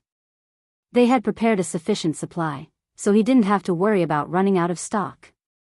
Speaking of which, the workshop's blast furnace had already been completed 4 days ago. On the same day, they had started refining steel. The iron ore, coal, and sulfur ores in Yifan County were all being transported to the workshop in an unending stream. Now, the new workshop had basically said goodbye to the predicament of a shortage of raw materials. With the raw materials, the workshop could produce the stoves and honeycomb briquettes at full capacity. The production speed was terrifying. Every day, they could produce at least a few hundred stoves and hundreds of thousands of honeycomb briquettes. Moreover, as the process matured, the production speed would only increase. As for the production of bicycles, the workshop had temporarily put it on hold. Firstly, the stoves and honeycomb briquettes were life-saving items. Secondly, it was winter now, so there weren't many people willing to ride bicycles. If they produced more bicycles, they might not be able to sell them. Of course, the last reason was completely based on Li Zishuan's own subjective assumptions. In fact, even in winter, the number of people who wanted to buy bicycles didn't decrease at all.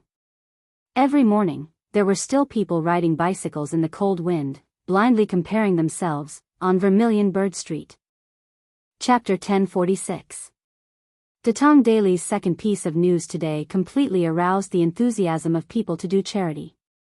The original workshop of the Strange Interest Pavilion was completely surrounded today. As today was the first day of the Warm Tang Foundation's establishment, Empress Jianghu, as the president of the foundation, naturally had to make a trip. Under the protection of the palace guards, Empress Jianghu led a group of palace maids into the workshop of the curious pavilion slowly. This place had already been cleaned up yesterday.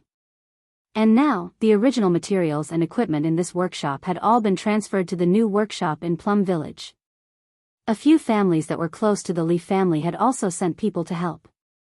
For example, Madame Qing of the Qing family, Madame Yuqi of the Yuqi family, Madame Qin of the Qin family, and so on. Basically, the matriarchs of the families had personally come. These noblewomen usually had nothing to do at home. It was rare for a public welfare foundation to appear in Chang and city, and the person in charge was someone they knew. This kind of work that could not only help acquaintances but also accumulate virtue and do good deeds, and the work was not complicated, how could they not come? They all rushed over as soon as they heard the news in the morning. With them by the side to help command and dispatch, the burden on Han Yushi's shoulders instantly became much lighter. So much so that when Empress Jiangsun arrived, everything that should be prepared in the workshop was already prepared, and they were just waiting for people outside to donate money. Greetings, Your Majesty. Empress Jiangsun's phoenix carriage arrived, and Han Yushi and a group of noblewomen in the workshop all bowed and saluted. Empress Jiangsun smiled and said gently without any airs, "No need to be so polite. Hee, it's so lively today. All the Duchess madams are here." Madame Qin smiled and said, "We're all idle people at home. We heard that Yushi has a work that can accumulate virtue here, so we discussed it and all came to help." Madame Qing agreed and said, "Although I often go to the temple to burn incense and worship Buddha, after hearing about this Warm Tang Foundation, I still feel that this is more practical. In the future, I won't have to go to the temple every few days." Empress Jiangsun nodded and said, "Compared to the illusory heavenly merit, the Warm Tang Foundation's actions of directly helping the people can be seen and touched. It is indeed more practical. This Empress thanks the Duchess madams for coming to help today. Your Majesty is too polite. This is what we should do," everyone hurriedly said. Empress Jiangsun smiled, then turned to Han Yushi and said, "Yushi, I usually have many matters to deal with in the palace. In the future, you will have to take responsibility for many matters here. If there's anything you're unsure of, just send someone to inform me." Han Yushi was still a little reserved in front of Empress Jiangsun. After all, they didn't interact much. Moreover, the other party was the high and mighty mother of a country.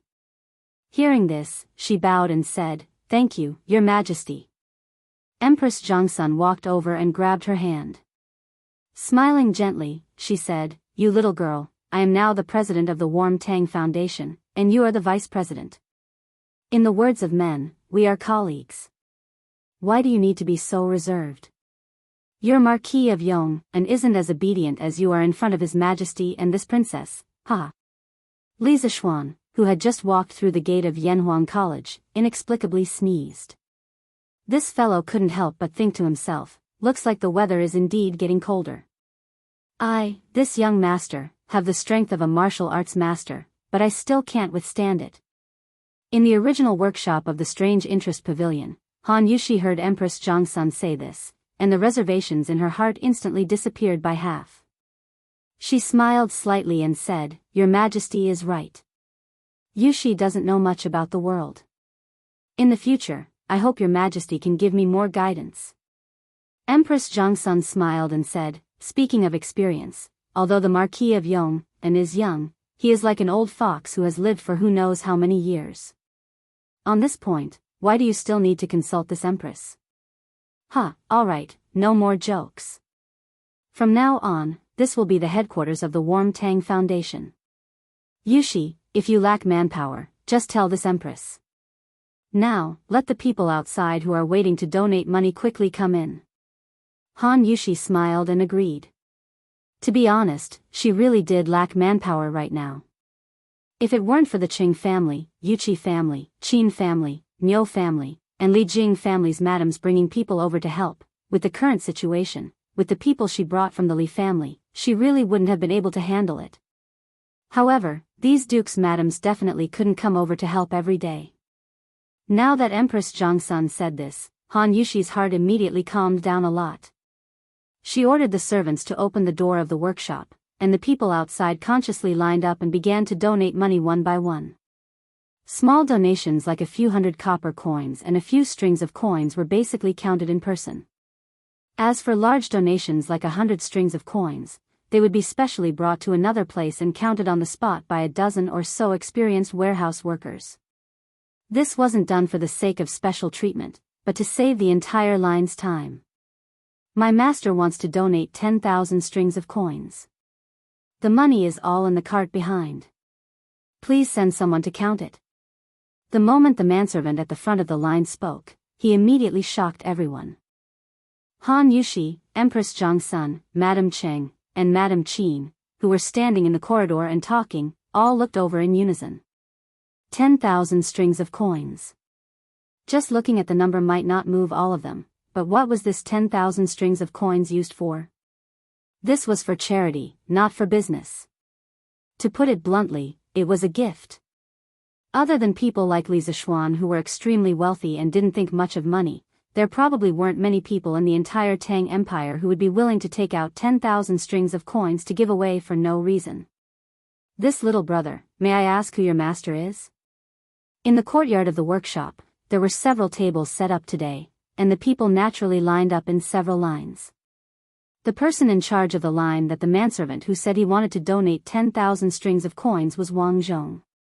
Old Wang stared and asked. That manservant was still considered polite. He cupped his hands and then replied loudly, Steward Wang, my master's surname is Chao, and he avoids literary works. He can be considered old friends with the Marquis of Yong'an. My master said that the current emperor is so considerate of the people, and the Chao family is also willing to share the emperor's burdens. So it's Boss Chao. Boss Chao is deeply righteous. This old man admires him. This little brother, please come in. There will be someone in charge of counting the coins. Wang Zhong came to a realization and then had someone bring the manservant to the backyard. Chao Wendong. This empress has heard of him.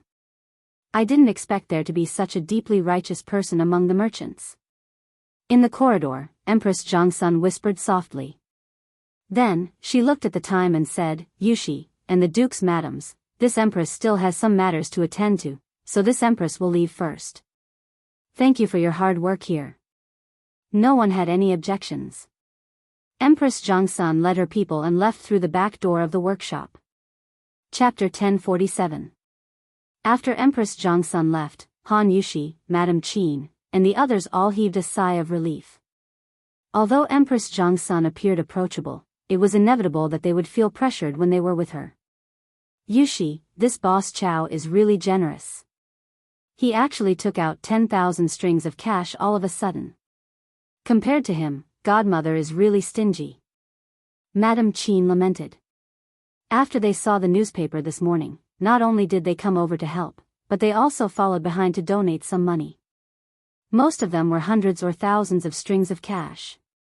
Although it was not a small amount, it paled in comparison to Chao Wendong's 10,000 strings of cash. Godmother, you can't say that. My husband once told me that no matter how good or small it is, as long as there is sincerity, then it is true kindness. Once the heart is touched by kindness, it will be immortal. Han Yushi held Madame Qin's hand and explained with a smile. Haha. Sister, listen, this child Xiao Xian is really talented. Everything he says is so reasonable. Unlike my family's Chou Niu, who is always reckless. Madame Qing patted Madame Qin's arm and said with a smile. Auntie, you must be joking. Big brother Chou Niu is a person who values friendship and righteousness. He is also my husband's good brother. How is he reckless? Han Yushi hurriedly said. Madame Qing immediately beamed and said, Haha. Yushi, don't speak up for that kid. As his mother, how can I not know what kind of person he is? Although she said this, the smile at the corner of her eyes could be seen by everyone. After a while, everyone's good impression of Han Yushi couldn't help but increase. This was also a popular policy among the ancient aristocrats. Through the friendship between the mistresses, the relationship between the two families would become stronger. As they spoke, many people had already donated their money. According to the rules set by Li Zishuan, anyone who donated money to the foundation, no matter how much they donated, would receive a special certificate from the Nguyen Foundation. In fact, instead of calling it a certificate, it was more appropriate to call it a donation certificate. However, Li Zishuan gave it a better name, the Certificate of Honor for Doing Good. Before today, the workshop had prepared a lot of templates for the Certificate of Honor. The name, donation amount, and donation date were all left blank. After receiving the donation, the staff of the Warm Tang Foundation would fill in the donation information on the Certificate of Honor template and ask the donor to sign and put their thumbprint on it. Then, the foundation would stamp it with a special seal. There were 2 copies. One would be given to the donor as a souvenir, and the other would be kept in the foundation's records for monthly audit. In fact, every donation received was recorded in detail in the foundation's account books. The reason why the foundation kept records was to keep an extra evidence for future audit. This way, not only could it prevent people from falsifying the accounts to a certain extent, but it would also make people more convinced. After the citizens donated their money and received the Certificate of Honor from the Warm Tang Foundation, not only did they not feel the disappointment of losing money, they even felt a trace of satisfaction. Hey! This little thing was quite pretty. But what were the words written on it? What kind of honor? Pfft! Wang Matzi, you're so embarrassing. That's the Certificate of Honor for Doing Good. You can't even read. What's the use of that thing? Why don't you give it to me? Tui. Why should I give it to you? I can't read, but my Sanmao can. I'm going to give this to that kid to prove that his father did a lot of good in the past. After donating their money, the citizens were delighted with the Certificate of Honor for Doing Good. They now had something to brag about. At this moment, a scholar-looking middle-aged man suddenly said to Wang Zhong and the others, His Highness the Crown Prince donated 3,000 strings of cash. Steward Wang, please have someone count it. Once this was said, the surrounding people were shocked again. His Highness the Crown Prince? His Highness the Crown Prince also sent people to donate money? Haha. His Majesty is benevolent, and the Crown Prince is also benevolent. Our Tang dynasty will only get better and better. The citizens' happiness instantly soared. But what happened next made the commoners' hearts burst with happiness. Princess Changel donated 3,000 strings of cash.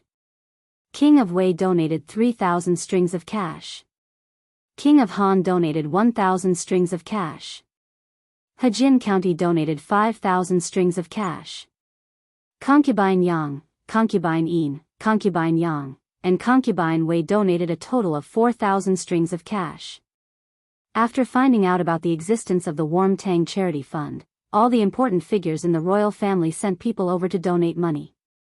This was because even their boss, Li Er, had donated money, so how could they not do anything? Moreover, this was a great opportunity to raise the reputation of the royal family. Apart from the royal family, the wealthy merchants also donated generously, especially the members of the Flame Yellow Chamber of Commerce.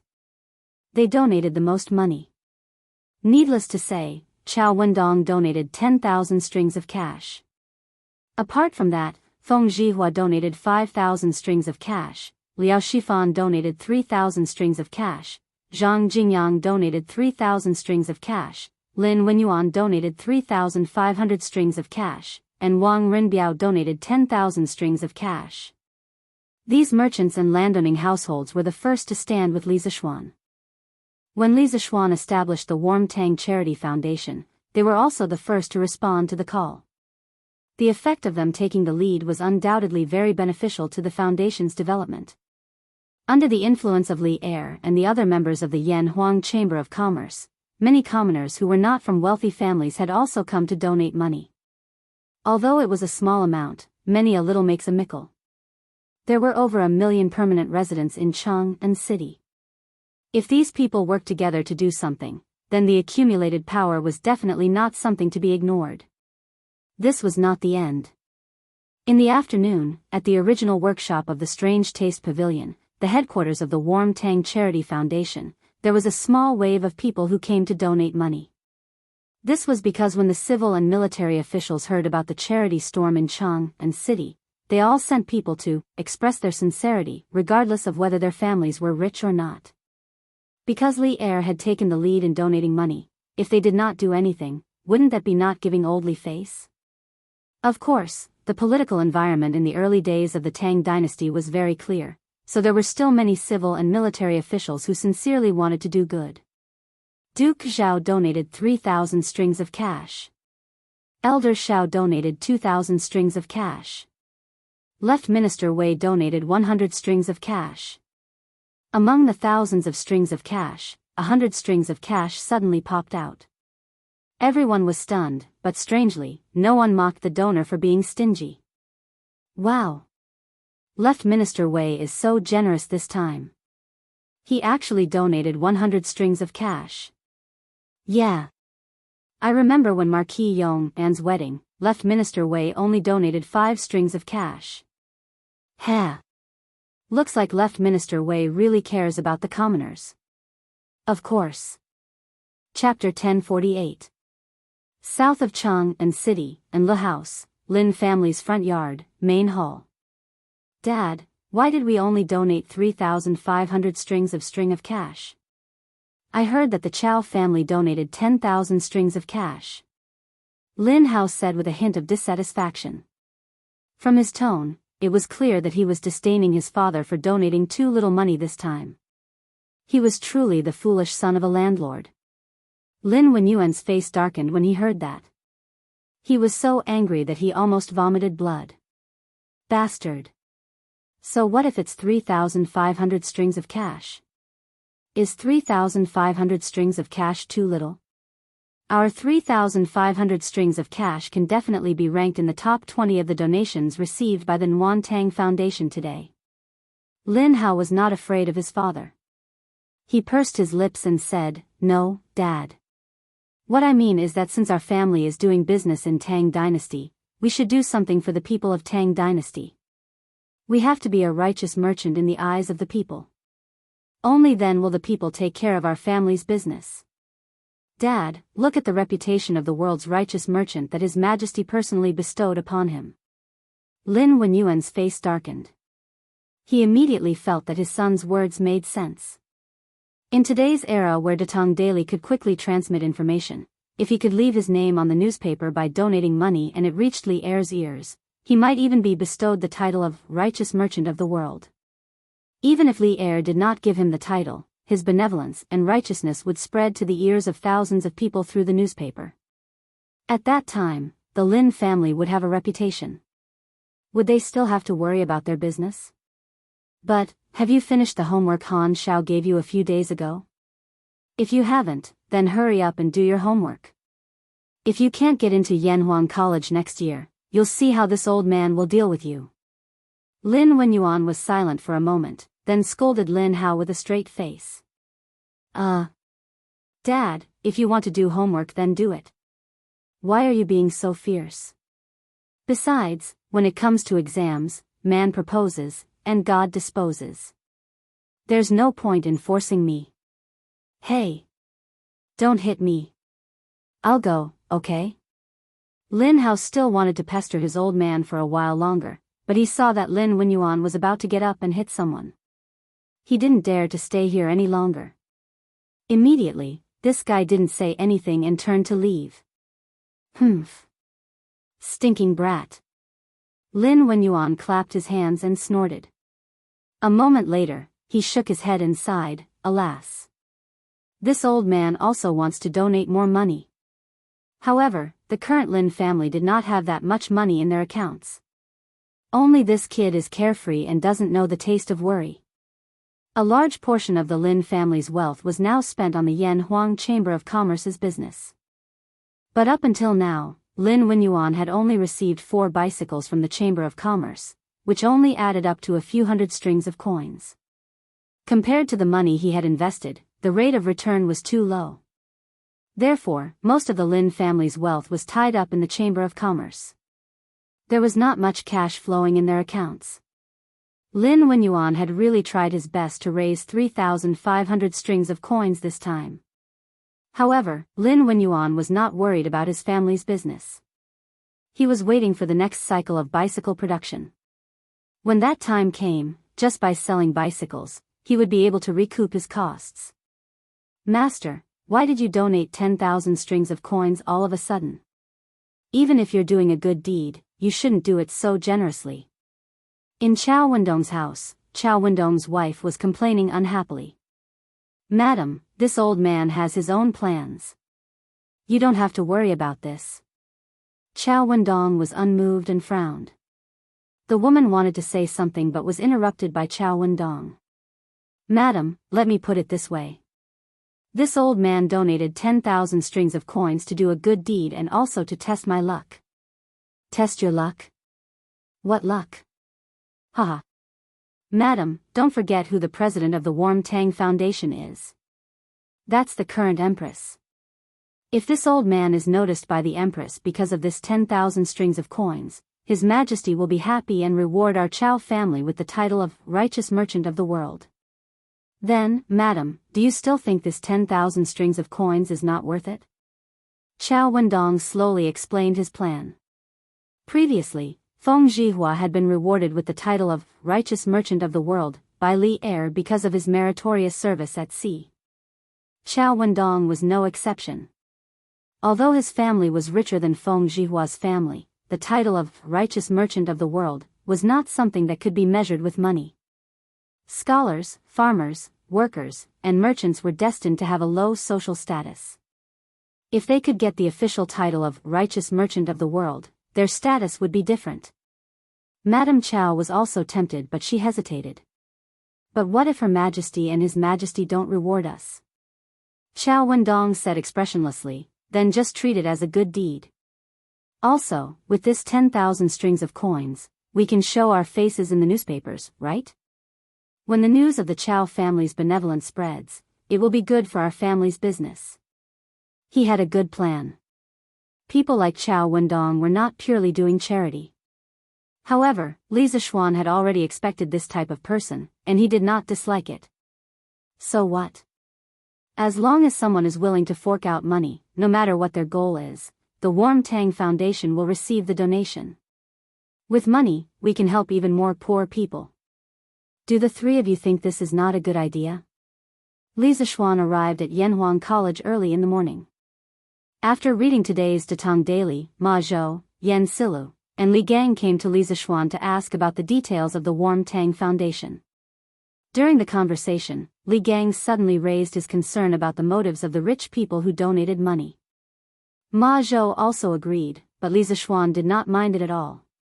But this way, those with impure intentions can use this opportunity to gain fame and fortune. Yamacho, you can't encourage this kind of evil trend. The upright Li Gang could not stand such hypocrisy. He frowned and objected. Li Zishuan smiled. Mr. Li, you're wrong. I don't agree. Back then, Zigong did a good deed and did not accept any reward, but he was beaten up by the saint.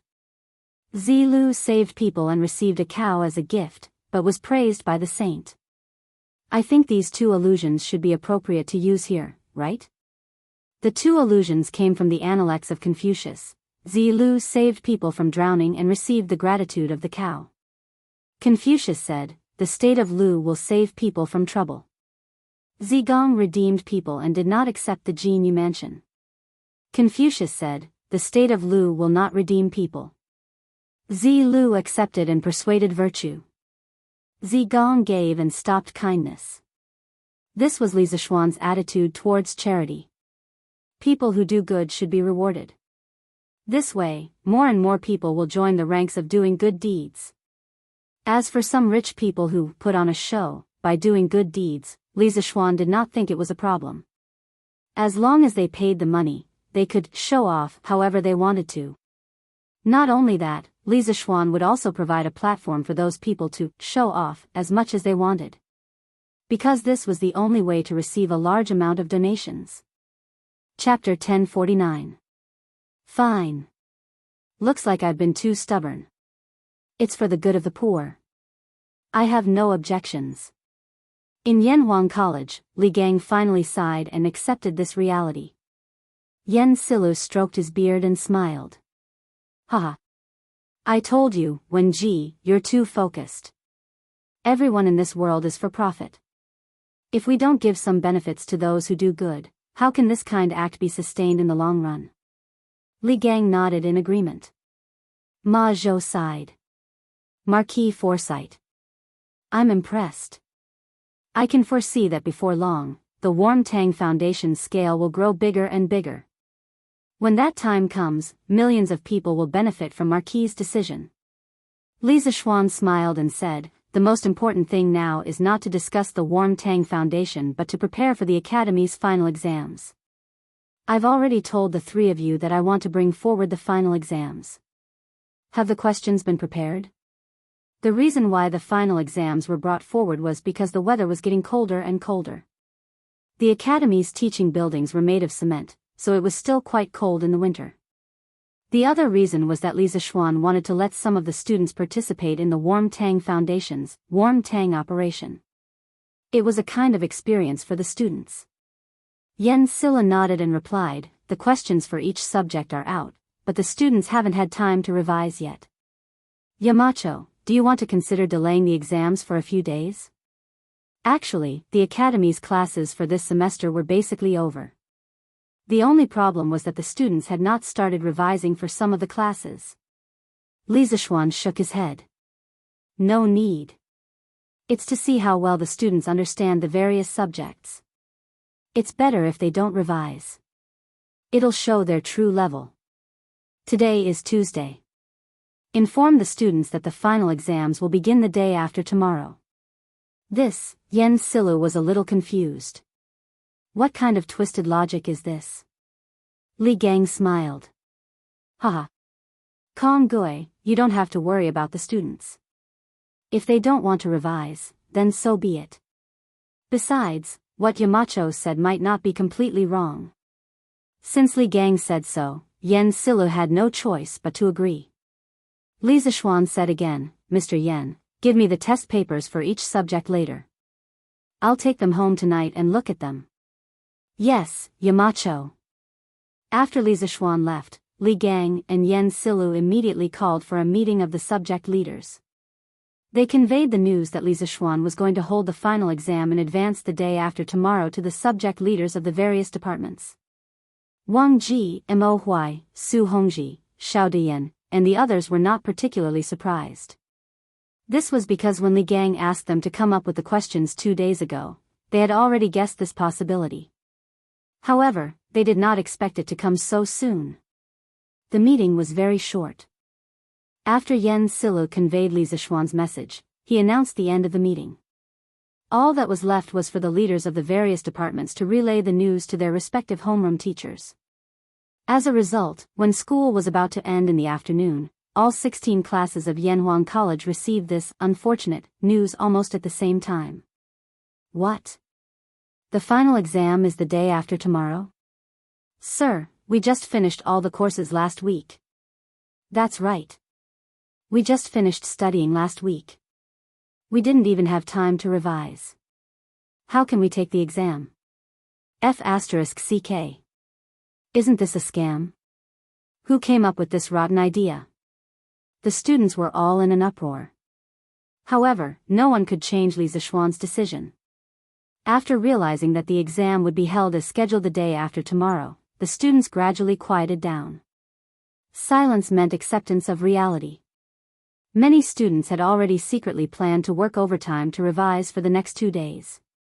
Sure enough, when it was time for dinner today, the students ate exceptionally quickly. After dinner, most of them returned to the teaching building and took advantage of the fact that it was not yet dark to read for a while. When it was dark, they returned to the dormitory. Without washing their feet or faces, they took out their books and immersed themselves in reading. F***CK. It must be Yamacho who set us up. Only Yamacho would be so evil. In the dormitory, Ching Chimo muttered as he flipped through the classics textbook. Alright, Cho Nyo, it's useless to say more now. Why don't you read for a while before the lights go out? Qin Huayu advised. Look. There are 5 courses in just one day. Even if I don't sleep, I won't be able to finish them. Sigh, I guess I'm done for this time. I just hope the final results don't come out before the new year. I still want to have a good new year. The far-sighted Ching Chimo had already considered the problems after the exam. One could not help but admire his big heart. Qin Huayu shook his head and said, "Cho Nyo, it's not good for you to give up on yourself like this. It's not like you're the only one who didn't revise. All the students are in the same situation. If you can read more before the exam, you'll have a better chance. You should hurry up and study." To put it bluntly, he was saying, don't give up on treatment. You can still be saved. Ching Chimo thought about it and felt that it made sense. He laughed and said, Huayu, what you said makes sense. All right, I'll study.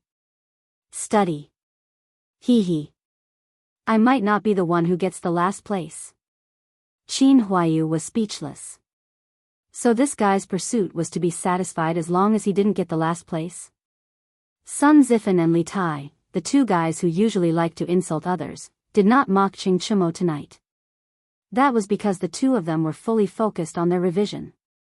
Similar scenes were happening in almost every dormitory. The dormitory, which was usually bustling with noise and excitement after school, was exceptionally quiet today. That was because the academy had a rule that when it was 9 o'clock, all the dormitory lights had to be turned off and the students had to go to bed. If anyone violated the rule, the consequences. Actually, many students had experienced the consequences of violating the rule. Those who had experienced the collective punishment of standing up that night would never forget it for the rest of their lives. Therefore, the students wished they could break the quarter hour into half to use. Who would have the time to gossip? As night fell, tens of thousands of lights lit up one after another. Because of the curfew in Chang'an, there were only patrolling marquises and night watchmen on the streets. Peace Square was the most special square in Chang'an City. It was the only square that did not have a curfew. It was brightly lit every night. Meng Jiao wrote in, after passing the imperial examinations, the past was filthy and unworthy of praise, but the present is debauched and unrestrained. Flushed with success, the horse galloped swiftly, seeing all the flowers of Chang'an in a day. He wrote about how proud he was of becoming the son of heaven's disciple. Speaking of which, this old man was also a refined person. After becoming a grand scholar, the first thing he did was to ride a fast horse to admire the flowers. He didn't admire peonies, nor did he admire morning glories. Instead, he went to Peace Lane to look for beautiful girls in the brothel. Tonight at Peace Lane, there was no proud scholar like Meng Jiao, who had just passed the imperial examination. However, tonight was destined to be an extraordinary night. Chapter 1050. Mama Hua, when will Miss Yen come out today? Yes. Usually, Yen would have come out by now. What's wrong today? Is Miss Yen sick? Mama Hua, I know an old imperial physician with superb medical skills. If you need, 100 Flowers Tower was a 4-story wooden building. It was brightly lit and crowded. In the hall on the first floor, many unrestrained young masters were hugging girls in revealing clothes with one hand and roaming around with the other.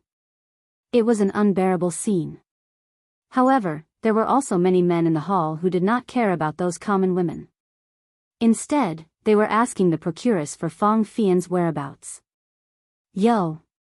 Ladies and gentlemen, please wait for a moment.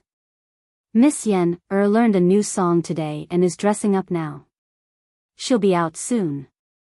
The brothel keeper of the 100 Flowers Tower laughed so hard that her body trembled. It was a pity that she was already over 40 years old. If she were 10 years younger, she might have also charmed all the lechers in the tower. A new song? Great! We're going to have a good time today. Haha. That's right. We didn't come here in vain. Being able to listen to Miss Yen sing a song is really worth coming to this world. Everyone was excited when they heard that Fang Fian had a new song. They must have heard Fang Fian singing before. The waiting time was unbearable. The young masters drank the fine wine, but they felt that the wine in their cups had lost its flavor. However, they did not like the ordinary women beside them, so they could only drink cup after cup of wine into their stomachs. Fortunately, Fang Fian did not make them wait for too long. After about 15 minutes, Fang Fian's graceful figure finally appeared behind the stage on the first floor. She was wearing a light pink dress with a pure white veil over it, which accentuated her graceful figure. Her long hair was casually draped over her back. There was no decoration on her head except for a light blue ribbon that gently tied a lock of hair. She wore a pearl necklace on her neck. The pearls shone slightly under the light in the hall, making her skin as white as snow. She looked like a fairy who had descended to the mortal world. Her hands were soft, her skin was creamy, her collar was smooth, her teeth were like a gourd, her eyebrows were like moths, her eyes were beautiful, her eyebrows were like emerald feathers, her teeth were like shells, and her waist was like a bundle of silk. The lower half of her beautiful eyes were covered by a white, silk-like veil, but it still couldn't hide her alluring face. Her gaze was pure like water, occasionally carrying a hint of melancholy, giving people a feeling that they could only look at but not touch. It was intoxicating, and it was beautiful to the extreme. Lady Yen, Lady Yen, I love you. Lady Yen, I love you too. As soon as Fang Fian appeared, all the flowers in the hall paled in comparison. Compared to her, the other girls could only be considered as ordinary women. She was so pure and holy that people could only look at her from afar, not daring to take a step closer. The young masters in the hall immediately let out a burst of wailing and howling. Such a peerless beauty, it was rare for them to fight over her. Due to the veil, people could not see whether Fang Fian was happy or angry. People cheered and shouted, but she just stood on the stage quietly with her hands crossed under her abdomen, motionlessly looking at the crowd in front of her. After a long time, the cheers finally died down, and at this time, there were a few more tables on the stage. They were brought up by the servants in the brothel during the cheers just now. On the tables, there was a dark red, high-quality guqin made of paulownia wood and catalpa wood. Next to the guqin, there was also a green, hollowed-out glass cup. Fang Fian bowed slightly to the crowd, then she opened her red lips and said, "Young masters, Fian accidentally learned a song today, and I'm here to perform. If I don't sing it well, I hope you won't laugh at me." Her voice was very soft, and as sweet as honey, flowed into the ears of the crowd like aged peach wine. The young masters below the stage were intoxicated. "Lady Yen, you're too modest. If you don't sing well, then no one in Chang'an can sing well. Lady Yen, we'll love whatever you sing." "That's right. Lady Yen, quickly sing."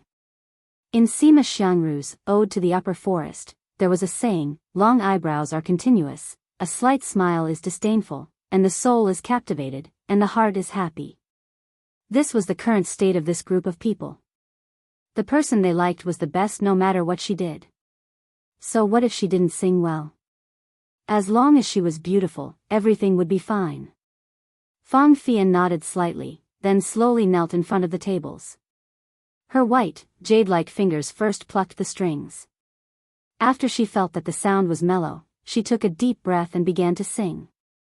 A beautiful and mellow melody spread from the center of the stage. Suddenly, there was no other sound in the hall except for the sound of the guqin. On the tables, green smoke curled up from the glass cup, exuding the fragrance of osmanthus flowers. This fragrance and the elegant sound of the guqin drifted out of the window with the wind and flew into the clouds. On the stage, Fang Fian was kneeling beside the guqin. Her jade-like fingers danced and plucked the strings of the guqin. Her jade-like slender hands danced rhythmically on the strings, making it seem as if a fairy was playing the guqin.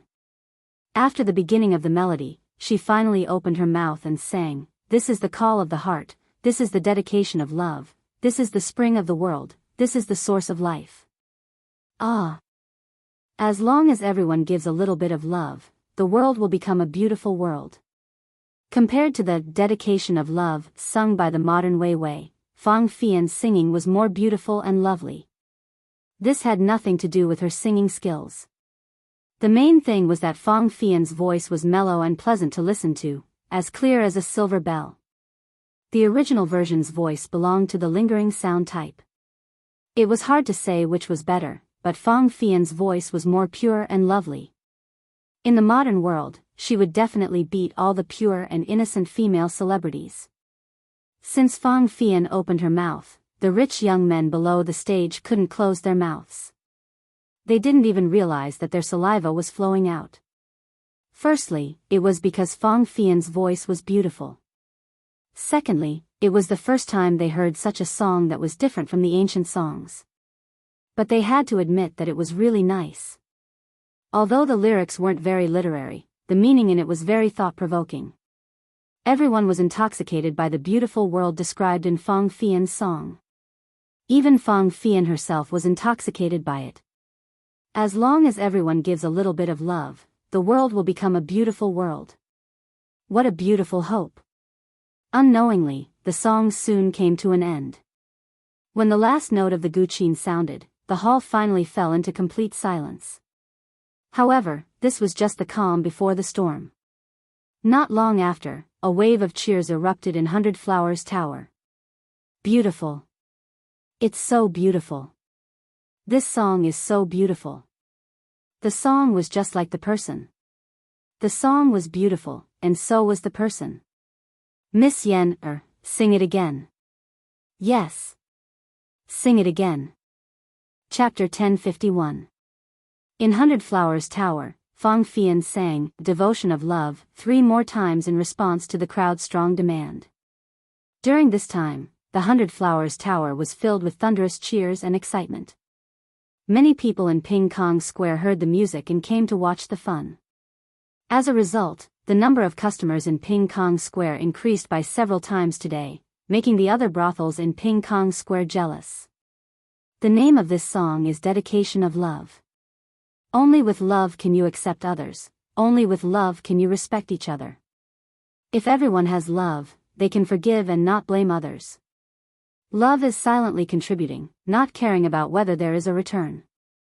Love is resolving disasters, not bearing grudges. Today, Chang'an City's Warm Tang Foundation is officially established.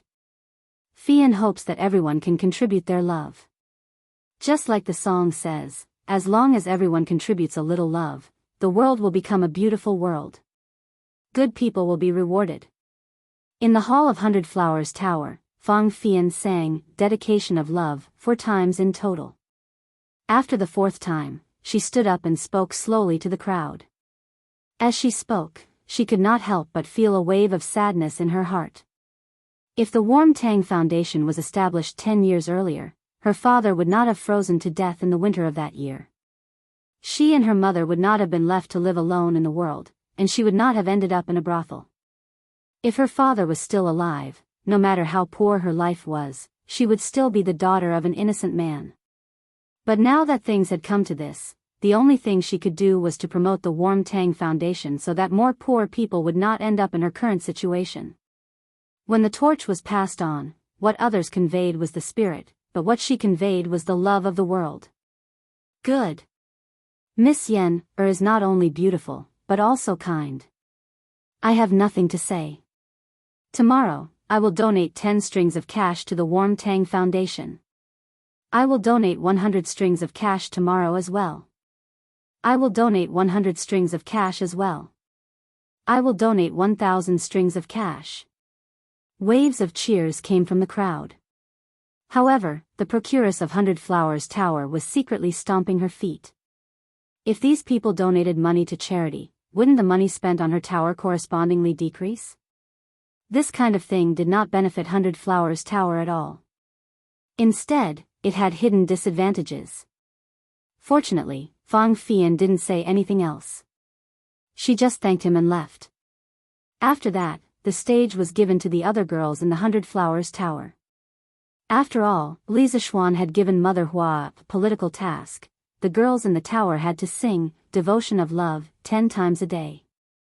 The next day, on the front page of Datong Daily, it was no surprise that the Nguyen Tang Foundation's donation was published yesterday. The top 20 donors were directly highlighted and praised. The headline, no one knew if it was an accident or a coincidence, but it turned out to be, as long as everyone gives a little love, the world will become a beautiful world. Heh. Just these 20 donations added up to nearly 150,000 strings of cash. Of course. The Marquis of Yong's family donated more than 20,000 strings of cash. Ugh, so much money. According to the usual donation of 4 coal stoves and 200 honeycomb briquettes, how many coal stoves and honeycomb briquettes will the Marquis of Yong donate this time? There are at least several 100,000 of them. But for every 4 coal stoves donated, the Marquis of Yong will lose 200 copper coins. No matter how you look at it, the Marquis of Yong has paid a huge price. Sigh. Who said it wasn't? But the poor people of Chang and City are lucky this year. They definitely won't be cold anymore. Of course. This is all thanks to the Emperor and the Marquis of Yong. Hey. Speaking of which, did you buy the coal stoves and honeycomb briquettes at Chitsu Pavilion yesterday to test them? We tried them. It's so convenient to use them to boil water and cook. And a piece of coal can burn for a long time. From yesterday afternoon until now, the coal stoves at home have only burned 2 pieces of coal. Haha. That's right. I also want to say that the coal stoves are good. My second brother said that he's going to buy some coal stoves and honeycomb briquettes today. While the ordinary people were talking about the Nguyen Tang Foundation and the honeycomb briquettes, some elegant people were shocked when they saw the headline. What? What the F***ck? Am I seeing things? Why is the headline the same as the lyrics of the new song that Miss Yener sang last night? Wow. It's true. Could it be that the person who wrote the news also went to 100 Flowers Tower last night? What 100 Flowers Tower? What Miss Yener? What new song? Brother Lu, Brother Chow, what are you talking about? Ha. Brother Yen, you didn't go to 100 Flowers Tower last night? I didn't go, something happened at home. Haha. I think your tigress didn't let you go, right? Bullsh *t. I'm the head of the family, how can that woman control me? Don't talk nonsense, tell me what happened. Haha. Keep bragging. But it's a big loss that you didn't go to 100 Flowers Tower last night. Why? Because Miss Yener sang her new song last night, and it was really good. You don't know, but almost everyone in Peace Lane who was awake went to listen to it live. It was really a heavenly sound. Ha! What was it? Wasn't it just a song? Did it have to be so good? Besides, what does this song have to do with today's news? Hey! It has a lot to do with it. The title of this news is a line from yesterday's song. Don't you think it's a coincidence? That person picked up the newspaper, looked at the headline, and muttered, as long as everyone gives a little love, the world will become a beautiful place. This. Brother Chow, how did you sing that song? Can you sing it for me? The young master opposite him instantly became proud, hee. You've asked the right person. I heard Miss Yener sing it 4 times last night, so I already knew how to sing it. Listen. Cough cough. After that, he cleared his throat and started singing, this is the call of the heart, this is the dedication of love, this is the spring of the world, this is the source of life. Ah. As long as everyone gives a little love, the world will become a beautiful place, ah. Stop stop stop. Stop F***king, it's too bad. Shut up. No, I haven't finished singing. Stop singing. I'll go to 100 Flowers Tower personally tonight. Listening to Brother Chow's singing is really terrible. Damn. What do you mean? Which part of my singing is not good? Come on, you. But to be honest, the tune of this song is quite special, I've never heard it before. And the lyrics are not bad. I'll go to the Nguyen Tang Foundation later to donate some money, just take it as a bit of my love. Yo. Our great young master Yen still has such awareness? When did he become so kind? Damn you. I still have a conscience, unlike you, whose heart has already turned black. Damn. You're the one whose heart is black. I was already planning to donate money later. Chapter 1052. Husband, the total is out. Yesterday, our Nguyen Tang Foundation received a total of 250,000 strings of cash. The warehouse at the Chitsu Pavilion workshop is almost half full. In the morning, after breakfast, Han Yushi held an account book and said happily to Li Zishuan. This could be considered her first career. She had always been walking on thin ice in her heart. In the end, after the first day, not only did she not make any mistakes, but she also gained a lot. This made her very happy. Li Zishuan pretended to sigh sadly. Sigh. 250,000 strings of cash. How many coal stoves and honeycomb briquettes do we have to give away for free? Han Yushi said angrily, Husband. Aren't we doing a good deed? Besides, you were the one who suggested this idea before. Why? Are you regretting it now? Li Zishuan laughed and said, Haha. I'm just teasing you. How can I go back on my word? Han Yushi rolled her eyes. She thought for a moment and said to Li Zishuan seriously, Husband, now that the donation has been paid, our workshop has to hurry up and prepare the coal stoves and honeycomb briquettes.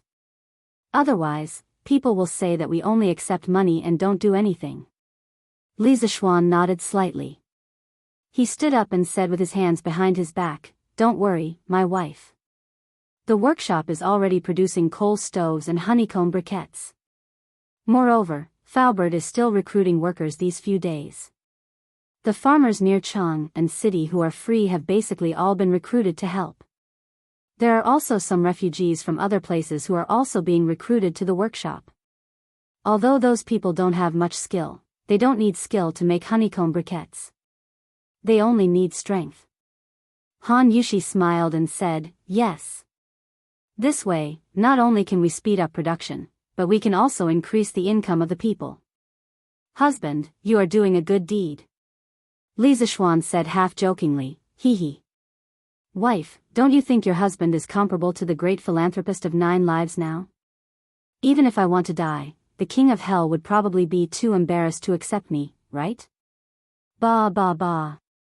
Why are you talking about death for no reason? Hubby, you promised this concubine that we would be together for the rest of our lives. Han Yushi panicked and hurriedly covered Li Zishuan's mouth as she said angrily. Li Zishuan removed his wife's hand and laughed, Ha. Fine, fine, fine. But is a lifetime not enough? That's 2 lifetimes. Cough cough. While the two of them were speaking shamelessly, a dry cough suddenly came from behind them. Li Zishuan turned his head and saw Yi Fashion standing behind with an awkward expression. Cousin, I have something to talk to you about. I wonder if it's convenient for you now. Only God knew how Yi Fashion, who had just finished his breakfast, was feeling at this moment. However, it was impossible to tell what the child was thinking just by looking at his face. It's convenient. Of course it was convenient. Monk, come and have a seat. Li Zishuan had high hopes for this little cousin of his. Some important people had already shown that they were different from others when they were young. Yi Fashion belonged to this group of people. Han Yushi was a little shy at first when she was caught speaking sweet nothings. However, when she saw that it was Yi Fashion, her expression quickly returned to normal. After Yi Fashion came in, Han Yushi turned around to pour a cup of hot water. She smiled and said, Monk, let's sit down and talk. Come, it's cold. Drink some hot water. Yi Fashion took the cup and was flattered. Thank you, cousin-in-law. Han Yushi said, You're welcome.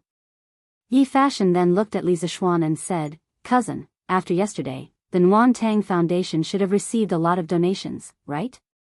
Li Zishuan nodded and said, That's right.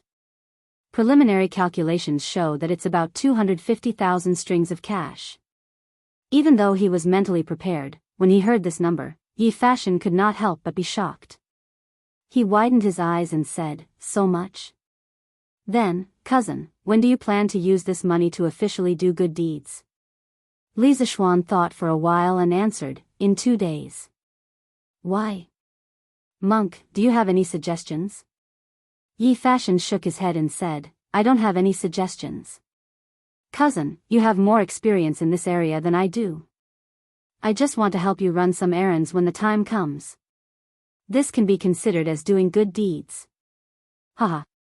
No problem. Actually, when the time comes, there will be a lot of things to do.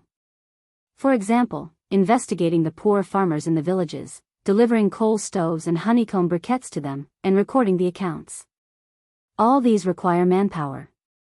Monk, if you're willing to come and help, that's the best. I'll do my best. In the morning, when the morning court was about to end, Li Zixuan took the carriage and went to the palace again. After the eunuch reported his arrival, Li Zixuan met Li Er in the Ganlu hall. What's wrong? You've been running to the palace recently. In the past, when you saw me, you couldn't wait to take a detour. What's wrong with you now? Have you changed? Li Er raised his head and joked with him. Li Zixuan's face was instantly filled with black lines. He said gloomily, Your Majesty, you've misunderstood me. You have a lot of things to do every day. You're responsible for the entire Tang Empire.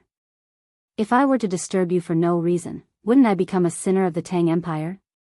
Li Er laughed and said, You're such a smooth talker. All right, let's cut the small talk and get down to business.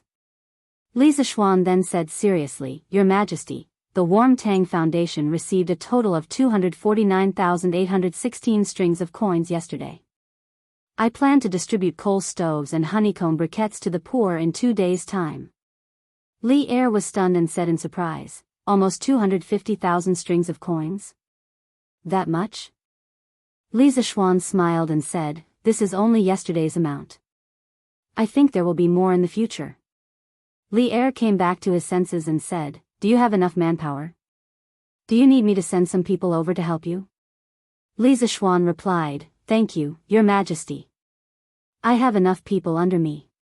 However, when the time comes to distribute coal stoves and honeycomb briquettes, I will need the help of the county magistrates.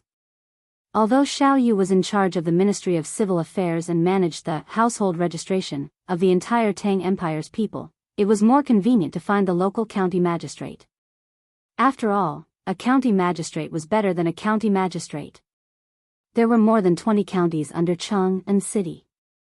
In terms of rank and merit, Li Zixuan was indeed higher than those county magistrates.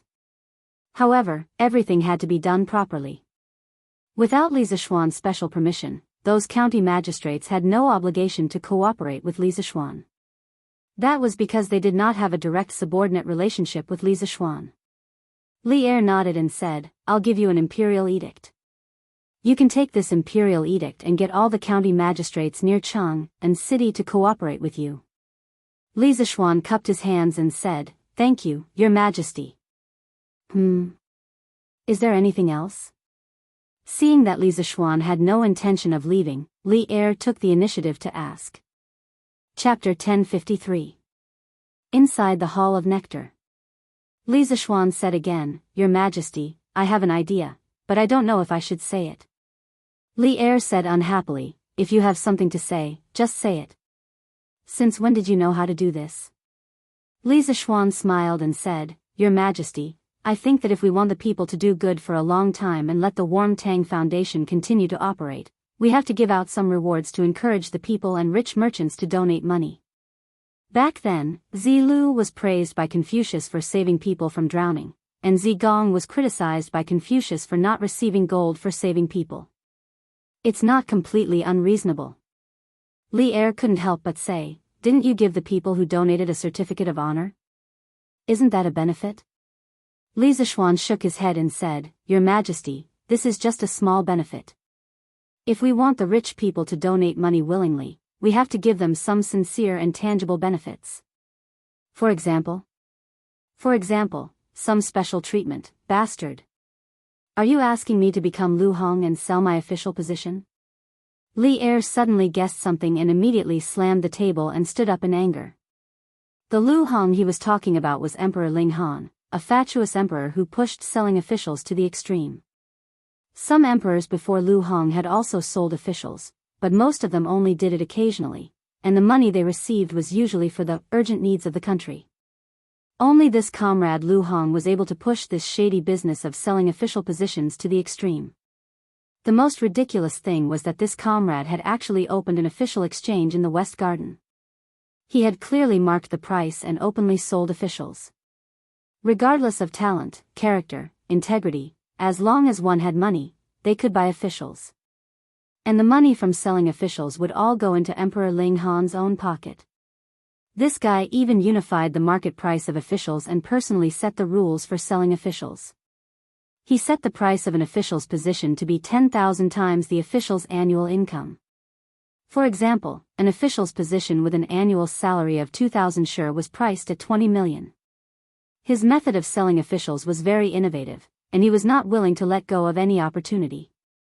Even Jianghu and the others, who had made great contributions and had a high reputation, had to first pay enough money to the emperor to buy an official position before they could ascend to an official position. Li Erjing had thought of the possibility of him selling his position, so he scolded angrily. Li Zishuan stared blankly, thinking, when did I ask you to sell your official position?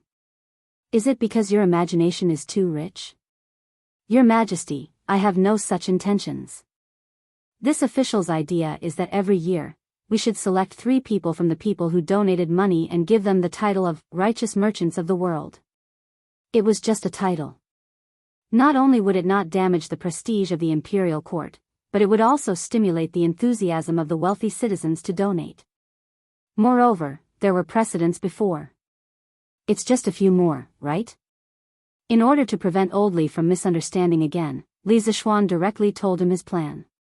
Just a title? You brat, it's easy for you to talk. Do you think the title of righteous merchant is so worthless? Li Er said with a dark face. Your Majesty, I didn't say that it was worthless.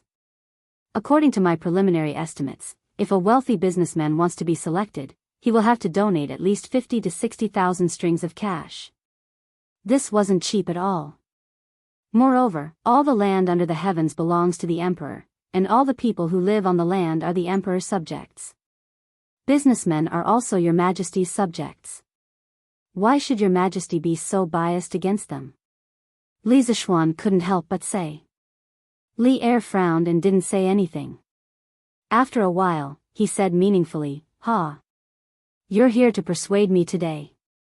The division of scholars, farmers, workers, and merchants has existed since the spring and autumn period, and it has been like this for generations. How do you want me to change it?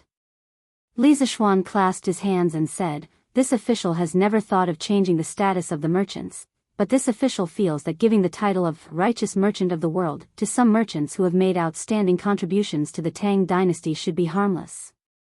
For example, Feng Zhihua from before. Li Er thought for a moment and finally waved his hand and said, all right. All right. I'll give you a place every year. Li Zishuan laughed and said, this official thanks your Majesty on behalf of the millions of merchants and poor citizens of the Tang dynasty. Li Er waved his hand and motioned for a certain someone to scram. Your Majesty. Does this your count? Scram. Hey. I didn't say it doesn't count, I just said scram. That means it counts this year too. Sitting in the carriage, Li Zishuan muttered to himself as he recalled the situation in the Sweet Dew Hall. Ah. As long as everyone gives a little love, the world will become a beautiful world. Ah, just as he was thinking, Li Zishuan suddenly heard someone humming a tune outside the carriage. He couldn't help but feel happy. He thought to himself that this modern song had spread quite quickly after it came to the Tang dynasty. However, he didn't know that the reason why this song, Dedication of Love, could spread so quickly was that, other than the special tune itself, the main reason was that the first singer, Fang Fian, was extremely charismatic and sang it very well. While listening to people humming along the way, he unknowingly arrived home. Sir, you're finally back. He jumped out of the carriage and found little Fishy waiting at the door. Li Zishuan smiled and said, what's the matter? Are you looking for me? Little Fishy took out the newspaper from behind and walked to Li Zishuan. She pouted and said angrily, Sir, you're asking the obvious. Why did you insist that I change the headline to this yesterday? Little Fishy pointed at the headline on Datong Daily with a hint of displeasure on her face. Li Zishuan suddenly understood, but he said, "Oh. This headline. Little Fishy, don't you think this headline has a better meaning?" Little Fishy said angrily, "Humph. Sir, you're still pretending. I did think so yesterday, but I only realized today that I was fooled by you. This headline is exactly the same as the song that was being sung at Hundred Flowers Tower in Ping Kong Fong last night. Now, everyone in the editorial department is asking me if I went to Ping Kong Fong last night to listen to that song. Even Steward Ma asked me this morning. Damn it." Li Zishuan wanted to laugh when he heard that, but he quickly held it back. He held back his laughter and said with a straight face, "Ahem. Coincidence. It's definitely a coincidence. Those people in the editorial department are really too much. Little Fishy, you're a pure and innocent girl. How could they say that you went to that kind of place? The next time I go to the workshop, I'll definitely give them a good scolding." Little Fishy's face suddenly turned bright. She said, "That's right. Sir, you must give them a good scolding. I didn't go, but they insisted on slandering me.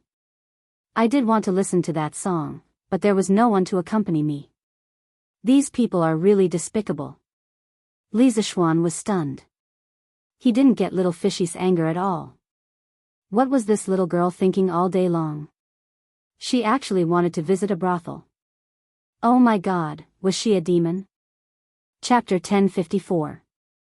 In the morning, when the doors of the Warm Tang Foundation opened, it welcomed even more donors than the day before. Of course, there were also quite a number of people who came to donate money after listening to the song, Dedication of Love. Speaking of which, the merchants who had donated money yesterday and received a certificate of honor for doing good, all of them had their certificates of honor framed and hung in the most conspicuous place in their shops, attracting the attention of the customers who came and went. When the shopkeepers who did not have a certificate of honor for doing good saw this, they were more or less unhappy, so they came today to get a certificate. Otherwise, if other people had won and they did not, wouldn't they lose out in terms of prestige? Li Zishuan was very happy to see this kind of behavior where people competed even when doing charity. He did not approve of people competing for power and influence, but he approved of people competing for charity. What he wanted was the kind of enthusiasm that if you donate 100 strings of coins, I will donate 200 strings of coins. The Warm Tang Foundation was still popular, but Curious Pavilion was not bad either. In fact, it was even more popular. The people who came to buy the coal stoves and honeycomb briquettes yesterday were all believers of Curious Pavilion. They firmly believed that the things from Curious Pavilion were the best, so they bought them as soon as possible. However, after the first batch of testers tried it, people realized that honeycomb briquettes were indeed better than charcoal by a few hundred times. Therefore, basically, people who were not poor came to buy the coal stoves and honeycomb briquettes. These things were the best tools to survive the winter, boil water, and cook rice. As for those who were really poor and could not afford the coal stoves, they were hoping that the Warm Tang Foundation would come to send warmth. This winter, no one in Chang'an City would be cold anymore. Yo! Uncle Hu, Uncle Nyo, Second Master Lu, why are you all here? In the afternoon, Li Zishuan went to the workshop in Plum Village to check on the progress of the production of the coal stoves and honeycomb briquettes. However, he saw Hu Hanyun, Lu Wanshan, and the other villagers of Plum Village outside the workshop. Moreover, there were also villagers from other villages in his fief. There were at least a few hundred people in total. Young master, it's been cold recently, and there aren't many herbs in the mountains. It just so happens that you need manpower in your workshop. Since we farmers have nothing to do at home, we all came to help. Hu Hanyun was knocking on a piece of coal when he saw Li Zishuan coming over. He stopped what he was doing and replied. Fu Bin and his men were mining happily in Yifang County. Moreover, the goods route from Yifang County to Chang'an had been completely opened. Basically, every 2 days, a large batch of iron ore, sulfur ore, and coal would be shipped here. The sulfur ores were naturally piled up in the warehouse, while the iron ores and coal ores were piled up outside the workshop. Because there were too many of them, they took up space inside. Yes. Young master, you're using the coal stoves and honeycomb briquettes to do good deeds. Even if we farmers donate money, we won't be able to donate much. If we help young master make honeycomb briquettes, isn't that the same as doing good deeds? Hee hee. Just nice, I can do some work in the winter to warm up my body. Second Master Lu was old, but his body wasn't old at all. He always looked hale and hearty, and it felt like some young men in their 20s or 30s weren't as strong as him. Li Zishuan listened and nodded. That's fine too. One more person means one more share of strength. Moreover, the farmers can also earn more money because of this. Not bad, not bad. At first, Li Zishuan didn't let Faubert recruit people from his fief. The main reason was that the commoners usually had to go into the mountains to gather herbs. Moreover, recently, every household was basically distributing bean sprouts. He expected that they wouldn't be able to free themselves. However, since the situation was like this now, he didn't have any objections. It was more reassuring to recruit people from his own side than outsiders. Young master, Xiao Hu, and the others refused to accept wages no matter what. This old man has been trying to persuade them until my mouth is about to break. Just as Li Zishuan finished speaking, Faubert's voice came from behind. There's actually such a thing? Li Zishuan was startled. He immediately looked at Hu Hanyun and Second Master Lu and said seriously, Uncle Hu, Second Master Lu, this work is like doing business. How can you only contribute and not receive money?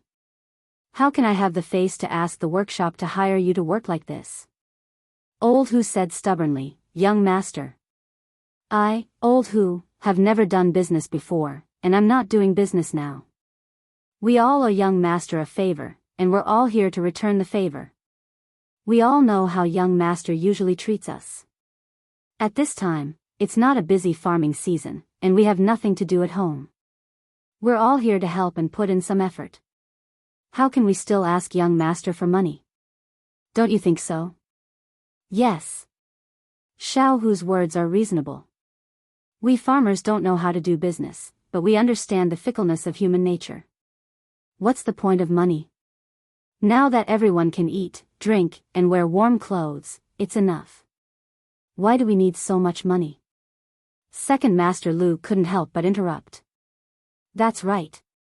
We have to have a conscience. We can't accept this wage. Yes. We can't accept it. Young master, please don't try to persuade us anymore. My family has made a lot of money from selling bean sprouts recently. If we really want to calculate it, we should be the ones giving young master money, not the other way around. So we definitely can't accept this wage. At the side, the other farmers in Li Zishuan's fiefdom all shouted loudly. Li Zishuan smiled helplessly. These farmers were usually quite clumsy with their words, but now, each one of them was better than the other. Moreover, their thoughts were very clear. He didn't know how to persuade them even if he wanted to. All right then. I'll accept the friendship of my fellow villagers. It's fine if you don't accept the wage, but everyone has to eat lunch at the workshop. It's best if you call your wives and children over to eat. There'll be enough food. Some friendships could not be measured with money. It would only be an insult to these friendships, so Li Zishuan decisively stopped trying to persuade them. Instead, he said half-jokingly. Good. That's not a problem. Haha. I, Old Hu, can eat a few more bowls of rice to my heart's content. Hearing Li Zishuan's bold and unrestrained words, the other farmers also laughed heartily. When the other farmers who came to work saw Li Zishuan and the other farmers in the fiefdom, their eyes were filled with yearning. At this time, they, who could get paid, started to envy the farmers in the Han village, Plum village, and Liujia village who couldn't get paid. This was because they also wanted to have such a kind-hearted master. Faubert, ask the people below to improve the food conditions of the construction site. At the very least, we must ensure that there's fatty meat in every meal. After entering the workshop, Li Zishuan said to Faubert. The corners of Uncle Fu's mouth twitched. This is really Of all the construction sites in Great Tang, which one would provide meat for every meal? However, he also knew that Li Zishuan didn't lack money, so he didn't object. Yes, young master. Chapter 1055. That's right, Falbert. The workshop recently gave me 2,200 coal furnaces and 220,000 honeycomb briquettes. I have a use for them. Li Zishuan thought for a moment before speaking to Falbert. He planned to give 2 coal furnaces and 200 honeycomb briquettes to every farmer in his fief for free. Since the farmers were not willing to accept wages, he could only use this method to give them benefits. Furthermore, it did not add up to much, and he had already donated 20,000 strings of cash to the Warm Tang Foundation. There was no reason for him to only take care of outsiders and neglect his own family, right? Young master wants so many coal furnaces and honeycomb briquettes. Are you planning to give them to the farmers? Falbert thought for a moment and understood Li Zishuan's intentions. Furthermore, after interacting with Li Zishuan for so long, he had more or less figured out Li Zishuan's personality. He knew that Li Zishuan had always been very kind to his own people. Haha. That's right. We can't really let the farmers work for free, right? Li Zishuan said with a smile. Falbert shook his head and did not deny it. In any case, he felt that Li Zishuan was already very kind to the farmers. Even if he did not give them wages, there was nothing wrong with it. Falbert, can the workshop keep up with the iron smelting speed, the furnace speed, and the honeycomb briquettes production speed? Li Zishuan finally asked the question he was concerned about. Falbert nodded lightly. It can keep up. Now that the workshop has recruited close to 5,000 workers, there is no need to worry about the honeycomb briquettes production speed. The furnace is also smelting iron day and night, so we don't lack iron here. As for the furnaces, as long as there is no shortage of iron, the workshop's production speed can keep up with the consumption speed of the interesting pavilion. Now at night, the workshop was ablaze with flames. Because the blast furnace had to work day and night, there was no such thing as light pollution in this era. On the contrary, the people of Plum Village liked this scene and treated it as a unique landmark of Plum Village. Yes. Since that's the case, I'm relieved. Li Zishuan nodded. Then, he walked around the workshop again. After making sure that everything was running in an orderly manner, he went home. The next day, Thursday, Yanhuang College's final exam was held as scheduled amidst the cries of the students. At 7:45 a.m., the bell and drums sounded, and all the invigilators in the examination hall began to distribute the test papers. The arrangement of the examination venue and time was similar to that of the previous monthly examination. The only difference was that the invigilation was stricter. Entering the examination hall actually required a body search. Fortunately, all the students in the academy were male. Otherwise, it would be very inconvenient to search them. In addition, the inspection team from the previous monthly examination had expanded this time.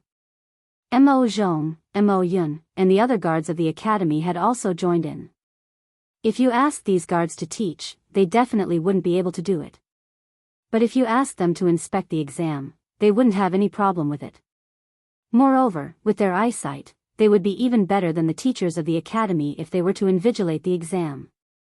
With more people, it was natural that they would go to each examination hall more frequently. Basically, every half an hour, there would be an inspection team in front of each examination hall. As a result, no student would dare to cheat in such a strict environment. Li Zishuan didn't stay in the academy all the time this time. He came to the academy in the morning to take a look and then went back. First of all, now that every teacher in the academy had their own duties, the academy could run very well even if he wasn't there. His role was only to control the general direction of the academy's teaching. Moreover, he had something to do at home these 2 days, so he had to go back. This morning, Falbert sent someone to deliver the heating pipes and radiators that Li Zishuan had ordered previously. As for the heating boiler, it could be used after a slight modification of the one at home. Although Li Zishuan was eager to experience heating, he still went to the academy to inspect it. After that, he came back with a group of guards and servants to start installing heating in the house. The main hall in the front yard, all the bedrooms in the house, including the maids' and servants' bedrooms, and the 2 study rooms, all needed to be installed with radiators. Under Li Zishuan's command, Peng Feiji, San Bao, and the others started the large-scale renovation of the heating system in the residence. Feiji, take 5 people and carry these 8 radiators to the west courtyard. As for the pipes outside, you guys install them according to the method you used in the front yard, understand? Understood. Xiong de, Xiong air. You 2 brothers, get 2 more people to carry this boiler to the east courtyard. While you're at it, help me install the pipes on the boiler.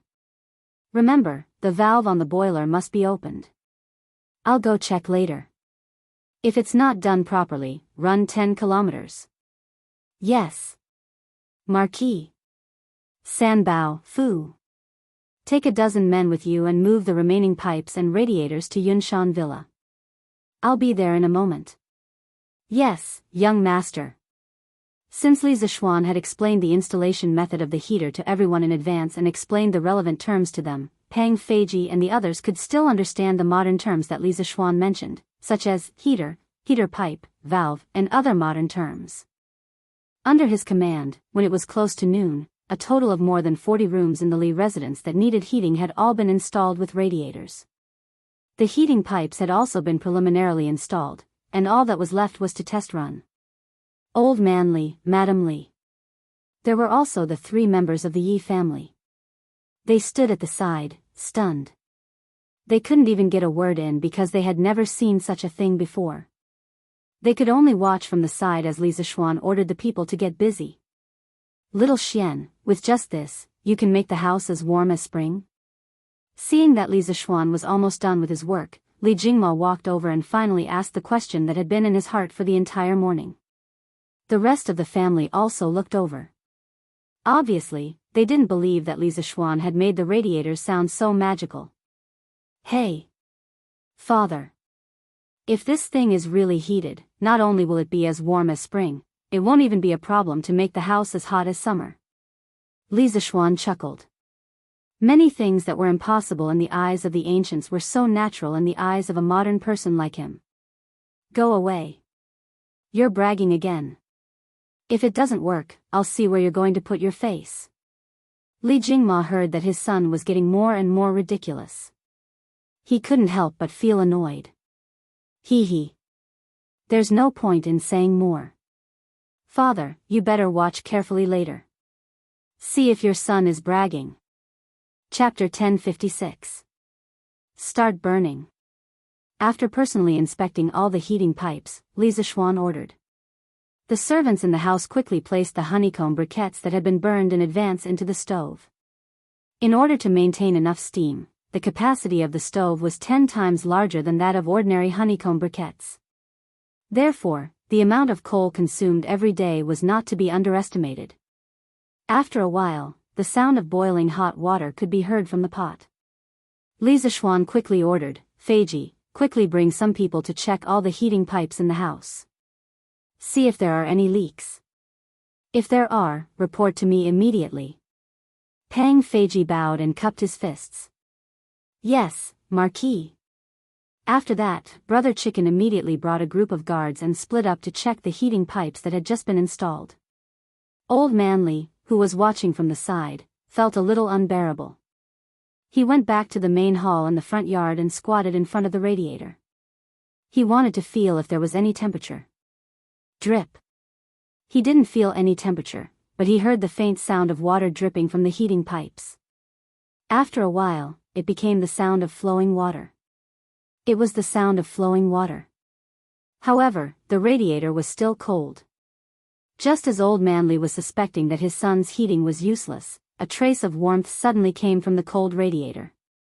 At first, he thought it was an illusion, but as time passed, that trace of warmth became more and more clear. In the end, it was even faintly hot. How is it? Father? You should believe me now, right? At this time, Li Zishuan came in with his family from outside. Seeing his father's face full of surprise, he smiled and asked. Previously, Peng Feiji had brought people to check the heating pipes. After confirming that there were no leaks, Li Zishuan was completely relieved. This was because, generally speaking, as long as the pipes didn't leak steam, they could form a closed loop. There wouldn't be a problem with heating. This thing can actually transfer heat. It's just that our main hall is so big, you only put two radiators. If it's far away, can you feel the warmth? At this time, Li Jingma already believed that radiators could indeed conduct heat, but he did not believe that 2 radiators could warm a room. Li Zishuan did not say anything, but Yi Guizhong spoke up. He had just come over to touch the radiators and heard him say, "Don't worry. Jingma, you really won't turn back until you hit a wall. Just based on how hot this thing is, as long as we close the doors and windows and let it continue to emit heat, the hall will definitely become warm. It's just a matter of time." Old Man Yi had been a Taoist all his life. Although he didn't know the law of conservation of energy, he understood the general meaning behind it. Sure enough, an hour later, when lunch was served, Li Jingma couldn't help but wipe the sweat off his forehead and take off his thick fox fur coat because he actually felt hot. Ah! Mother! Lan is hot too. Lan ran to Madame Li and said crisply. Madame Li had no choice but to help the little girl take off her fox fur coat. The little girl's voice was filled with excitement. This is great. Now I don't have to sleep under a thick blanket at night. Brother, this radiator you made is really amazing. Everyone laughed. To the little girl, the radiator's only advantage was that she didn't have to sleep under a thick blanket at night. Hee hee. Good. Good. This way, as long as we stay in the house during winter, we definitely won't catch a cold. And this radiator is much more comfortable than a fire. Old Madame Yi said with a smile. Speaking of which, during this trip to Chang'an, the 3 of them had seen a lot of new things. Of course. Grandmother, it's easy to get poisoned if you stay in the fire for too long, but this radiator won't have this problem at all.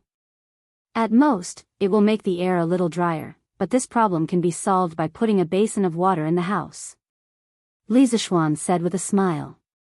When it came to heating in winter, the most comfortable and natural method was the radiator.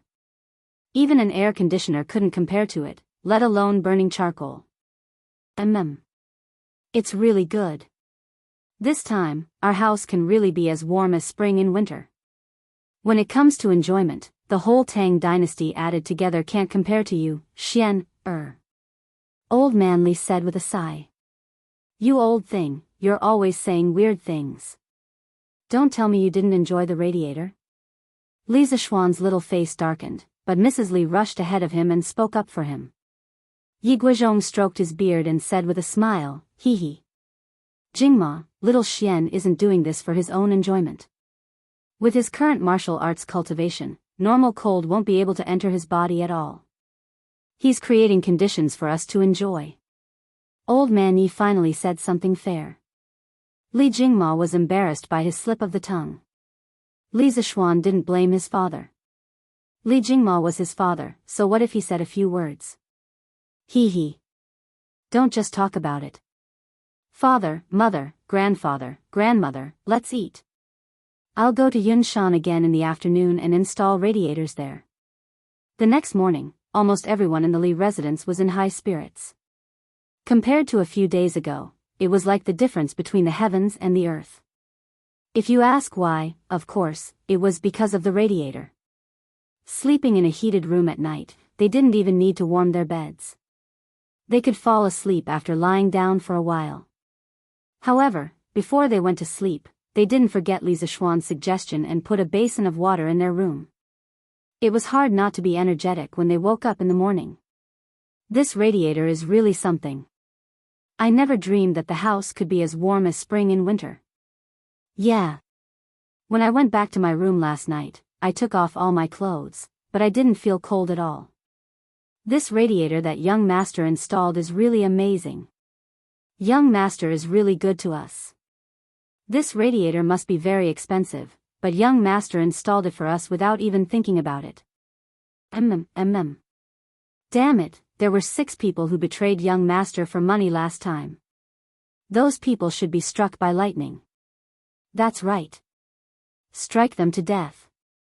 Now, even if someone wants my life, I won't betray young master and the Li family, let alone give me money. Yes. Even if we die in the future, we won't betray young master. The servants got up early to boil water, cook, and clean the courtyard. The most discussed topic was the radiator that they experienced last night. When they talked about this, the servants were all grateful to Li Zishuan. If the same thing happened in other people's homes, the master would definitely not let the servants enjoy such a good thing like radiators. At this moment, Lian was glad that she didn't betray Li Zishuan, but she also felt a little guilty that she almost betrayed Li Zishuan. She had mixed feelings. Now, all she could do was serve the master with all her heart, repay his kindness, and atone for her sins. Chapter 1057. Li Zishuan didn't know what the servants were thinking. Yesterday, he had installed a heater in the servants' room. It was just a humanitarian gesture. Although he had transmigrated to the Tang dynasty, Li Zishuan still had some modern thinking in his bones. He respected every life form around him. In his dictionary, there was no distinction between upper class and lower class. After getting up and having breakfast, Li Zishuan went to the academy, while Han Yushi went to the Warm Tang Foundation. Both of them had their own careers now, and they were both in the rising stage of their careers. They could not stay at home every day and leave the academy or the foundation alone. Sitting in the carriage, Li Zishuan couldn't help but shake his head. His and his wife's current situation was very similar to most couples in the modern world. After breakfast, they had to go to work. The only difference was that they were like bosses. Sometimes, they didn't have to go to work. They had a lot of freedom. When they arrived at the academy, Li Zishuan was in Yen Silu's office, chatting with Yen Silu and Li Gang. Haha. These 2 days, the students of the academy have been working harder than usual.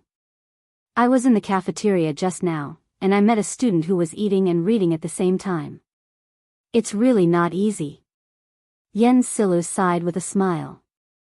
Li Gang shook his head. That's nothing. Last night, this old man had a sudden impulse and went to the student dormitory to check on the dormitory. I found that it was already 9:45 p.m., but some dormitories were still lit up. This old man went in to take a look and saw 6 people neatly lying under the lights, reading books. This old man originally wanted to punish them according to the rules of the academy, but when I thought of how hard they had worked, I directly let them turn off the lights and go to sleep. Sigh, in the end, it's Yamacho's fault for bringing the exam forward so suddenly. The old man didn't blame Li Zishuan. He mainly cared about his students. At his age, fame and fortune were no longer important to him. The only thing he cared about was passing down his legacy. Yanhuang College was the place where knowledge was passed down. He had long regarded this place as his home and the students of the college as his own children. Sirs, in fact, people are forced to do so. The students are working so hard mainly because they feel a sense of urgency. They are still young, and a little pressure can only be good for them. There is no harm. Li Zishuan explained. To Li Zishuan, who had experienced the college entrance examination in his previous life, this was not a big deal. Besides, the earlier the exam, the earlier they could enjoy it. Now that the weather was so cold, wouldn't it be great if a portion of the students could have a holiday after the exam? As for why it's only a part and not all, oh, right. Mr. Yen. After the exam this afternoon, tell the students not to leave in a hurry. I have something to announce. Li Zishuan suddenly added. Yes. Yen Silla nodded and couldn't help but ask, is Yamacho going to announce the duration of the holiday? Starting from the time of Emperor Wu of Han, there were officially established schools. This was the Imperial College recorded in the history books. The students who studied there were called Imperial College students. At that time, the students had already established a holiday system. The main ones were the farm leave and the holiday. It was a bit like the modern winter and summer vacations.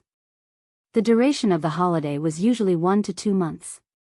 Of course, for students who traveled long distances, the time spent traveling to and from school was not included. Yanhuang College's winter vacation was considered late. The Imperial College had already started their holiday half a month ago. Haha. More or less. In the future, our college will call this holiday winter vacation, and the farm leave in the summer will be called summer vacation. In a while, I will make some arrangements for the students. The college had a lot of new concepts and terms, so it didn't matter if there was an extra winter and summer vacation. However, when Li Zishuan talked about the arrangements for the winter vacation, why did the smile on his face look so creepy? After staying at the college for a while, Li Zishuan returned to the courtyard to rest. Yesterday afternoon, he had brought some people to install a heater here. It was a good time to go in and enjoy himself. Hey! I have to find some time to install a heater in Li Gang's house too. The old man is so old, how can he stand the cold? After installing the heater, I will ask Priest's son to give him a physical examination next year. Li Zishuan was inexplicably startled. He suddenly remembered that according to history, Li Gang had less than 4 years to live. Moreover, the old man was now 81 years old. Let alone the academy, even in the entire Great Tang, people of this age were as rare as phoenix feathers and Qilin horns. He absolutely had to be taken care of. Therefore, Li Zishuan planned to install a heater in Li Gang's courtyard. In addition, he was thinking of asking Sun Simiao to give Li Gang a physical examination. He sincerely hoped that his arrival could slightly change history and let Li Gang live a long life. Clang, clang, clang. In the afternoon, the sound of gongs and drums suddenly rang out in Yanhuang College. It meant that the students' 2-day final exam was finally over. Stop writing. Stand up. The teachers in the 32 examination halls gave the order at the same time and started to collect the papers. Regardless of whether the students had finished or not, they all obediently put down their pens and returned to their classrooms after handing in their papers. Then, the students started to chat. Some compared their answers, some complained that they did not do well, and some looked forward to a better life during the holidays. Suddenly, the classrooms of each class became noisy. However, not long after, the students regained their silence. This was because their respective form teachers came and brought a notice: all students, gather at the sports field. The students did not find anything unusual. They guessed that Li Zishuan was probably going to tell them some things to take note of during the holidays. However, Li Zishuan's first sentence almost made the students kneel down. Students, although the final exam to test your results for this semester is over, your semester is not over yet. You have more important tasks to do next. Buzz, buzz, without any pleasantries, Li Zishuan immediately laid out his plan. The students were still fantasizing that they could finally finish their exams and go home to relax during the holidays. They didn't expect that their dreams would be mercilessly shattered by Li Zishuan in one fell swoop. The students found it hard to accept and could not help but whisper to each other below the stage. Damn! Does Yamacho mean that they are not going to give us a holiday? No. It's going to be the Chinese New Year in about 20 days. What does Yamacho mean? Please don't give us a holiday. My house is far away. We have to leave early to go home. Otherwise, we won't be able to make it in time for the Chinese New Year. Isn't this too much? Chapter 1058. That's enough. Quiet down. The students whispered among themselves for a while before Li Zishuan used his penetrating voice to stop them. The rowdy crowd instantly quieted down. Li Zishuan continued, I'm not saying that you're not allowed to have a holiday, but there are more important things that you need to do. I'm also not saying that you're not allowed to go home for the new year. Those who live more than 200 miles away from Chang and can pack up and go home tomorrow. School will officially start on the 25th of the first lunar month next year. As soon as he said that, many of the students' faces lit up. Li Zishuan paused, then continued, as for those who live closer to Chang'an, from tomorrow onwards, you will report to the Warm Tang Foundation. When school started, I told you that Yanhuang College does not nurture useless students who only know how to study. You must apply what you've learned to benefit the country and its people. Sending you to the Warm Tang Foundation is a very valuable opportunity for you to practice. At the same time, what you're doing is very meaningful. I hope that you'll cherish this opportunity. Yamacho, what does the Warm Tang Foundation do? Yeah. Why does the name sound so weird? After listening to Li Zishuan, many of the students were confused. They were not confused because they could not have a holiday, but because they had no idea what the Warm Tang Foundation was. On the day that the Warm Tang Foundation was first established, the students had received news that the final exams would be held on Thursday. Because of that, they did not even have enough time to study, let alone read the newspaper. This included Chen Tianhua and Liao Feichen, the two part-time novel writers, who did not have time to read the newspaper. Datong Daily's editorial department was still using the manuscripts that they had sent over last week. Therefore, more than 80% of the students had not heard of the Warm Tang Foundation that had recently become the talk of the town. Li Zishuan was stunned when he heard the whispers of the students. However, he quickly recovered and cleared his throat. It seems that everyone has been studying hard recently. It doesn't matter if you don't know about the Warm Tang Foundation. I'll ask Mr. Ma to tell you about it now. Other than being the leader of the Academy's economics department, Ma Zhou was also the head of the editorial department of Datong Daily. Among all the teachers in the academy, the one who knew the most about the Warm Tang Foundation was definitely Ma Zhou. Under Li Zishuan's invitation, Ma Zhou walked up to the rostrum. He did not prepare a speech in advance. If it were someone else, they would definitely be at a loss. However, Ma Zhou was someone who had seen big scenes. How could he be afraid now? Ma Zhou quickly organized his words in his heart. Then, he looked at the students below the stage and said in a clear voice, "Students, the Warm Tang Foundation is a charity department that was personally established by the current emperor to empathize with the people. It uses the donations of the people to help the poor people." Ma Zhou was best at writing and strategy.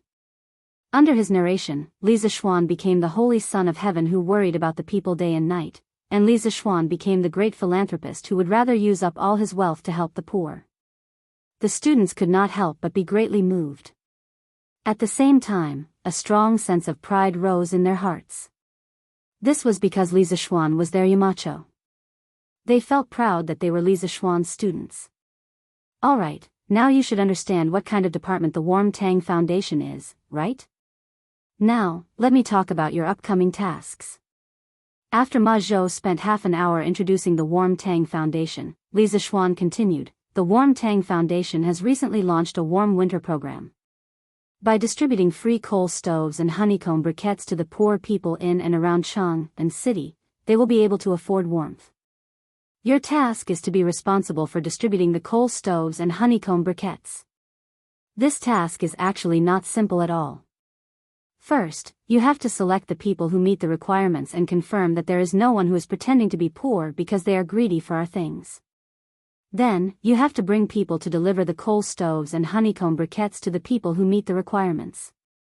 Finally, you have to make a record of every donation and summarize the accounts every 1 or 2 days. These tasks are indeed difficult for you, but there is nothing in this world that is impossible for those who set their minds to it. Among you, some of you will take part in the imperial examinations after you graduate from the academy and enter an official career. Some of you may stay in the academy and continue your studies. Some of you may only want to use the knowledge you have learned to settle down in a corner and become a rich man.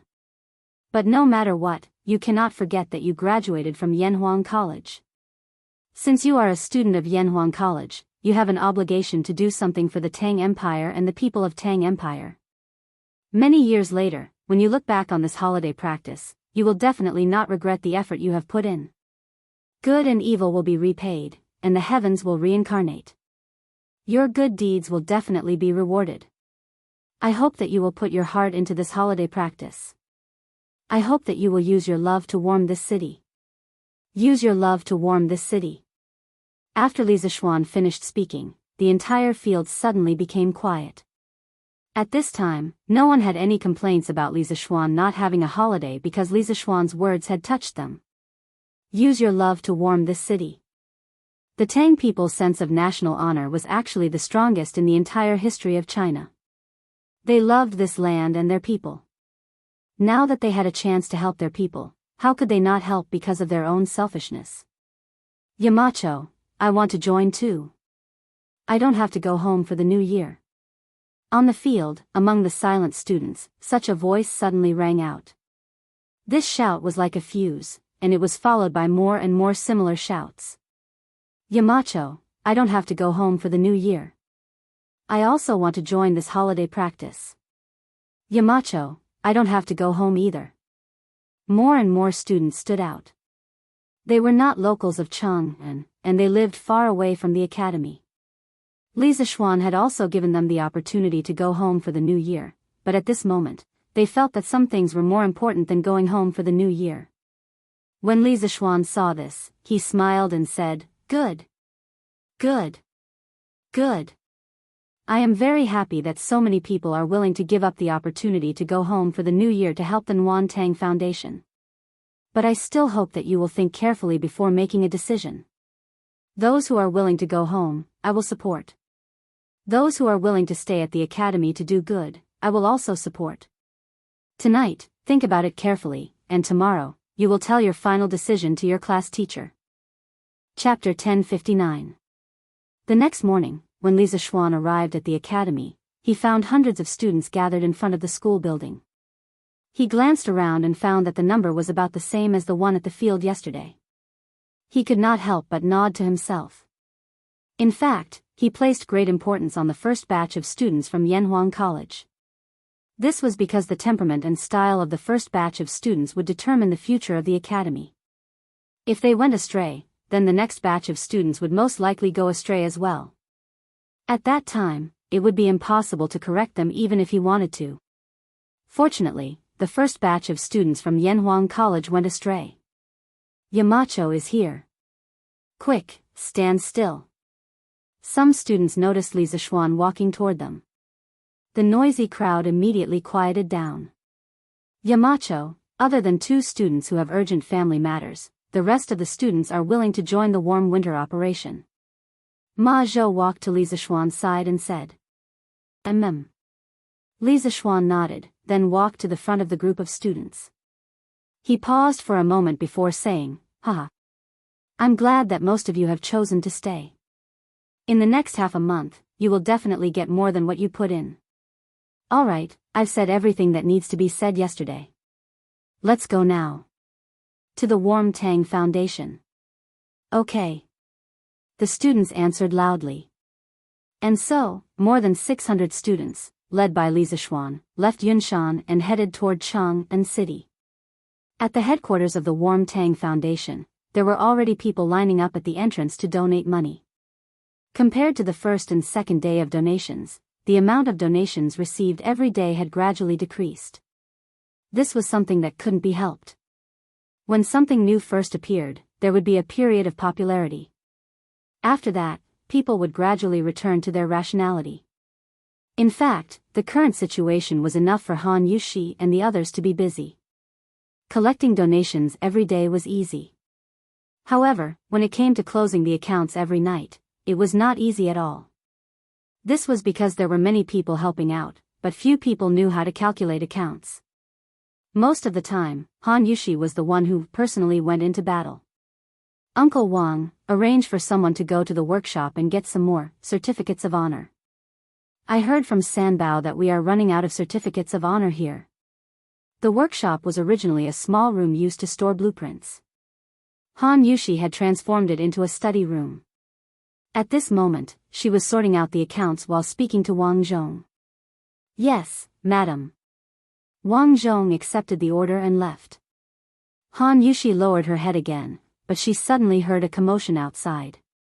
She thought for a moment and recalled what Li Zishuan had told her last night, so she quickly got up and walked out of the door. Sure enough, there were already hundreds of students in the front yard of the workshop. They were all dressed in scholarly robes. When they stood together, they looked really imposing. Those who were about to donate money couldn't help but whisper when they saw this scene. Wow! Where did these half-grown children come from? Are you here to help? They seem to be students from Yanhuang College. What? a student of Yanhuang College? Did Marquis bring these students to help? Ignoring these people's whispers, Li Zixuan was about to lead these students to the backyard when Han Yushi happened to come out. Greetings, madam. Before Li Zixuan could say anything, the group of students behind him shouted loudly. It was the first time most of them had seen Han Yushi. Sure enough, seeing was better than hearing about her. The students couldn't help but sigh in their hearts that Yamacho and Madame Yamacho were really a match made in heaven. Han Yushi smiled slightly and said, "No need to be so polite. I'll have to trouble you for the next few days." "It's no trouble at all." The students immediately responded when they heard this. Their voices were so loud that it was as if they had been injected with chicken blood. The corner of Li Zixuan's mouth twitched. He thought angrily in his heart, a bunch of little brats. Why didn't I see you so energetic when I asked you earlier? Okay. This is not the place to talk. Let's go to the Drunken Wind Pavilion behind. Li Zixuan waved his hand and led everyone to the Drunken Wind Pavilion behind the workshop. It was his original office courtyard and also the place where he had invented the wireless telegraph. He planned to divide the work and make some strategic arrangements for the students there. Qingke, now the county magistrates of the 22 counties under Chang, and will cooperate with our work. From today onwards, you will be the first team leader of Operation Warm Winter. You will be responsible for bringing people to contact the county magistrates. You have to quickly draw up a list of the poor in each county. Tell them not to over-report or under-report. Otherwise, if I find out, I will definitely settle the score with them. More than 600 teachers and students were gathered in the Drunken Wind Pavilion. Of course, the house couldn't hold so many people.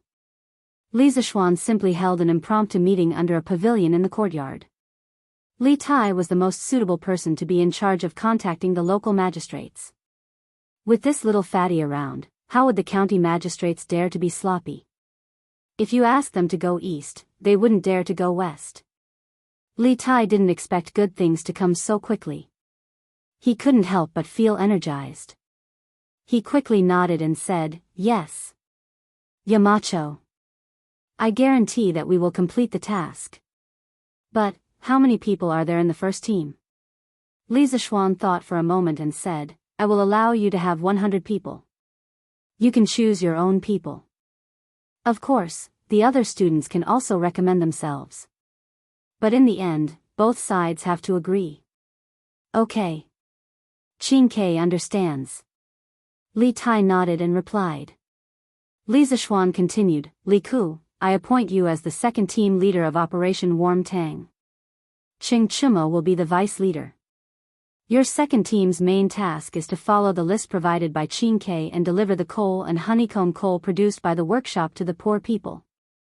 You can arrange the transportation yourself or ask the students of the academy for help. But you must control the cost. The total operating cost of your second team must not exceed 500 strings of coins. I will allow you to have 400 people in your team. As for which students to choose, you can discuss it later." Li Zixuan felt that it was necessary to let Li Ke control the cost. Otherwise, this child could directly spend money to hire thousands of people to help deliver the goods. Then the rest of the students would be useless. This was not the way to do charity. "Yes. Yamacho." Li Ke frowned, but he still replied in the end. "Okay, Yamacho." Qing Chimo was also a little excited. He secretly thought that Li Zixuan didn't cheat him this time. Li Zixuan then said, "Bruiser, I appoint you as the leader of the third team for Operation Warm Winter. Meng Wenhao and Li Yan will each be the vice leaders. I'll allow your team to have 138 members. You'll be responsible for keeping track of the accounts. First, you'll need to check the accounts of the Warm Tang Foundation every day. Second, you'll need to record every expenditure of the workshop. All the accounts must be done clearly, do you understand?" "Yes, master." "Yes, Yamacho." The three of them replied in unison. After everything was done, Li Zixuan stood up and said, "Well then, Operation Warm Winter will officially start from now on. Now, you will all be in your teams. Everyone must choose a team. After you are in your teams, follow my instructions and start working. Chapter 1060. Inside the Drunken Wind Pavilion. The students were quickly divided into teams according to the size of their respective teams. The team leaders of each team were all well-known students in the academy. This way, at least they would not be in a situation where they did not know who was better. After the students had chosen their teams, the three teams immediately began to move. Li Tai divided his first team into 22 teams. They went to Chang'an County, Wanyan County, and the 20 counties outside of Chang'an City. He personally led a team to Chang'an County. Bruiser, on the other hand, led his 3rd Brigade to settle the accounts with the Warm Tang Foundation. Li Ku and Xing Chimo led the 2nd team out of the workshop to prepare the carriages. Because Li Zishuan had limited their activity funds, Li Ku and Xing Chimo, who had been pampered since they were young, had no choice but to save money and bargain with others. What? You charge 20 copper coins a day to rent a horse here? Why don't you go rob a bank? Do you think I won't sue you for running a scam? This was Xing Chimo's voice. The shopkeeper's face stiffened. He said in a muffled voice, "Little brother, the entire Shi city is like this. If you don't believe me, you can ask other places. Don't try to blackmail me." Xing Chimo's mouth was smiling, but in his heart, he was cursing. It was not like he had not asked other places, but the prices of the carriages and horses were more expensive than this place. Otherwise, why would he be chatting with an old man here? Oh my. You say I'm blackmailing you? Let this young master tell you, an old horse like yours can only earn 3 copper coins a day at most. Don't think I don't know anything about horses. I've seen the current emperor's white-hoofed shadow, and white-hoofed shadow with my own eyes. 3 copper coins a day is already too much for me. This idiot saw that the old man did not fall for his trick, so he started to boast. The hoofed shadow, green mantis, and Saliot Purple that he mentioned were all top-notch BMWs that had accompanied Li Er on his expeditions. Other than these 3, there were also Jianmao Gu, Gua, Shifachi, and Telugu, all of which were Li Er's mounts. In the middle of the Zhenguan period, in order to commemorate these 6 warhorses, Li Er ordered Yen Lide and Yen Liben to depict the 6 warhorses in relief, which were placed in the Zhao Mausoleum, and were known as the 6 horses of the Zhao Mausoleum in history. Hearing this, the old man didn't know whether to laugh or cry, and said, "Little brother, since you've even seen His Majesty's beloved warhorse, it means that you're either rich or noble. Tell me, why are you arguing with me over a few copper coins?" Xing Chimo cursed in his heart again. It's true that I'm rich, but I can't spend it now. Just as Xing Chimo was about to go berserk and beat someone up, Li Ku walked over from the other side of the street. "Cho Ox, what's wrong? Have you reached an agreement?" Li Ku asked after he came over.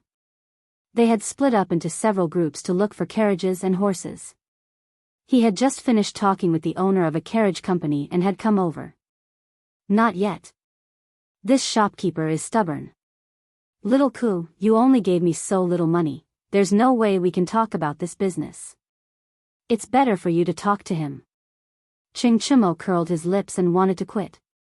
When the old man heard Xing Chimo say that he was stubborn, he couldn't help but twitch the corner of his mouth. He actually wanted to beat someone up now. However, he saw that although Li Ku was young, he couldn't hide his noble aura. He knew that Li Ku's background was not small. He calmed himself down and then cupped his hands to Li Ku, saying, "It's not that this old man is stubborn, but the price that little brother just said is simply impossible. 3 copper coins to rent a horse, not to mention Chang, and even in Bing province and New province, it's impossible to have such a price." The Great Tang had many horse farms in Bing province and New province, so the price of horses there was slightly cheaper than in other places. Li Ku didn't feel offended. He smiled kindly and cupped his hands to the old man, saying, "Shopkeeper, we are all students from Yanhuang College. This time, we came out from the academy to help the Warm Tang Foundation, so we came here to look for some carriages to deliver honeycomb coal and coal stoves to the poor people who can't afford to burn firewood. So, can you give us a discount? After all, We didn't bring much money with us when we came out from the academy. Compared to Ching Chimo's careless shouting, Li Ke's gentle and refined way of speaking was undoubtedly more comfortable. The shopkeeper only heard half of it and had a good impression of Li Ke. However, when he heard the purpose of Li Ke and the others looking for carriages, the shopkeeper couldn't remain calm. Hey! So you're students working for the Warm Tang Foundation. You should have said so earlier. 3 copper coins, right? This old man will rent as much as you want. Just treat it as this old man doing a good deed. Then, thank you very much, shopkeeper. Li Ke smiled and cupped his hands. Ching Chimo's eyes almost popped out of their sockets when he saw this. How the F***ck is this possible? Does that mean that all the effort I've put into talking for so long was all in vain? When he thought of this, Ching Chimo looked at the old shopkeeper with resentment. As if he could feel Ching Chimo's resentment, the old shopkeeper inexplicably shuddered. He looked at Ching Chimo and smiled apologetically. Little brother, you can't blame this old man for this. If you had told me your purpose from the beginning, this old man wouldn't have disagreed no matter what. Ching Chimo snorted and ignored the old man. Li Ke couldn't help but laugh. Shopkeeper, don't mind him. This brother of mine has always been like this. I haven't asked you how many horses you have here. We'll rent them all. The shopkeeper was stunned when he heard this. He didn't expect Li Ke to have such a big appetite. There are 32 horses in total. Little lord, are you sure you want to rent them all? I'm sure. Shopkeeper, we'll rent them for 20 days first. Here, the rent is 1,920 copper coins. That's the guarantor we hired.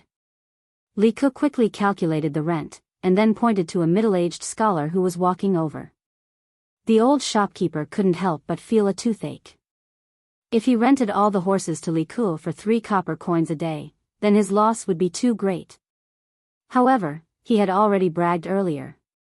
At this time, he couldn't regret it even if he wanted to. He could only accept the money and let the horses go. Ahem. Little lord, since this old man rented so many horses to you at such a low price, can you let Datong Daily mention this old man's good deeds in tomorrow's news? After the handover, the old shopkeeper remembered that Li Ke was a student of Yanhuang College, and the Yamacho of Yanhuang College was the founder of Datong Daily. He had a little evil thought in his heart, so he eagerly asked Li Ke. Before Li Ke could speak, Ching Chimo said in a rough voice, "No. Do you think it's so easy to get into Datong Daily? If you really want to do good, why don't you just give these horses to us for free? Little Ke, ignore him. Let's go. Call someone else to take the horses." Chapter 1061. Little Ke, is this considered cheating? Ching Chimo could not help but ask on the way back. Li Ke was still riding on his horse. He laughed and said, "How is this cheating? The Yamacho only said that we are not allowed to use our status to get help from our underlings and that the total expenditure cannot exceed 500 strings of coins. They did not say that we are not allowed to bargain with others in the name of doing good. Cho Nyo, things are different now. We have to be careful in everything we do. Otherwise, 500 strings of coins will not be enough." The Li Ke now was a completely different person compared to 4 months ago. At that time, he was living like a prince and only needed to practice martial arts in the palace. Why would he need to worry about money? Why would he need to be careful? Hey! Little Ke, what you said makes sense. How many carriages do we need? Which one should we go to now? Ching Chimo scratched his head and laughed. Actually, as long as they could complete the mission and not be caught by Li Zishuan, he could not be bothered to find out if this was cheating. Li Ke's lips curled into a smile. There's no need for that. We have enough carriages and horses. That's it? Does that mean that Ziffen, Yui Bao Lin, and the rest have already rented carriages? Ching Chimo was stunned for a moment and said in disbelief. The members of the 3rd Brigade had all gone out to look for carriages according to Li Ke's plan. Sun Ziffen and Yui Bao Lin were members of the 3rd Brigade. Haha. This is also a coincidence. Sun Zifan's family opened a carriage company, and the scale is not small, so we rented a lot of carriages from there at a low price. Now all of them added up, it is completely enough. Li Ku said with a smile. He even emphasized the word low price. It was obvious what he meant. F***ck. Sun Zifen's family owns a carriage business? Why didn't this kid say so earlier? He made us look so hard for carriages. F***ck. No, he should be back at the workshop now, right? I'm going to find him. This kid tricked me. Hiya. Ching Chimo's eyes widened. His face was filled with disbelief and anger. Yes, anger. At this moment, he felt that Sun Zifen was even more despicable than the old man from the carriage company. After saying that, he slapped the horses but hard, and the man and the horse rushed forward. Hey. Ugly bull, don't. Li Ku hurriedly urged his buttocks to catch up and dissuaded him. Zifen usually doesn't care about his family's business. He only just remembered that his family has a carriage business. We can't blame him for this. Instead, we have to thank him. It's because of his family's carriage business that we saved more than 20 strings of money. Money. When it came to money, Ching Chimo felt a headache coming on. He could not help but wonder in his heart, is this still the king of Han, Li Ku? Why do you only care about money? All right then. For your sake, I won't be angry with that brat. Ching Chimo waved his hand.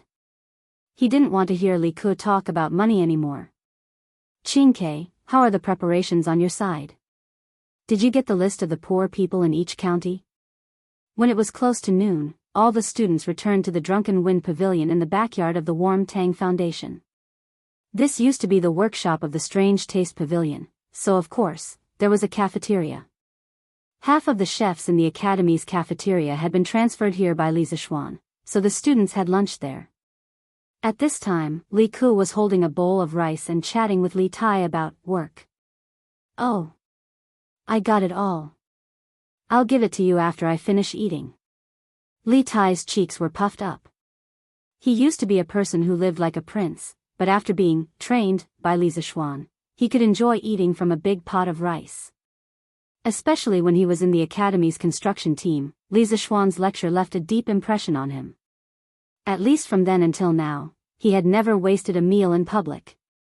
Good. Our 3rd Brigade's carriages are ready. This afternoon, we'll go from house to house and deliver coal stoves and honeycomb briquettes according to the list. Li Ku said as he stuffed rice into his mouth. Little Ku, I don't think it's nice to say coal stoves. We should call this warmth. Didn't Yamacho say that? We're participating in the Warm Tang Foundation's warm winter operation, so it's only right that we call it warmth. Li Tai's eyes turned as he corrected Li Ku. Li Ku thought about it and also felt that coal, moldy, stoves didn't sound nice. He nodded and said, okay.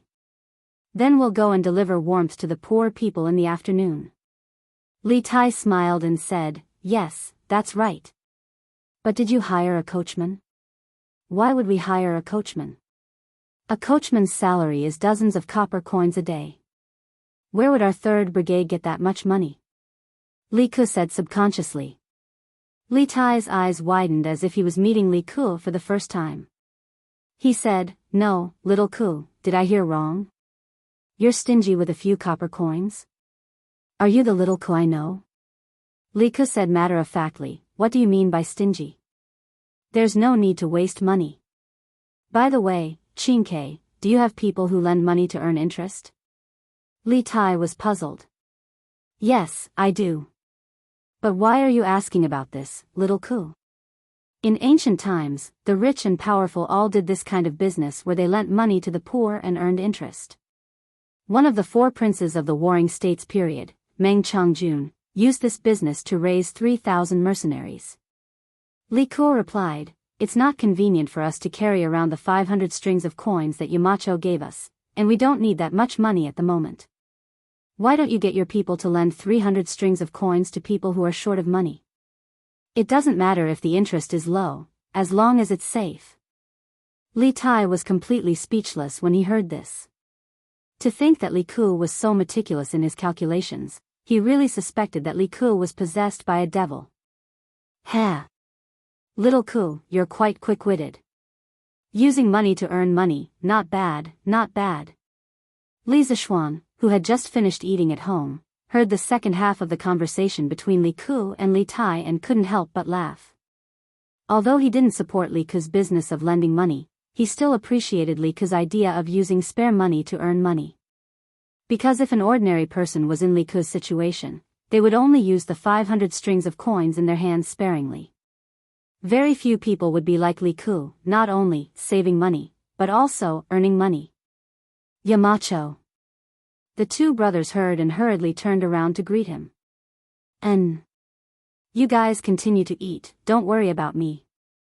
Yamacho, I'm not breaking the rules, right? I just feel that it's inconvenient to leave the 500 strings of coins with us, so I thought. Li Ku's face turned red and quickly explained. Chapter 1062. Ha! You're trying to cover it up. Inside the Drunken Phoenix Pavilion, Li Zishuan looked at Li Ku and said with amusement, I've said before that you're not allowed to use your status to ask for help from others. Now that you're asking Green Sparrow for help, aren't you asking for help from others? Yamacho, Li Ku's face froze, and he was speechless. Li Zishuan continued, but I'm glad that you know how to increase income and reduce expenditure. You said that it's inconvenient to carry 500 strings of coins around, and that's not unreasonable. But we're Yanhuang College's people, and we have to solve problems when we encounter them. When this matter is over, little Ku, you can think of a way to solve this problem. If you can solve it smoothly, then you'll start a new era, and your name will go down in history. Although it's inconvenient to carry 500 strings of coins was just an excuse that Li Ku came up with, this was indeed a problem that Great Tang was facing. Not only would a cumbersome currency affect trade, it would also affect the economic development of a country. The Song dynasty was not as strong as Tang, but why was its economy the largest in ancient China? It was because banknotes replaced the heavy metal currency, and it greatly promoted the prosperity of domestic commerce. At that time, the Song dynasty's imperial court collected business taxes every year, and it far exceeded the agricultural taxes. Li Ku's excuse reminded Li Zishuan of the financial plan he had been planning for Tang, banknotes and banks. These two things must be done in the future. Start a new era? Go down in history? Li Ku originally thought that he would be reprimanded, but he never expected to hear such a shocking thing from Li Zishuan. His breathing became a little rapid. Yamacho, what method is so powerful? It can go down in history directly? Li Zishuan laughed. You have to think about it yourself. Come find me when you've thought about it. After that, he left with his hands behind his back, leaving a stunned Li Ku behind. Hey! Little Ku. Don't think about it. Eat first, we still have work to do in the afternoon. Li Tai saw that his brother seemed to have lost his soul, so he pushed Li Ku's arm and said. Oh. Li Ku came back to his senses and continued to shovel rice into his mouth. Tai Zhu, open the door. The people from the Warm Tang Foundation are here to deliver the coal stove. In the afternoon, in the Maojia village of Xinfeng County outside Chang and City, 4 or 5 students from Yanhuang College were driving a carriage. They followed a middle-aged man with a stocky back and a bear-like waist and knocked on a shabby courtyard door. Mao Lijing, our captain, said that it's to send warmth. You can't call for coal stoves. It turned out that this middle-aged man was Li Zheng of Mao village. Hearing him shout like that, the students behind him quickly corrected him. Haha. Fine. That's called sending warmth. As expected of a scholar, even the way he speaks is different from the people in our village. Mao Lijing didn't get angry. Instead, he gave a simple and honest laugh. Then he shouted towards the dilapidated courtyard, Hey! Tai Zhu, open the door. Someone is here to bring you warmth. Only then did a skinny little girl come out of the courtyard. It was winter, but she was only wearing a few pieces of unlined clothing. Moreover, they were all tattered. If one looked closely, one could see that her 2 legs were trembling. Li Zheng, you're here. The little girl opened the courtyard door and greeted Mao Li Zheng. Then she timidly began to look at the students behind Mao Li Zheng. Haha. Dia, where's your father and mother? Mao Li Zheng walked in with the students of the academy. He looked around and then asked. Li Zheng, my mother went to the mountains to collect firewood. My father's legs acted up again 2 days ago. He's still in bed now. The little girl replied. What? Taiju's legs aren't listening to him again. Sigh. It's not good to have an attack in the winter. Mao Li Zheng was stunned. He sighed in surprise and then said to the students behind him, Hey, you guys don't know. Taiju accidentally broke his leg when he was hunting in the mountains. Every time it's cold, he can't get out of bed. Therefore, in autumn and winter, it's usually Diya's mother who is busy with the work inside and outside the house. Sigh. Let's not talk about this first. Come in, come in. Diya, go and boil some hot water. Today, we're all literary stars. We're here to bring coal to your family, to bring warmth. After that, Mao Li Zheng led the group of Yanhuang College students inside. Mao Li Zheng, you go in first. We'll go and take down the coal stove and honeycomb briquettes from the car. A student said. Only then did Mao Li Zheng realize that there was a car full of warmth behind him. He patted his head and said, Hey! Look at my memory. I almost forgot about this. You guys are all literary stars. How can you do this kind of rough work? You guys go in and rest. I'll do it. I'll do it.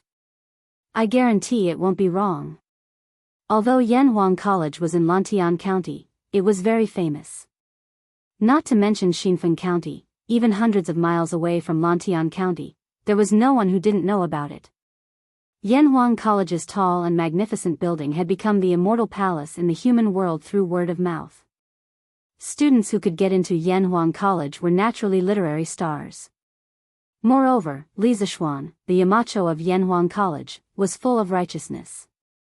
He had always taken care of the people in his fief. Everyone knew about his benevolence. Therefore, the people were very respectful to Li Zishuan and Li Zishuan's students. Don't. Mao Li Zheng. Before we went down the mountain, the Yamacho told us that we have to do it ourselves. We can't let others do it. Thank you for your kindness. The students of the college quickly stopped him. Sigh. Fine. Since that's the case, I won't break the rules of your college. But you guys are so soft and tender. Oh, no, I mean you guys who study all year round. How can you move this? Haha. Mao Li Zheng, don't worry. We moved this up ourselves. Of course, we can move it down. Half an hour later, the students moved a coal stove and 50 honeycomb briquettes into the dilapidated house. After patiently teaching the little girl how to use the coal stove and repeatedly reminding her to pay attention to the ventilation when burning the briquettes for warmth, the students left under the little girl's sparkling eyes and the man named Tieju's endless gratitude. They still had to hurry to the next house. Big brother, big brother. Wait a minute. Which one of you dropped your money bag? But who knew that the group of students hadn't gone far when the little girl chased after them again. She was holding an exquisite black purse in her hand. The whistling north wind messed up her hair and blew her little face red, but it still didn't stop her footsteps. Huff huff. Big brother, look, which one of you dropped your money bag in the house? Chapter 1063. Haha. Jishuan, what kind of memory do you have? How could you forget the money pouch? Luckily, the girl from the farmer's family was honest. Otherwise, where would you find it later? On the way, the group of Yanhuang College students joked with each other. It turned out that it was Di Jishuan who dropped the money pouch just now. Chu Suoyang's son, Chu Yanfu, was also among them. Di Jishuan just shook his head and smiled when others made fun of him. Jishuan, you deliberately left the money pouch in their house, didn't you? Those who could get into Yanhuang College were not fools. one of the students couldn't help but ask. As soon as the words came out, everyone was stunned. Several pairs of eyes looked at Di Jixuan. Di Jixuan smiled helplessly and said, I also saw that family's life was really difficult. But if I gave them money openly, they definitely wouldn't accept it. So I thought of this idea. I didn't expect that girl to be so honest. Alas. In fact, it's only a few hundred coins. Even if it's lost, it won't hurt at all for you and me. But for that family, it's a life-saving money. We've sent coal furnaces to almost 5 families today. To be honest, I admire Yamacho's wise decision. If we didn't go down the mountain this time, many of us might not know how difficult it is for the common people to live. Alas. As soon as he said this, the group of people who were laughing and joking just now suddenly fell silent. Among them, Di Jixuan and Chu Yanfu were from the families of officials, while the other 3 students were from the families of merchants. They really didn't know what was called suffering in the world since they were young. Mao Tieju's poor family just now also touched them a lot. There were still common people who lived such a poor life. There were still such poor people in the world. Jixuan, you were right. If I had known, I would have secretly hidden some money in their house just now. The student who laughed at Di Jixuan's carelessness just now said in a low mood. Haha. Chinny, it's useless. Even if they can't find the money you hid now, once they find it later, they'll come back to return it to you no matter where you go. Di Jixuan shook his head. The student named Chinny was puzzled and asked, Jixuan, why are you so sure? Di Jixuan didn't explain, but Chu Yanfu laughed and said, enough. Chen Yi. Ji-sun is able to see things clearly and see into people's hearts. In this aspect, you shouldn't doubt him. Haha. Let's go. It's almost time for the next one. Di Jixuan's team was not the only one who encountered such poor people. In the evening, all the students returned to Yanhuang College. Compared to the students of the other 2 brigades, the students of the 2nd Brigade, who were responsible for delivering coal stoves and honeycomb briquettes to the poor, were obviously in low spirits. Even Xing Chumo and Yuchi Baolin, who were careless, were quiet when they were eating in the canteen at night. Clearly, what they had seen and heard this afternoon had greatly affected these students. Yamacho, the students don't seem to be in a good mood. Coming out of the canteen, Yen Silu said to Li Zixuan. According to Li Zixuan's rules, the teachers of the academy were not allowed to intervene in the whole process of organizing the students to do good deeds down the mountain. They were only responsible for the logistics at most. Therefore, Yen Silu did not know much about the students' experience this afternoon.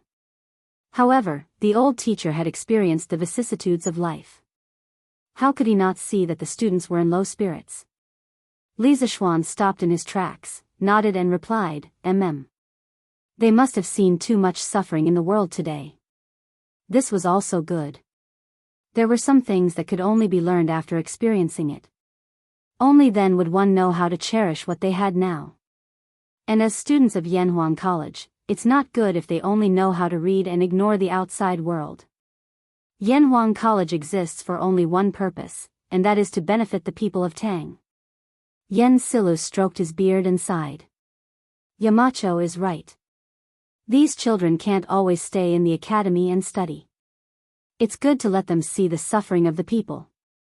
On the first day, the students of Yanhuang College visited more than 800 poor families and gave away more than 800 coal stoves and 40,000 honeycomb briquettes. Early in the morning of the second day, the students woke up at 5 in the morning, washed up, and ate.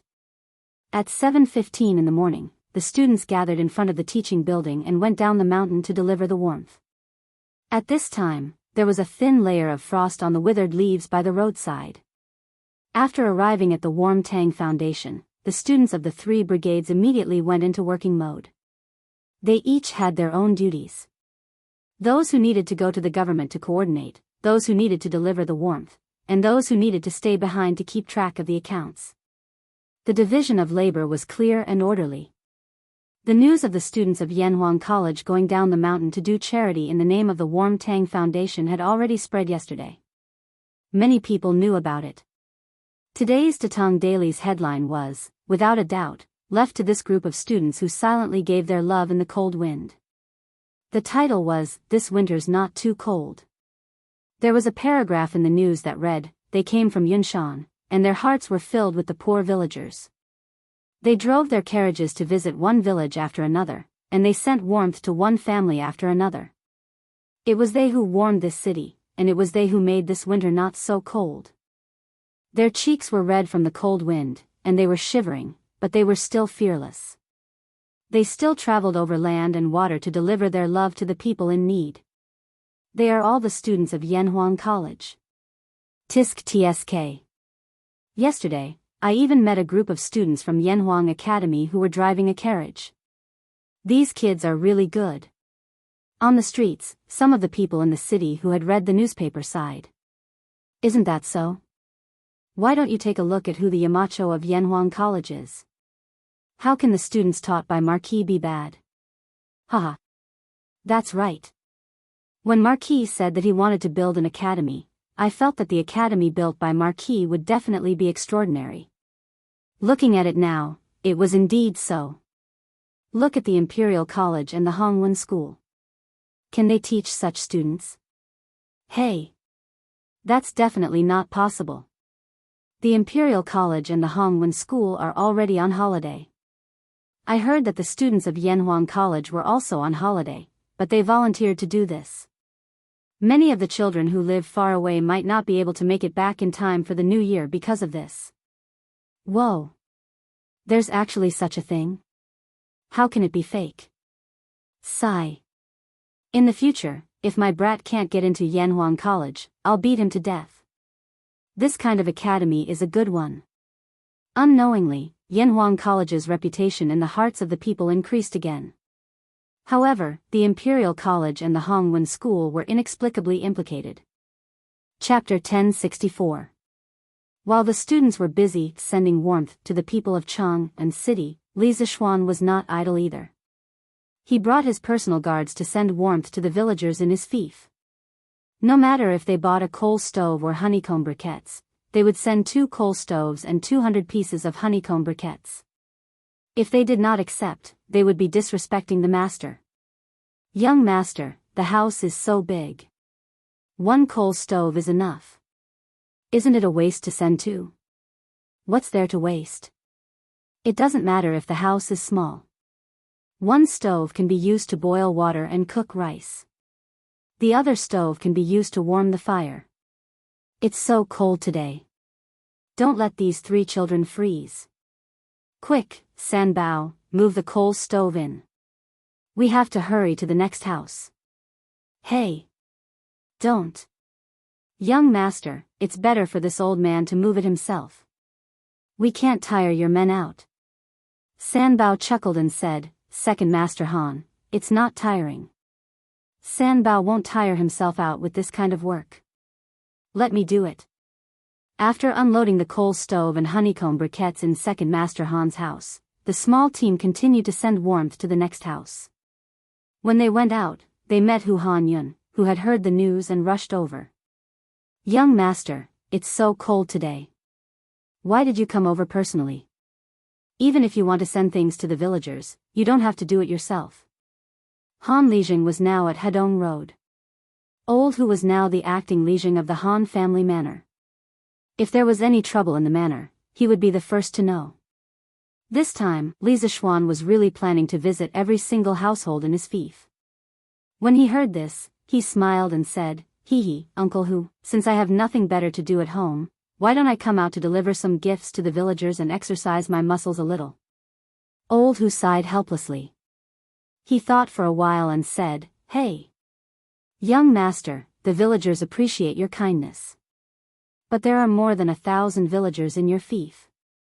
If you send them one by one, how long will you be able to do it? In this old Hu's opinion, you can leave the Han family manor and the Plum village to this old Hu. Everyone was the first to follow young master. Even if young master didn't go personally, everyone would still appreciate your kindness. His suggestion was mainly to lessen the burden on Li Zishuan. Among the 8 villages under Li Zishuan's control, the Han village and Plum village had the largest population. Without these two villages, Li Zishuan would have a much easier time. Haha. Uncle Hu, I appreciate your good intentions. However, this matter is not urgent. If I can't finish running in 1 day, I'll run for 2 days. If I can't finish running in 2 days, I'll run for 3 days. I can't just go to one house and not go to another, right? It just so happens that the academy doesn't have classes now, so I still have time. Li Zishuan said with a smile. Actually, he wasn't doing this because he had nothing better to do. Previously, when he was conferred the title of Marquis, Li Er had rewarded him with some land. Later on, he had merged into a few villages.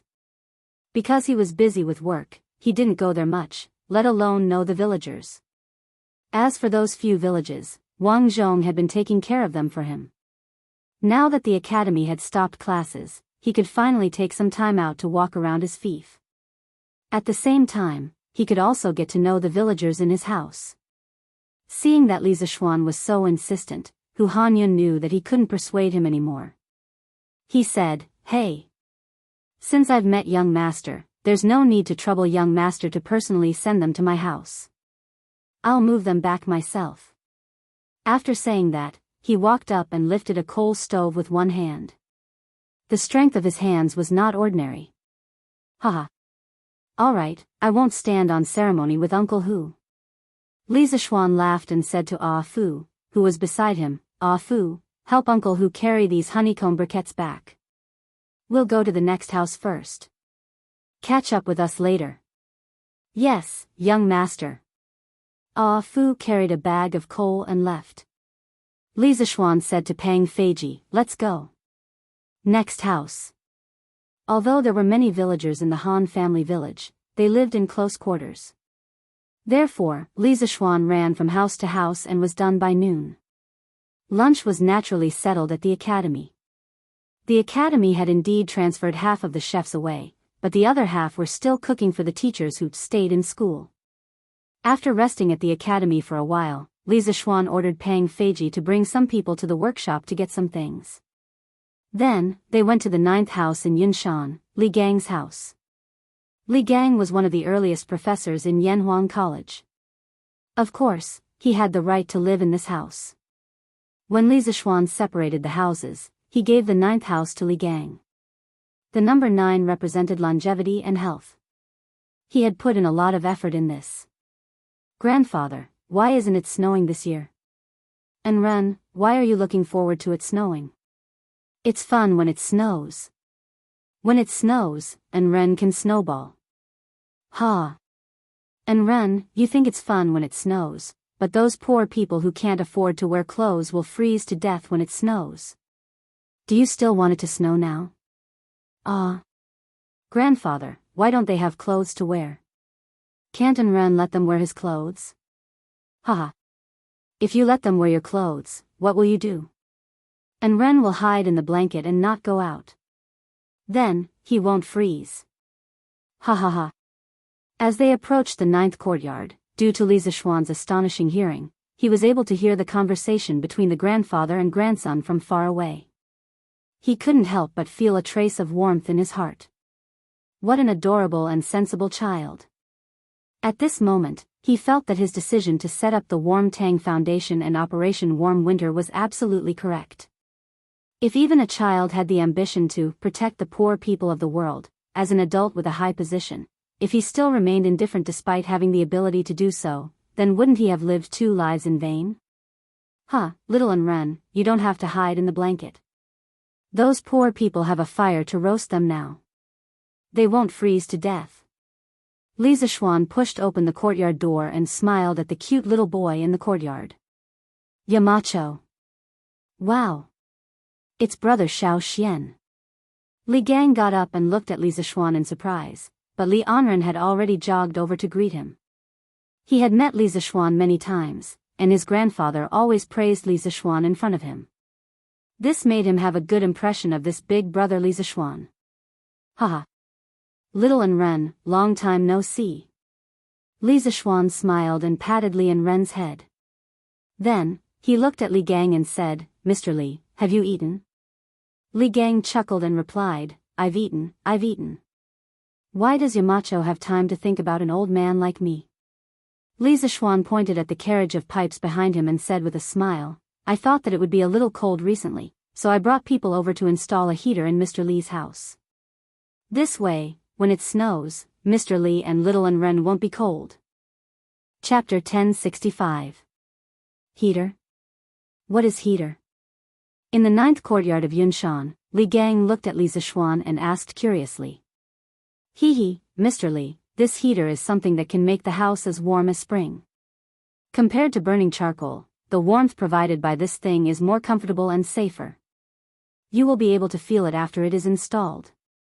As Li Zishuan spoke, he called for Pang Feiji to bring people to install the heater in Li Gang's house.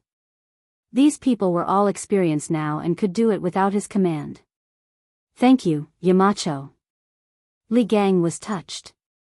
Regardless of whether the heater was good or not, just the fact that Li Zishuan had brought people here and put in so much effort was enough to move him. Brother Xiao Xian, can these iron pipes make the house warm? But it's clearly cold when I touch it. Li Zishuan had said that it was magical, so he ran over to touch the heater pipe, but Li Zishuan couldn't help but laugh. Haha. Of course it's cold now. And Ren, wait for a while. After they install it, you can touch it again. It definitely won't be cold. Oh. Then I'll touch it later. Compared to the Li residence, which occupied a huge area, the courtyard in Yunshan was not considered big. Therefore, Pang Feiji and the others used less than 2 hours to install the heater in Li Gang's house. Li Zishuan ordered, light it. Try to see if it leaks. Yes, Marquis. Pang Feiji went to light the heater with ease. After about half an hour, the heater finally started burning. Li Zishuan's people quickly entered the house to check the pipes. After a while, after confirming that all the pipes were fine, Li Zishuan said to Li Gang, Mr. Li, it's done. In the future, you just need to instruct the servants to put honeycomb coal in the boiler after a period of time, and it will ensure that the house is always warm. Now, Yuan and Ren can go in and experience it. Although Li Gang had studied Confucianism all his life, he had been in Yanhuang College for so long. Even if he wasn't proficient in engineering, he could still understand some of the things related to engineering. When he saw Pang Feiji and the rest install the heater, Li Gang could roughly guess the operating principle of the heater. Hee. Yamacho's creativity is unprecedented. On behalf of Mai and Ren, this old man would like to thank the mountain head for his trouble. Li Gang politely cupped his hands and said. Mr. Li, don't be in a hurry, let's try it first. Li Zishuan extended his right hand and made an inviting gesture. Okay. And Ren, let's go. Let's go in. Li Gang pulled his son and walked into the house. While they were gossiping outside, the heater in the house had already heated up. Although it was not as warm as spring, they could still feel the warm air blowing against their faces when they walked in. Obviously, the inside of the house and outside of the house were two different worlds. Wow! Grandfather, this house is so warm. Li Anren exclaimed and said excitedly. This thing works too fast. Li Gang was also a little surprised. He turned to look at Li Zishuan, his face full of shock. Although he had roughly guessed the operating principle of the heater, he didn't expect it to work so quickly. Hee. It will be even warmer in a while. I have some other things to do in the afternoon, so I'll take my leave first. If there's anything wrong with the heater, just send someone to let me know, sir. After seeing that everything was fine, Li Zishuan said goodbye. He still had to go to Plum Village in the afternoon to send warmth to the villagers. Okay. Take care, Yamacho. Li Gang nodded. Brother Xiao Xian, why don't you have a cup of hot water before you go? At this time, Li Anren walked over with a cup of hot water that was emitting white steam. Li Zishuan was afraid that the child would accidentally burn himself, so he hurriedly stepped forward and took the teacup, saying, Anren, be good. You're all grown up now, so you have to take care of your grandfather, okay? Okay. And Ren will definitely.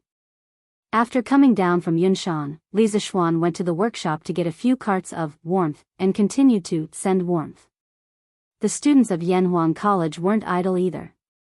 Needless to say, the students of the 2nd Brigade had been rushing around in their carriages since morning.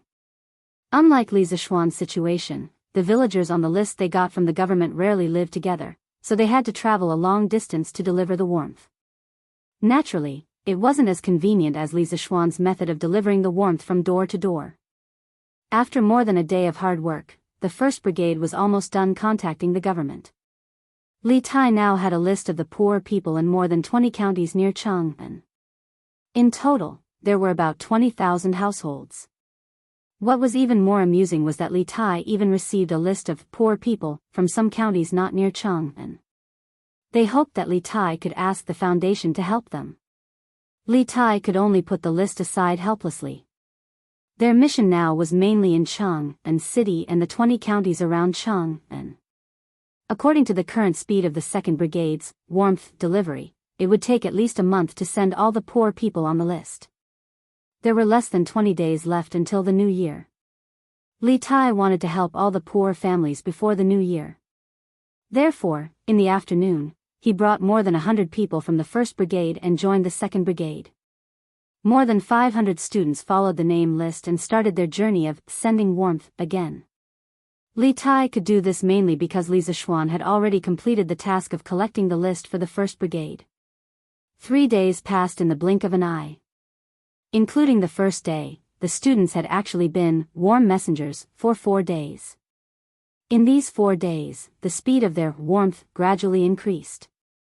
On the first day, they sent 800 families. On the second day, they sent 1,200 families.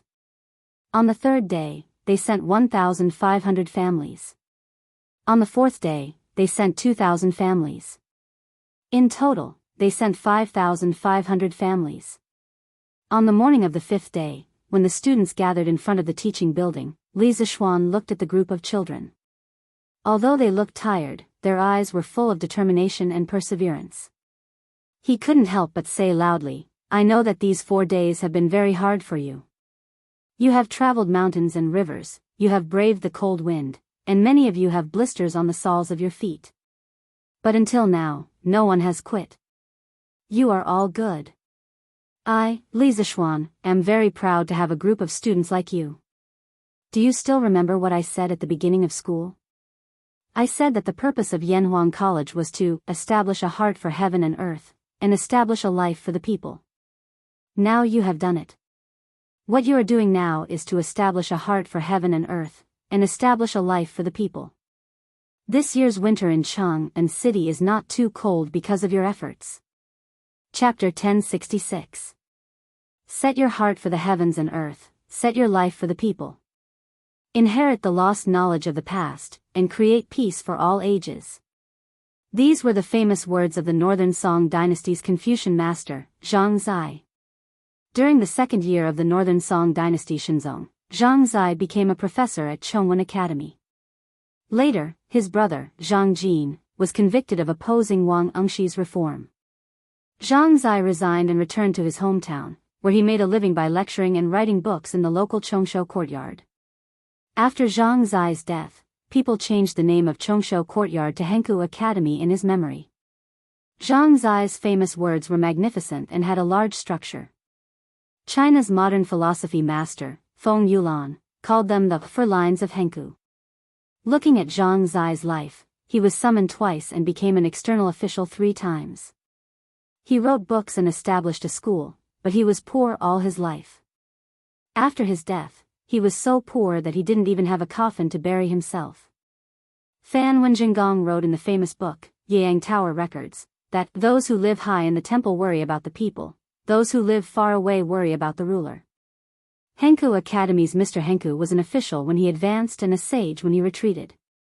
He used his actions to open up a new era of Confucianism. History was always fair. Those who see the vanity of the world as passing smoke and have the people of the world in their hearts, although they may have been poor when they were alive, after brushing away the dust of history, behind them will stand a historical monument that will be honored for generations to come. This was the logic of history. Although Li Zixuan founded engineering, he didn't completely oppose Confucianism. He admired some of the great Confucians from the bottom of his heart. He was also very willing to accept some of the advanced ideas in Confucianism. Zhang Zai's 4 lines of Hengku was used by him as the school's motto. The sea can accommodate hundreds of rivers, and the tolerance is great. If engineering wanted to develop for a long time, it needed a soul. If it only relied on the accumulation of skills, it couldn't be passed down. And if a new school of thought wanted to have a complete soul, it was not something that could be done in a day. This was a long-term process of accumulation. Li Zixuan was not a big shot who specialized in philosophy or education in his previous life. What he could do now was to absorb the cultural essence of other schools of thought to enrich his knowledge. This was also the reason why he had invited famous scholars like Li Gang and Yen Silu, as well as leaders and elites like Mo Huai and Mo Lingwei to teach at the academy. Establishing a heart for the heavens and earth, establishing a life for the people. These 2 sentences were like 2 bowls of incomparably delicious chicken soup for the soul, causing the souls of the students to be sublimated in an instant. All of a sudden, the exhaustion on their bodies seemed to have been swept away. All of them were full of energy and fighting spirit as they went down the mountain to do good deeds. Li Zixuan continued to send warmth to the villagers in his fief. There was only 1 village left, and he estimated that he would be able to finish running it by the morning. Now, the villagers in his fief could be said to have completely become Li Zixuan's diehard fans. If they heard someone say anything bad about Li Zixuan while walking outside, they would stop in their tracks and argue with the other party for a long time. This was the aspiration of the people, this was the invincible benevolence. The next day, under Ma Zhou's arrangement, Li Zixuan's speech to the students yesterday morning was edited by Ma Zhou and published on the Datong Daily's headlines. The title was, Establishing a Heart for the Heavens and Earth, Establishing a Life for the People. Marquis Yong An's hope for all the teachers and students of Yanhuang College. There was a paragraph in the news that read, The heavens and earth have no heart, but people have hearts. The heart of a person is to be born with a benevolent heart of universal love and help the people, and the heart of a saint like the Grand Duke. Using rational cognition to think about the principles of all things in the heavens and earth, this is establishing a heart for the heavens and earth. Mencius said, Those who do their best, know their nature. Know their nature, and know the heavens. Keep a heart, nurture a nature, and so do the heavens. Live a long life, cultivate the body to wait for it, and so establish a life. A sage's aspiration is to establish a life for the people and our compatriots, so that there is nothing in the world that cannot be found. Only then can it be complete, and cannot be satisfied with just oneself or a few gentlemen settling down and living their lives. Such an atmosphere is establishing a life for the people. Recently, there was a lot of news on Datong Daily about Yanhuang College's students running around and helping the needy. The people now had a good impression of Yanhuang College. After they saw this headline, although they didn't quite understand what Ma Zhou meant by writing a bunch of people, they felt that it was very awesome. This was probably what it meant to not understand clearly. But when the scholars saw this news, they couldn't remain calm. Establishing a heart for the heavens and earth, establishing a life for the people. What great courage! What a broad-minded mind! In a 3-story house near the Imperial College, Kong Yingda was holding the latest issue of Datong Daily. His hands were trembling.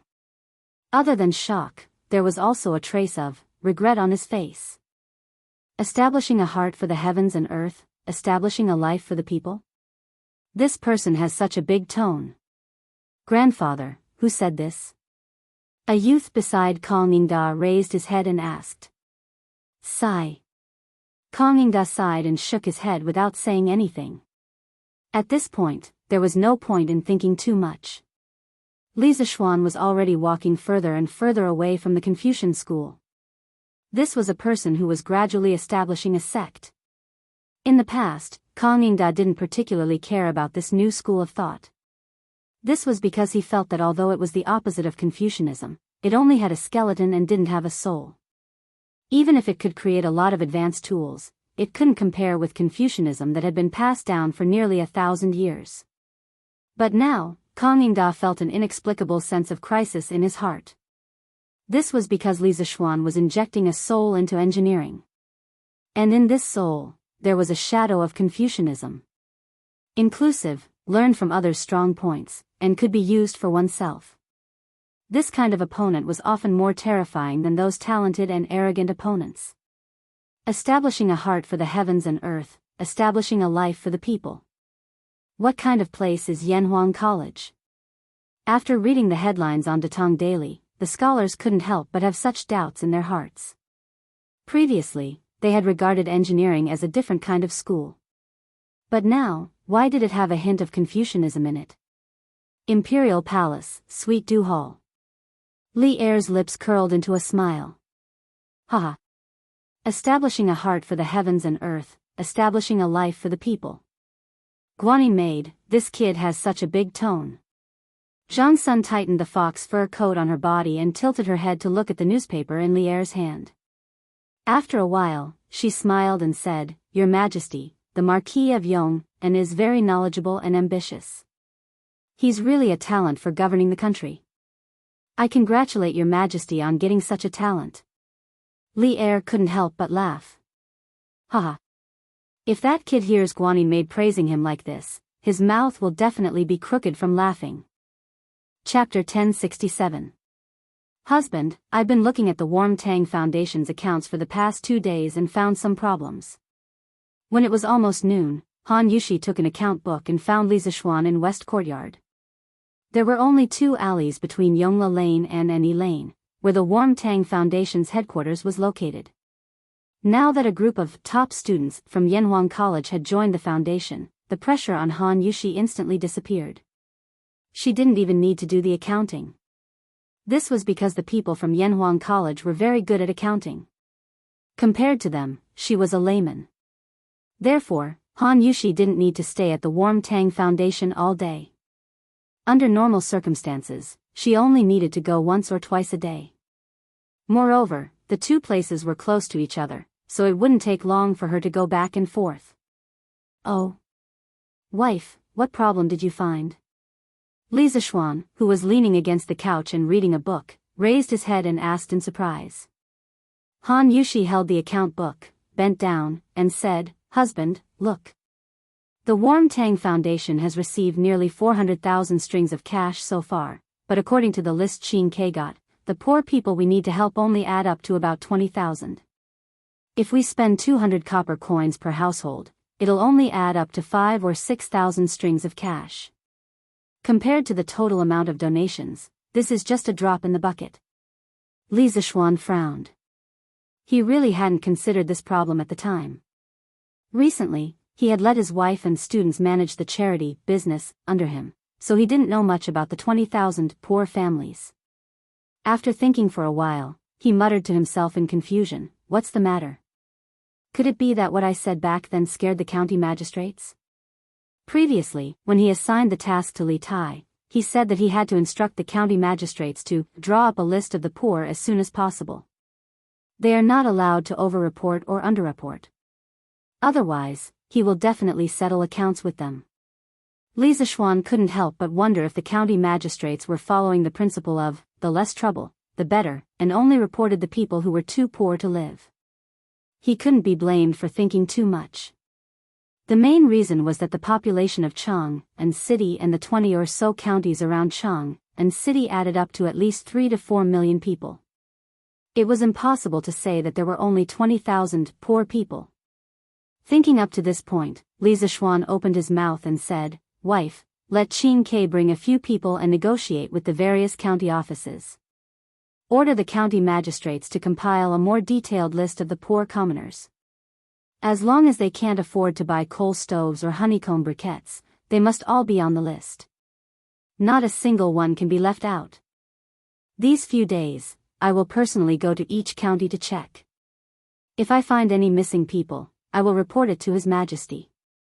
The Ministry of Official Personnel Affairs will also lower the results of their examination this year. The so-called examination was the examination of the achievements of the officials in China's ancient imperial court. It was also called the examination of achievements, examination of merits, etc.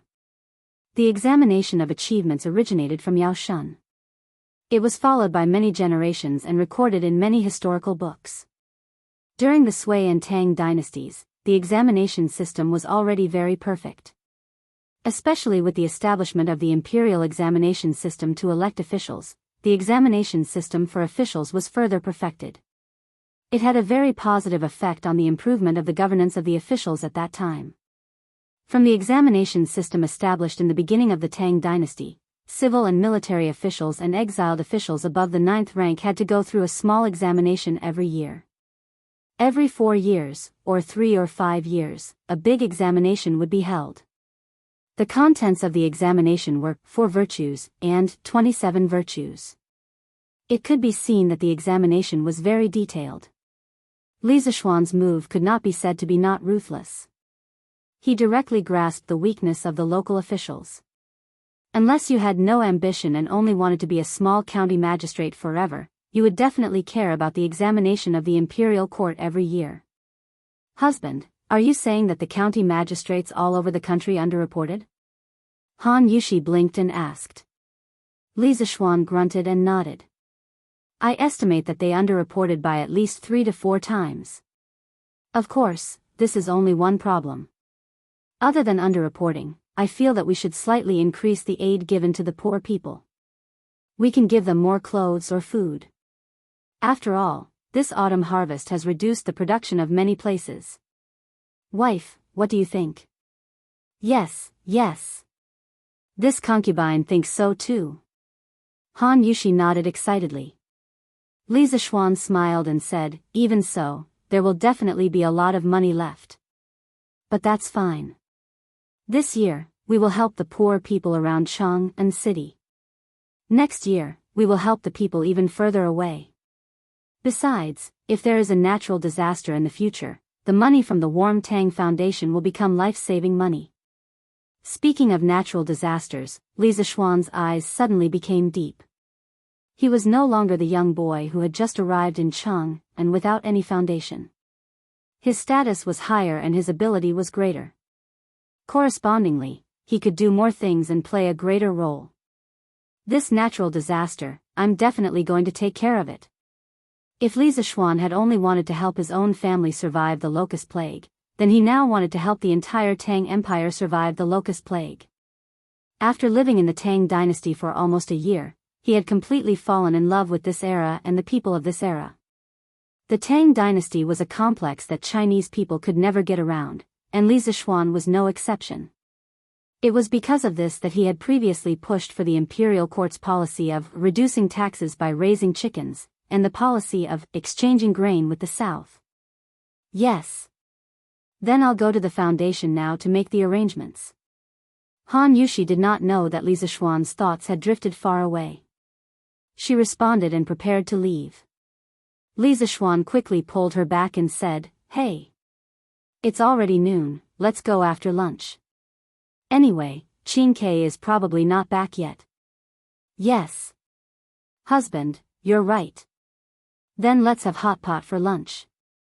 I think father, mother, and grandmother all like it. Yes, yes. I like it too. I feel like the whole family is very happy eating hot pot together. After saying that, Han Yushi went to the kitchen to ask the cook to prepare. Now, Li Zishuan did not need to do it personally in the Li mansion to eat delicious hot pot. However, the mutton rolls still needed Li Zishuan to cut them personally. This was because there were not many people in Chang, and who were as good at cutting as Li Zishuan. An hour later, in the main hall of the Li mansion, the whole family gathered together to eat hot pot. This time, Qing Yaojin did not join in the fun, but the 2 brothers came. Gosh! What are you guys eating? It smells so good. Xiao Xian, are you there? Qing Ke, what a coincidence. You're here too. He didn't know if Li Qingxian and Li Tai had made an appointment, but they just so happened to meet at the entrance of the Li estate's main hall at this time. Chapter 1068. Greetings to Your Highness the Crown Prince, Your Highness King Wei. The people eating hot pot in the room were interrupted by the 2 people's exclamation. Yi Guozhong and old Madame Yi had never seen Li Qingxian before. After Yi Yuzhu whispered to them, they quickly stood up and bowed to Li Qingxian and Li Tai. No need to be so polite. No need to be so polite. This must be the previous head of the Yi clan of Nanyang, right? This one has heard of you before. Yi Guizhong was flattered and said, to be known by your highness the crown prince, this old man is honored. Li Qingxian quickly waved his hand and said with a smile, hee hee. This one and the Marquis of Yong, and are good friends, so Heji need not be so polite. Eat. Everyone continued to eat. Li Tai could finally get a word in. He licked his lips and said with a greedy expression, Yamacho, what is this eating method? It looks so satisfying. If it wasn't for Li Qingxian being here, Li Tai would have already sat down and started eating without a care for his image.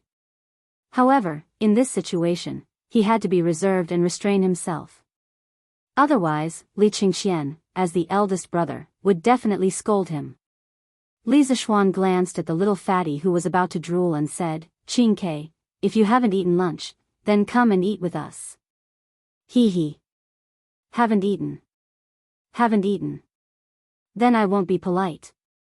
Shao He, I'll have to trouble you to bring me a pair of chopsticks. As expected, Li Tai unceremoniously moved a stool and sat next to Li Zishuan. For the sake of food, this guy's tone of speaking to Shao He was 3 times more polite. Lan gave a dissatisfied humph, because Li Tai had pushed her away from Li Zishuan. While you're at it, help him get a bowl of dipping sauce. Li Zishuan added from behind.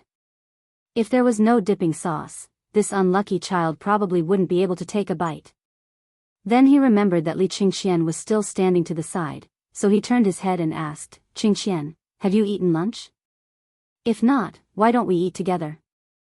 In this room, he was the only one who dared to invite Li Qingxian, the crown prince, to eat at the same table. The main reason was that he came from the modern era and didn't have much concept of hierarchy in his bones. Furthermore, he had always treated Li Qingxian and Li Tai as friends. I'll eat. Oh. I haven't eaten yet. Let's eat together then. Li Tai was just about to say eat when he saw Li Tai dip some bean sprouts into the pot and dip them in Lan's dipping sauce bowl.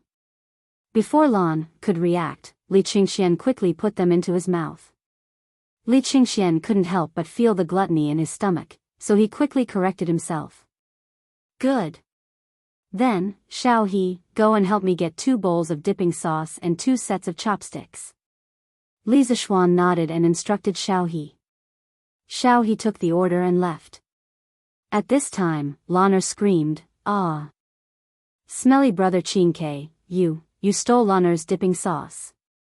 Yi Guizhong was so scared that he almost couldn't hold his chopsticks. Although Li Tai was Li Zishuan's student, he was still the king of Wei. How dare a little girl talk to him like that? Who knew that Li Tai's face didn't show any anger at all? Instead, he didn't feel ashamed and instead felt proud. With a shameless attitude, he said, haha.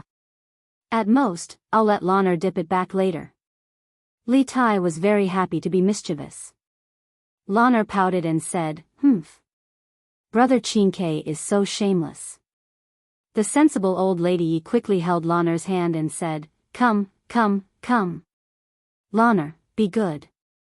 Grandmother still has more dipping sauce here. Use grandmother's. No. Grandmother, you eat. Lan'er has more here. Lan'er very sensibly refused. Li Qingxian looked at Li Tai and shook his head helplessly. He didn't criticize him because he felt that although the current Li Tai was a little mischievous, he was more sunny than before. In the past, Li Tai would give people a cold and gloomy feeling. After a while, Shao He brought 2 bowls of dipping sauce and 2 pairs of chopsticks. The 2 brothers, Li Tai and Li Qingxian, started to eat without holding back. Although they had never eaten hot pot before, they imitated Li Zishuan's family and ate with relish. Oh! Is this mutton? Why is it so delicious? I can't feel the smell at all. Wow!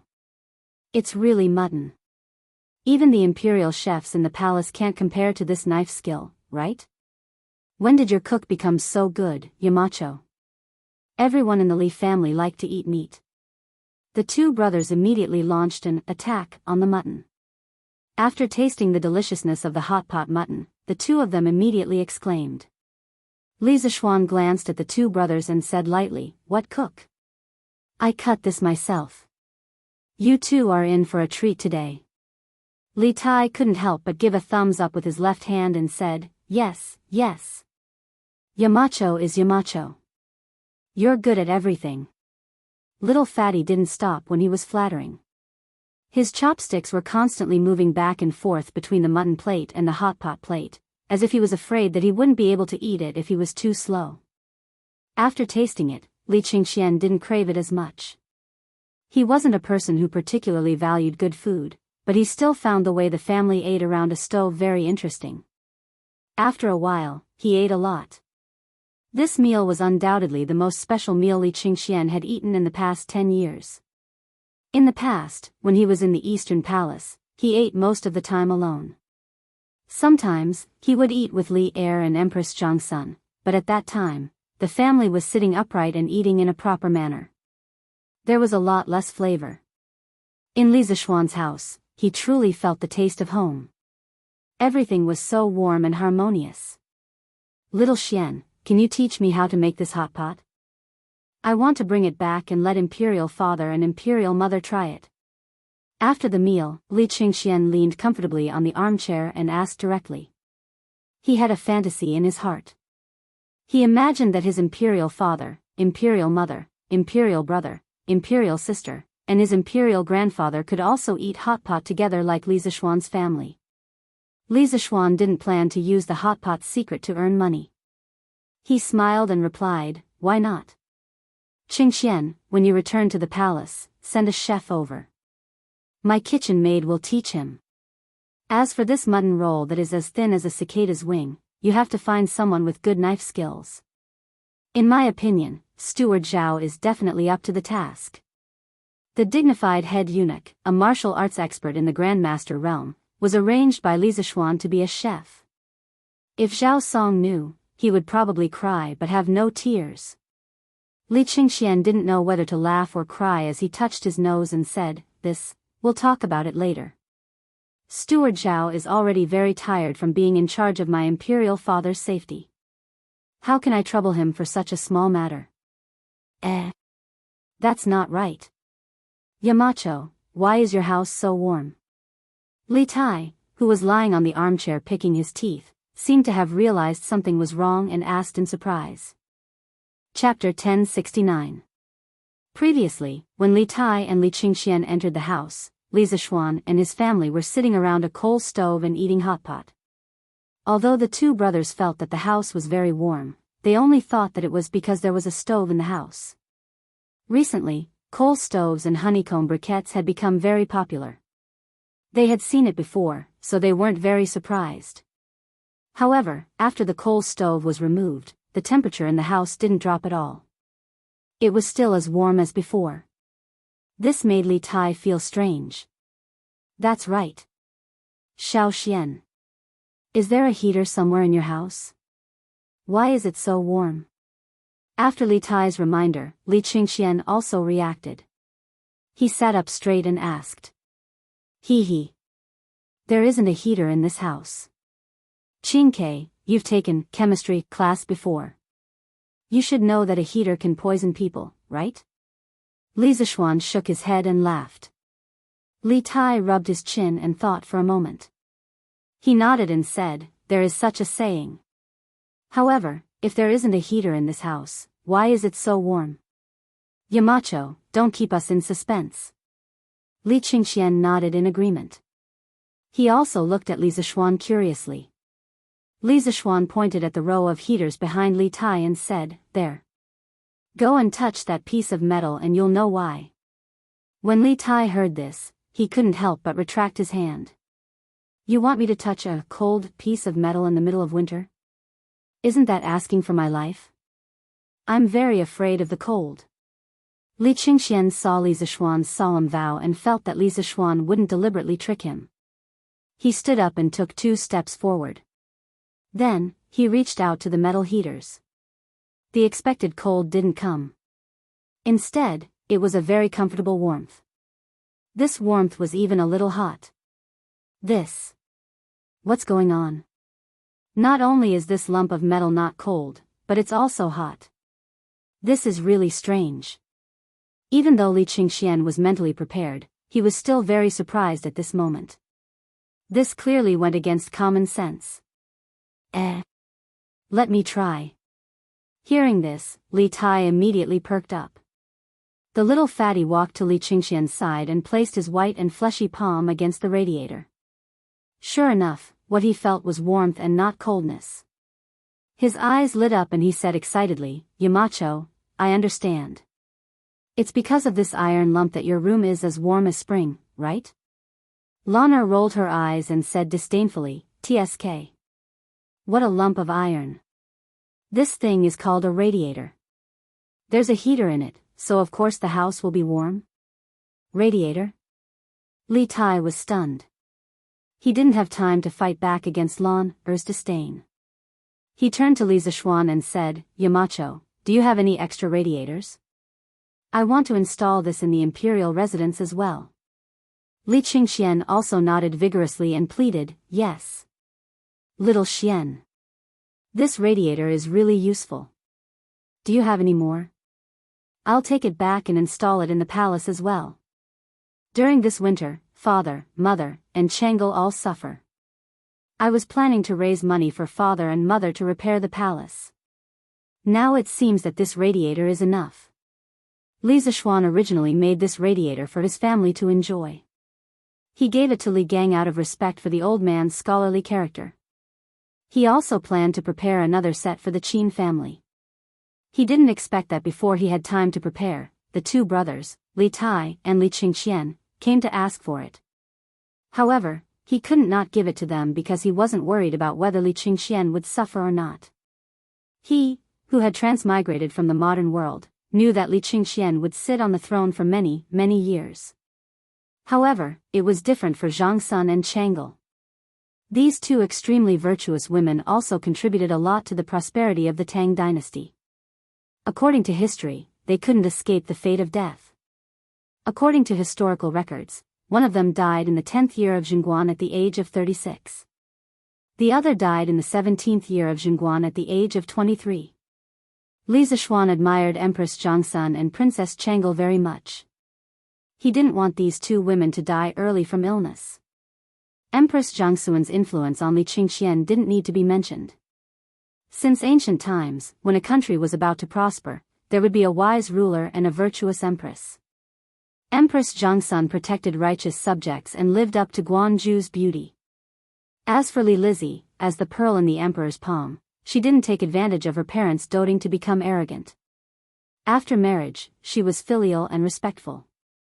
When the court officials couldn't persuade her father to cede land to meritorious subjects, she stood out to help at the crucial moment and put an end to the hidden danger of the Tang dynasty's provinces being divided. In Li Zishuan's view, these two women died because of their illness. They were the two biggest regrets of Zhengguan's golden age. From the modern era to the Tang dynasty, Li Zishuan saw the two women he admired. One treated him like an elder, while the other was like his own little sister. He didn't want these two women to die from the bottom of his heart. Previously, he had asked Han Yushi to teach Chang'e Tai Chi. He didn't know if this little girl persevered every day. In fact, even if she persevered every day, Li Zishuan didn't have the confidence to cure Chang'e's illness through Tai Chi. Illness was similar to asthma. It was a stubborn disease that couldn't be cured in modern society. All Li Zishuan could do was try his best to reduce the frequency of Chang'e and Zhangsun's illness. Winter was the peak season for asthma. The cold air irritated the respiratory tract mucosa and could easily cause asthma. Therefore, the imperial palace also needed heating. Qingxian, this radiator needs to be customized with the heating pipe, and the heating pipe needs to be planned according to the specific size of the building. You can install heating in the palace, but you have to provide Faubert with some size data. Otherwise, if the heating is not suitable, it will easily cause problems. Li Zishuan said. This was considered to be an agreement to Li Qingxian and Li Tai's request for heating. However, unlike modern advanced production processes and technology, the heating pipe made by the workshop was custom-made and formed in one piece. With the workshop's current technology, it was still a little troublesome to make the modern air valve that connected the pipes. Therefore, if Li Qingxian and Li Tai wanted to install heating, it had to be custom-made. This was also one of the reasons why Li Zishuan didn't plan to use heating to make money. This was because the heating technology he made was relatively backward and not suitable for mass production. It wouldn't be too late to promote the heating business when the technology matured in the future. Li Qingxian was stunned. He said awkwardly, "If that's the case, I'll go back to the palace and ask father." The architectural drawings of the imperial palace were confidential. How could they be easily leaked to outsiders? Li Tai laughed and said, "Haha. Then I'll go talk to Faubert in the afternoon and ask him to build a heating for me first." This guy didn't have so many scruples. As long as he could enjoy it, it was fine. Chapter 1070. Yongla Lane, Li Manor's main hall. After agreeing to Li Qingxian and Li Tai's request to install a heater, Li Zishuan thought for a while and said, "Maybe we can do this. Qingxian, send a craftsman to the workshop to find Faubert. Faubert will teach him the specific production and installation methods of the heater. Then, the craftsman will take the lead to install the heater in the palace." Because Li Zishuan did not plan to do a heater business, he did not mind teaching the crudest and most primitive heating method to Li Er's people. Li Qingxian's eyes lit up. He was very touched and said, "Thank you. But don't worry, Xiao Xian. Even if the craftsman knows the method to make the heater, he won't leak it." This child was quite loyal. He knew that he could not ruin Li Zishuan's business because of his own selfish desires. Li Zishuan smiled carelessly. Then, he looked at Li Tai and said, "Qingke, did you come to find me at noon?" Li Tai was stunned. It took him a while to remember the purpose of his visit. He quickly sat up and said to Li Zishuan, "Yes, yes, yes. There is indeed something. Yamacho, after so many days of running around, the students of our academy have almost run to all the families on the list given by the local government. But when everyone was delivering the coal stoves, they found that many people who were not on the list were having a hard time. And I heard from the people of the 3rd Brigade that the Foundation still has a lot of money left. Yamacho, can you expand the range of the coal stoves?" Li Zishuan could not help but think that it was a coincidence. He had just talked to Han Yushi about this in the morning, and this little fatty had come at noon for the same thing. However, the little fatty had really profited from this trip. He had gotten a hot pot and a heater. Thinking of this, he said, "I already know about this. I already know about this matter. I think that the officials of the various prefectures and counties didn't want to be meddlesome, so they only put the names of those whose families were especially poor on the list. I plan to ask you to bring some students to the county yamen and order them to do a thorough check. If there are any missing students, I will report it to His Majesty and ask the Ministry of Official Personnel Affairs to lower their exam this year." Li Tai waved his fist and said with an indignant look, "Hey! I was wondering what was going on. It turned out that some officials were not doing their jobs. Yamacho, wait for me. I'll go look for them." Li Zishuan hurriedly said, "Hey! Stand. Wait." Li Tai halted in his tracks upon hearing this. Li Zishuan continued, "It was originally a good deed to accumulate virtue and do good deeds. Qingke, don't use your status to ruin it." That won't happen. Apart from this, there is one more thing. Qingke, you said earlier that the Foundation has a lot of money left in its account, so I plan to send some clothes and food to the poor people in the future in addition to coal stoves and honeycomb briquettes to help them through the winter." Li Tai immediately laughed when he heard this. "Haha. That's good. Yamacho, you don't know, but there were many students who saw how pitiful those poor people were, so they gave some money to those people. These few days, not only did the students put in effort, but they also gave money. Haha." Li Zishuan couldn't help but praise the first batch of students from Yanhuang College. Their character was really not bad. Tell the students to report all the money they gave to the people these few days. Let the 3rd Brigade do the tabulation. When this matter is over, I will return all the money to them. Li Zishuan waved his hand and said generously. Haha. That's good. Yamacho, I'll go back to the foundation first. After eating and drinking to their heart's content, Li Tai said his goodbyes and left. Li Zishuan looked at Li Qingxian. Li Qingxian looked embarrassed and said, Ahem. If it wasn't for Qingke, I would have forgotten that I came here today to talk to you about something. Li Zishuan smiled and said, What is it? Li Qingxian said slowly, Recently, when I was in the palace, I often heard news of Yanhuang College's students running around to help the needy. Father is usually very busy and may not have the time to pay attention to these things, but as the heir to the throne, he also wants to do something for this matter. Xiao Xian, do you still need manpower? The East Palace has 100 guards, 30 eunuchs, and more than 50 carriages at your disposal. He didn't come here to freeload today. This was his main purpose for coming to the Li family. However, he was attracted by the hot pot and the heater and forgot his purpose. Li Qingxian had already put it this way. How could Li Zishuan still have any reason to disagree? He smiled and said, Sure. It just so happens that the tasks on the shoulders of the students will become heavier. Qingxian, the people in your East Palace will be assigned to Qingke later. One more person meant one more force. Moreover, the guards in the East Palace could be considered martial arts experts. One guard was almost equivalent to 3 students. After the warm people expanded, the foundation just happened to be lacking manpower. With the help of the East Palace, they would be able to complete the warm winter operation before the end of the year. Good. Then I'll take my leave first. Li Qingxian stood up and cupped his hands. He originally came here to send people off, but in the end, it could be said that he gained a lot. Not only did he get the recipe for the hot pot, but he also got the heater. This trip was really worth it. After Li Qingxian left, Mo Zhong came to inform him that Sun Simiao was looking for him. Li Zishuan could only sit in the carriage and go to Yunshan.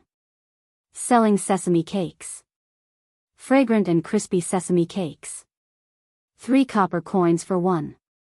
3 copper coins for 1. Just as the carriage left Yongla Lane, Li Zishuan heard the voice of an old woman hawking outside the carriage window. He couldn't help but be startled. Logically speaking, this kind of wandering peddler rarely came out in winter. Moreover, it was selling sesame cakes. That was even more impossible. Sesame cakes cooled quickly in winter. In this era, there was no cheap way to keep them warm. Who would buy them? This sesame cake was baked with sesame and flour. Among them, the Tang dynasty's Chang and Fuha squares production was more outstanding. The poet Bai Ji once wrote, Sesame cakes imitate the capital in every aspect, crispy and fragrant from the oven. Later on, it gradually evolved into sesame cakes. Thinking of this, Li Zishuan quickly asked San Bao to stop the carriage. He jumped down from the carriage and curiously looked in the direction of the old woman hawking sesame cakes. The scene in front of him immediately stunned Li Zishuan. He saw that the old woman was pushing a wooden cart. On the cart was a coal stove. On the stove was an iron pot that emitted waves of steam and fragrance. In front of her was a line of people who came to buy sesame cakes. Damn! Wasn't this similar to those peddlers in the future who pushed a cart on the street and sold roasted sweet potatoes from the stove on the cart to passers-by? In the end, it was because honeycomb coal had replaced charcoal and became a more economical fuel. If it wasn't for this old woman wouldn't be pushing a cart out to sell sesame cakes. Otherwise, she would have to spend a day burning charcoal to pay for it. Hey! This young master has inadvertently opened up a new business for the people. Li Zishuan thought proudly in his heart. Chapter 1071. Young master, here's the sesame cake you wanted. On the streets of Yongla Lane, Li Zishuan saw that there was more than one vendor by the roadside. On a whim, he asked San Bao to buy him a sesame cake. Since he hadn't eaten his fill in the afternoon, he wanted to try the sesame cake from the Tang dynasty. More than half of the mutton from lunch went into Li Tai's stomach. Li Zishuan took the sesame cake from San Bao. It was slightly hot to the touch. He opened it and took a sniff. He smelled the aroma of roasted flour and sesame. He smiled and said to Sanbao, "All right. Let's go to Yunshan." After that, he boarded the horse carriage and was ready to enjoy the authentic Tang Dynasty sesame cake in the carriage. "All right, young master," Sanbao replied. Soon, the horse carriage started moving again. Most of the roads from Chang and to Yunshan were paved with cement. The road was wide and flat. The horse carriage sped along and arrived at Yunshan in less than half an hour. Li Zishuan had already finished his sesame cake. He got off the horse carriage and walked towards the third courtyard where Sun Simiao was staying. The courtyard was very lively. Other than Hu Jing, Professor Wang, Professor Qin, and their 2 disciples were all there. "Yo! Yamacho is here." In the courtyard, Professor Wang, Professor Qin, and the rest greeted Li Zishuan when they saw him. It's quite lively here today." Li Zishuan smiled and greeted everyone. He then looked at Sun Simiao and asked, "Taoist Master Sun, I heard that you were looking for me?" Sun Simiao stroked his beard and smiled. "Yes, there is." "Xiao Xian, take a seat first."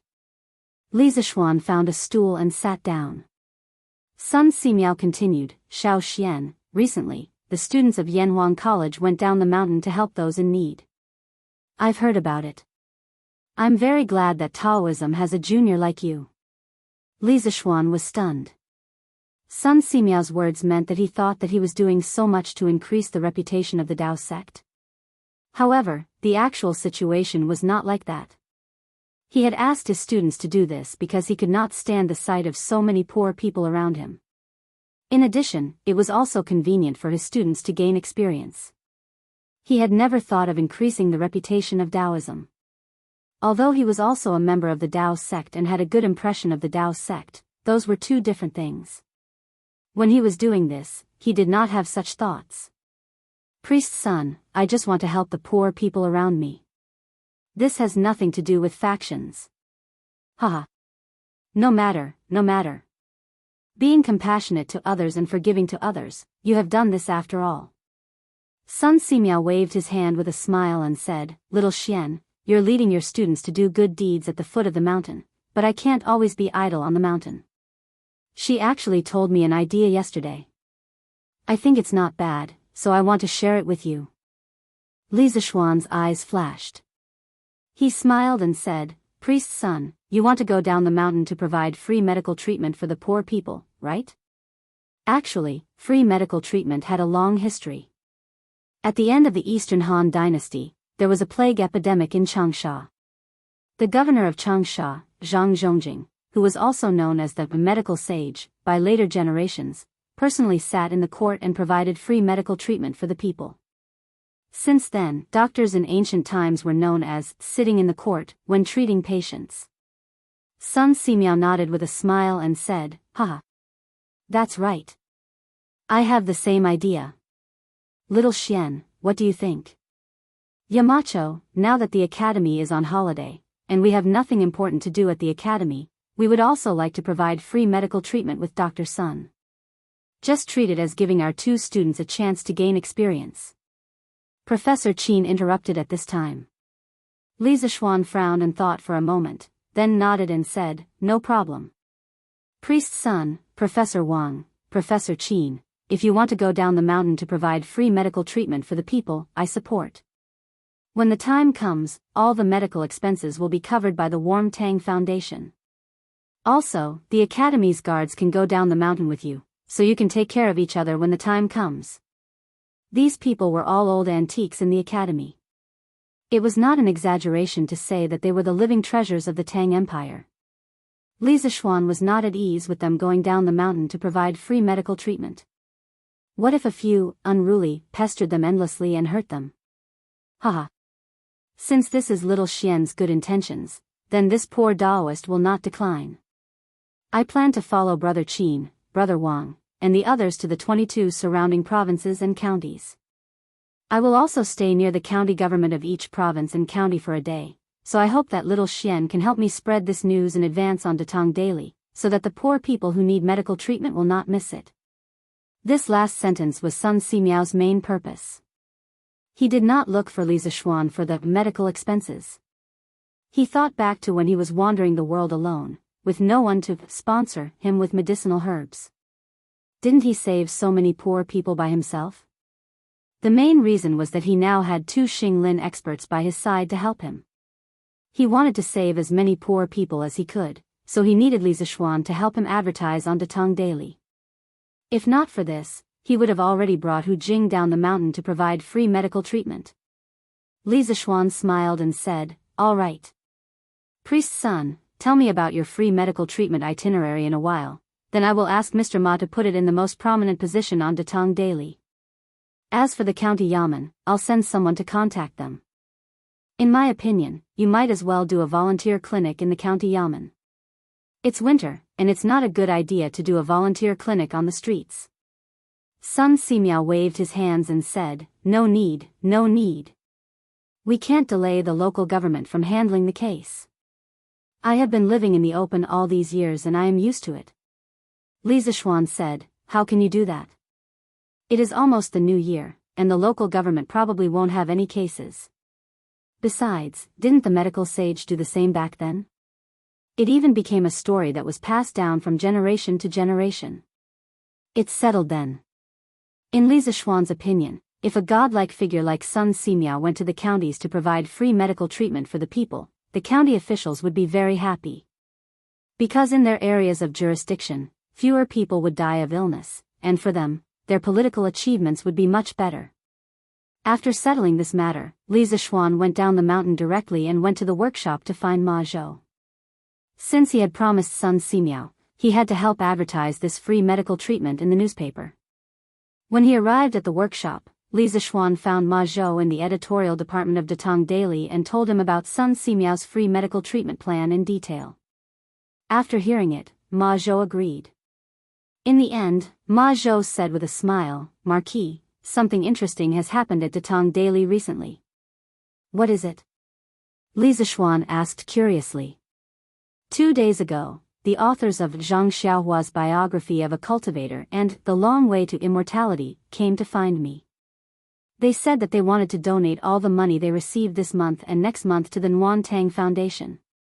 From this, you can see how influential the Nguyen Tang Foundation is now. Chapter 1072. Oh. There's such a thing?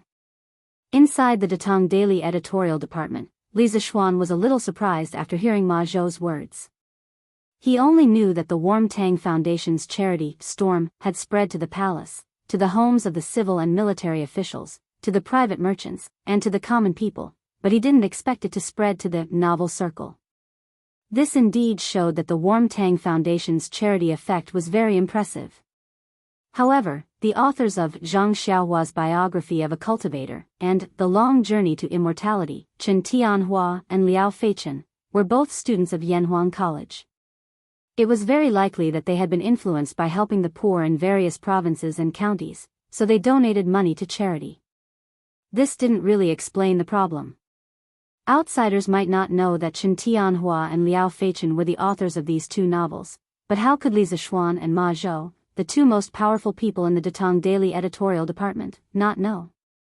Li Zishuan wouldn't criticize his students for writing novels while attending school to earn money, as long as it didn't affect their studies. Moreover, he had also written novels when he was in university in his previous life, but it was a flop. Otherwise, he wouldn't have had to worry about finding a job when he graduated. Tomorrow, put a paragraph at the top of the Datong Daily, Dahua Jianghu, to publicize Chen Tianhua and Liao Feichen's charity work.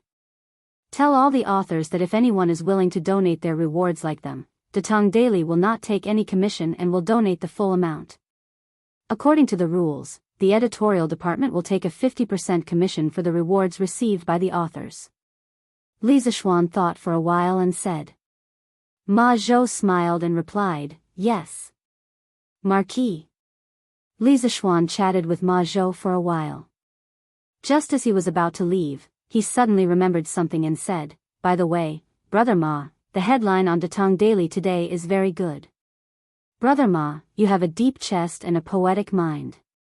No wonder Mr. Li Gang has been praising you. Ma Zhou was stunned, then he waved his hand and said modestly, Marquis is overpraising. It's not that Ma Zhou wrote it well, but that Marquis said it well.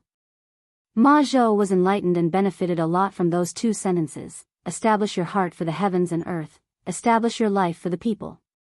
Haha. Brother Ma, you're too modest. I can't write that splendid essay of yours. Li Zishuan smiled and walked 2 steps with his hands behind his back.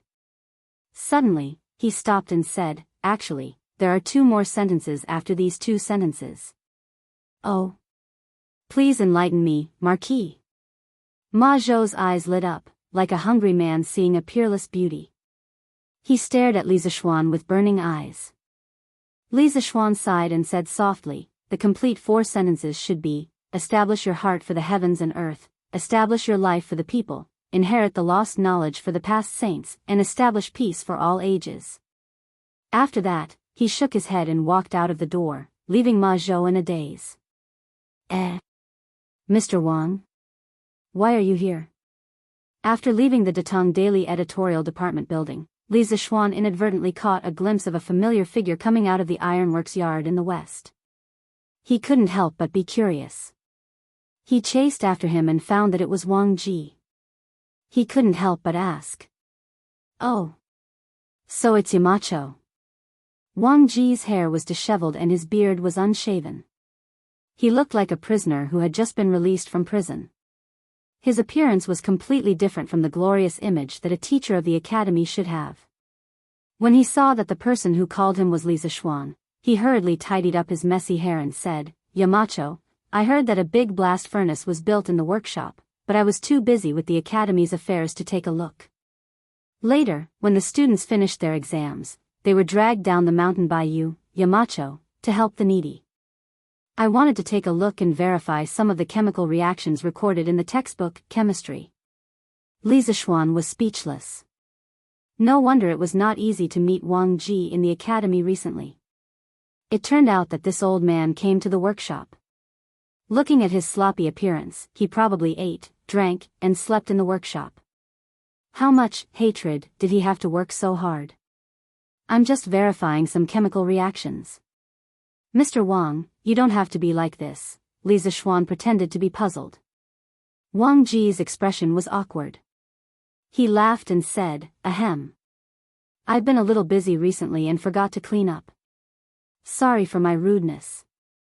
But with Yamacho's current state, you shouldn't judge a book by its cover like the rest of the world, right?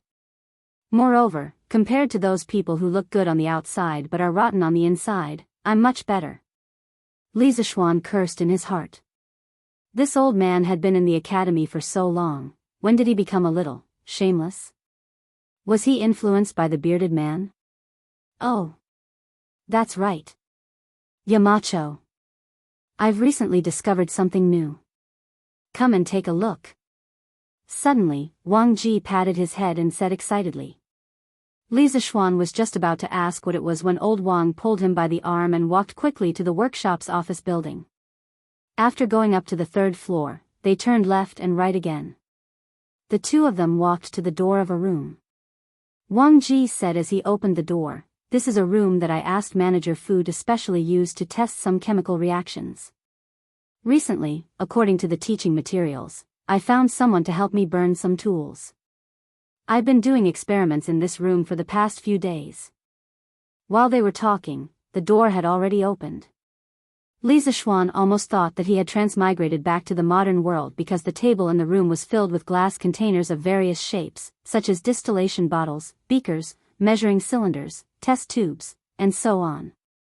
Also, Li Zishuan even saw an alcohol lamp. This old man really knows how to make a mess. At this moment, Li Zishuan really admired Wang Ji. When he was writing the academy's chemistry teaching materials, he only drew some rough outlines of the experimental equipment and briefly introduced the principles of some chemical reactions. He didn't expect the students to understand all the chemical reactions in the book. He felt that it would be good enough if the students could understand the nature of matter through the chemistry class. In other words, the chemistry teaching materials he wrote were incomplete. Due to the lack of experimental materials and equipment, the whole course lacked a lot of experimental evidence. Most of the time, it was only limited to theoretical explanations. Of course, such a chemistry couldn't be considered complete. But even if it was incomplete, he still wanted to introduce this course. He wanted to present the theory first and leave some of the specific things in it for future generations to verify when the conditions were right. For example, the periodic table of the elements that he proposed. At this time, the students might not think much of it, but in a few decades or 200 or 300 years later, people would definitely be amazed by the periodic table of the elements. He wanted to introduce the knowledge of chemistry to the Tang dynasty and be a prophet in this field.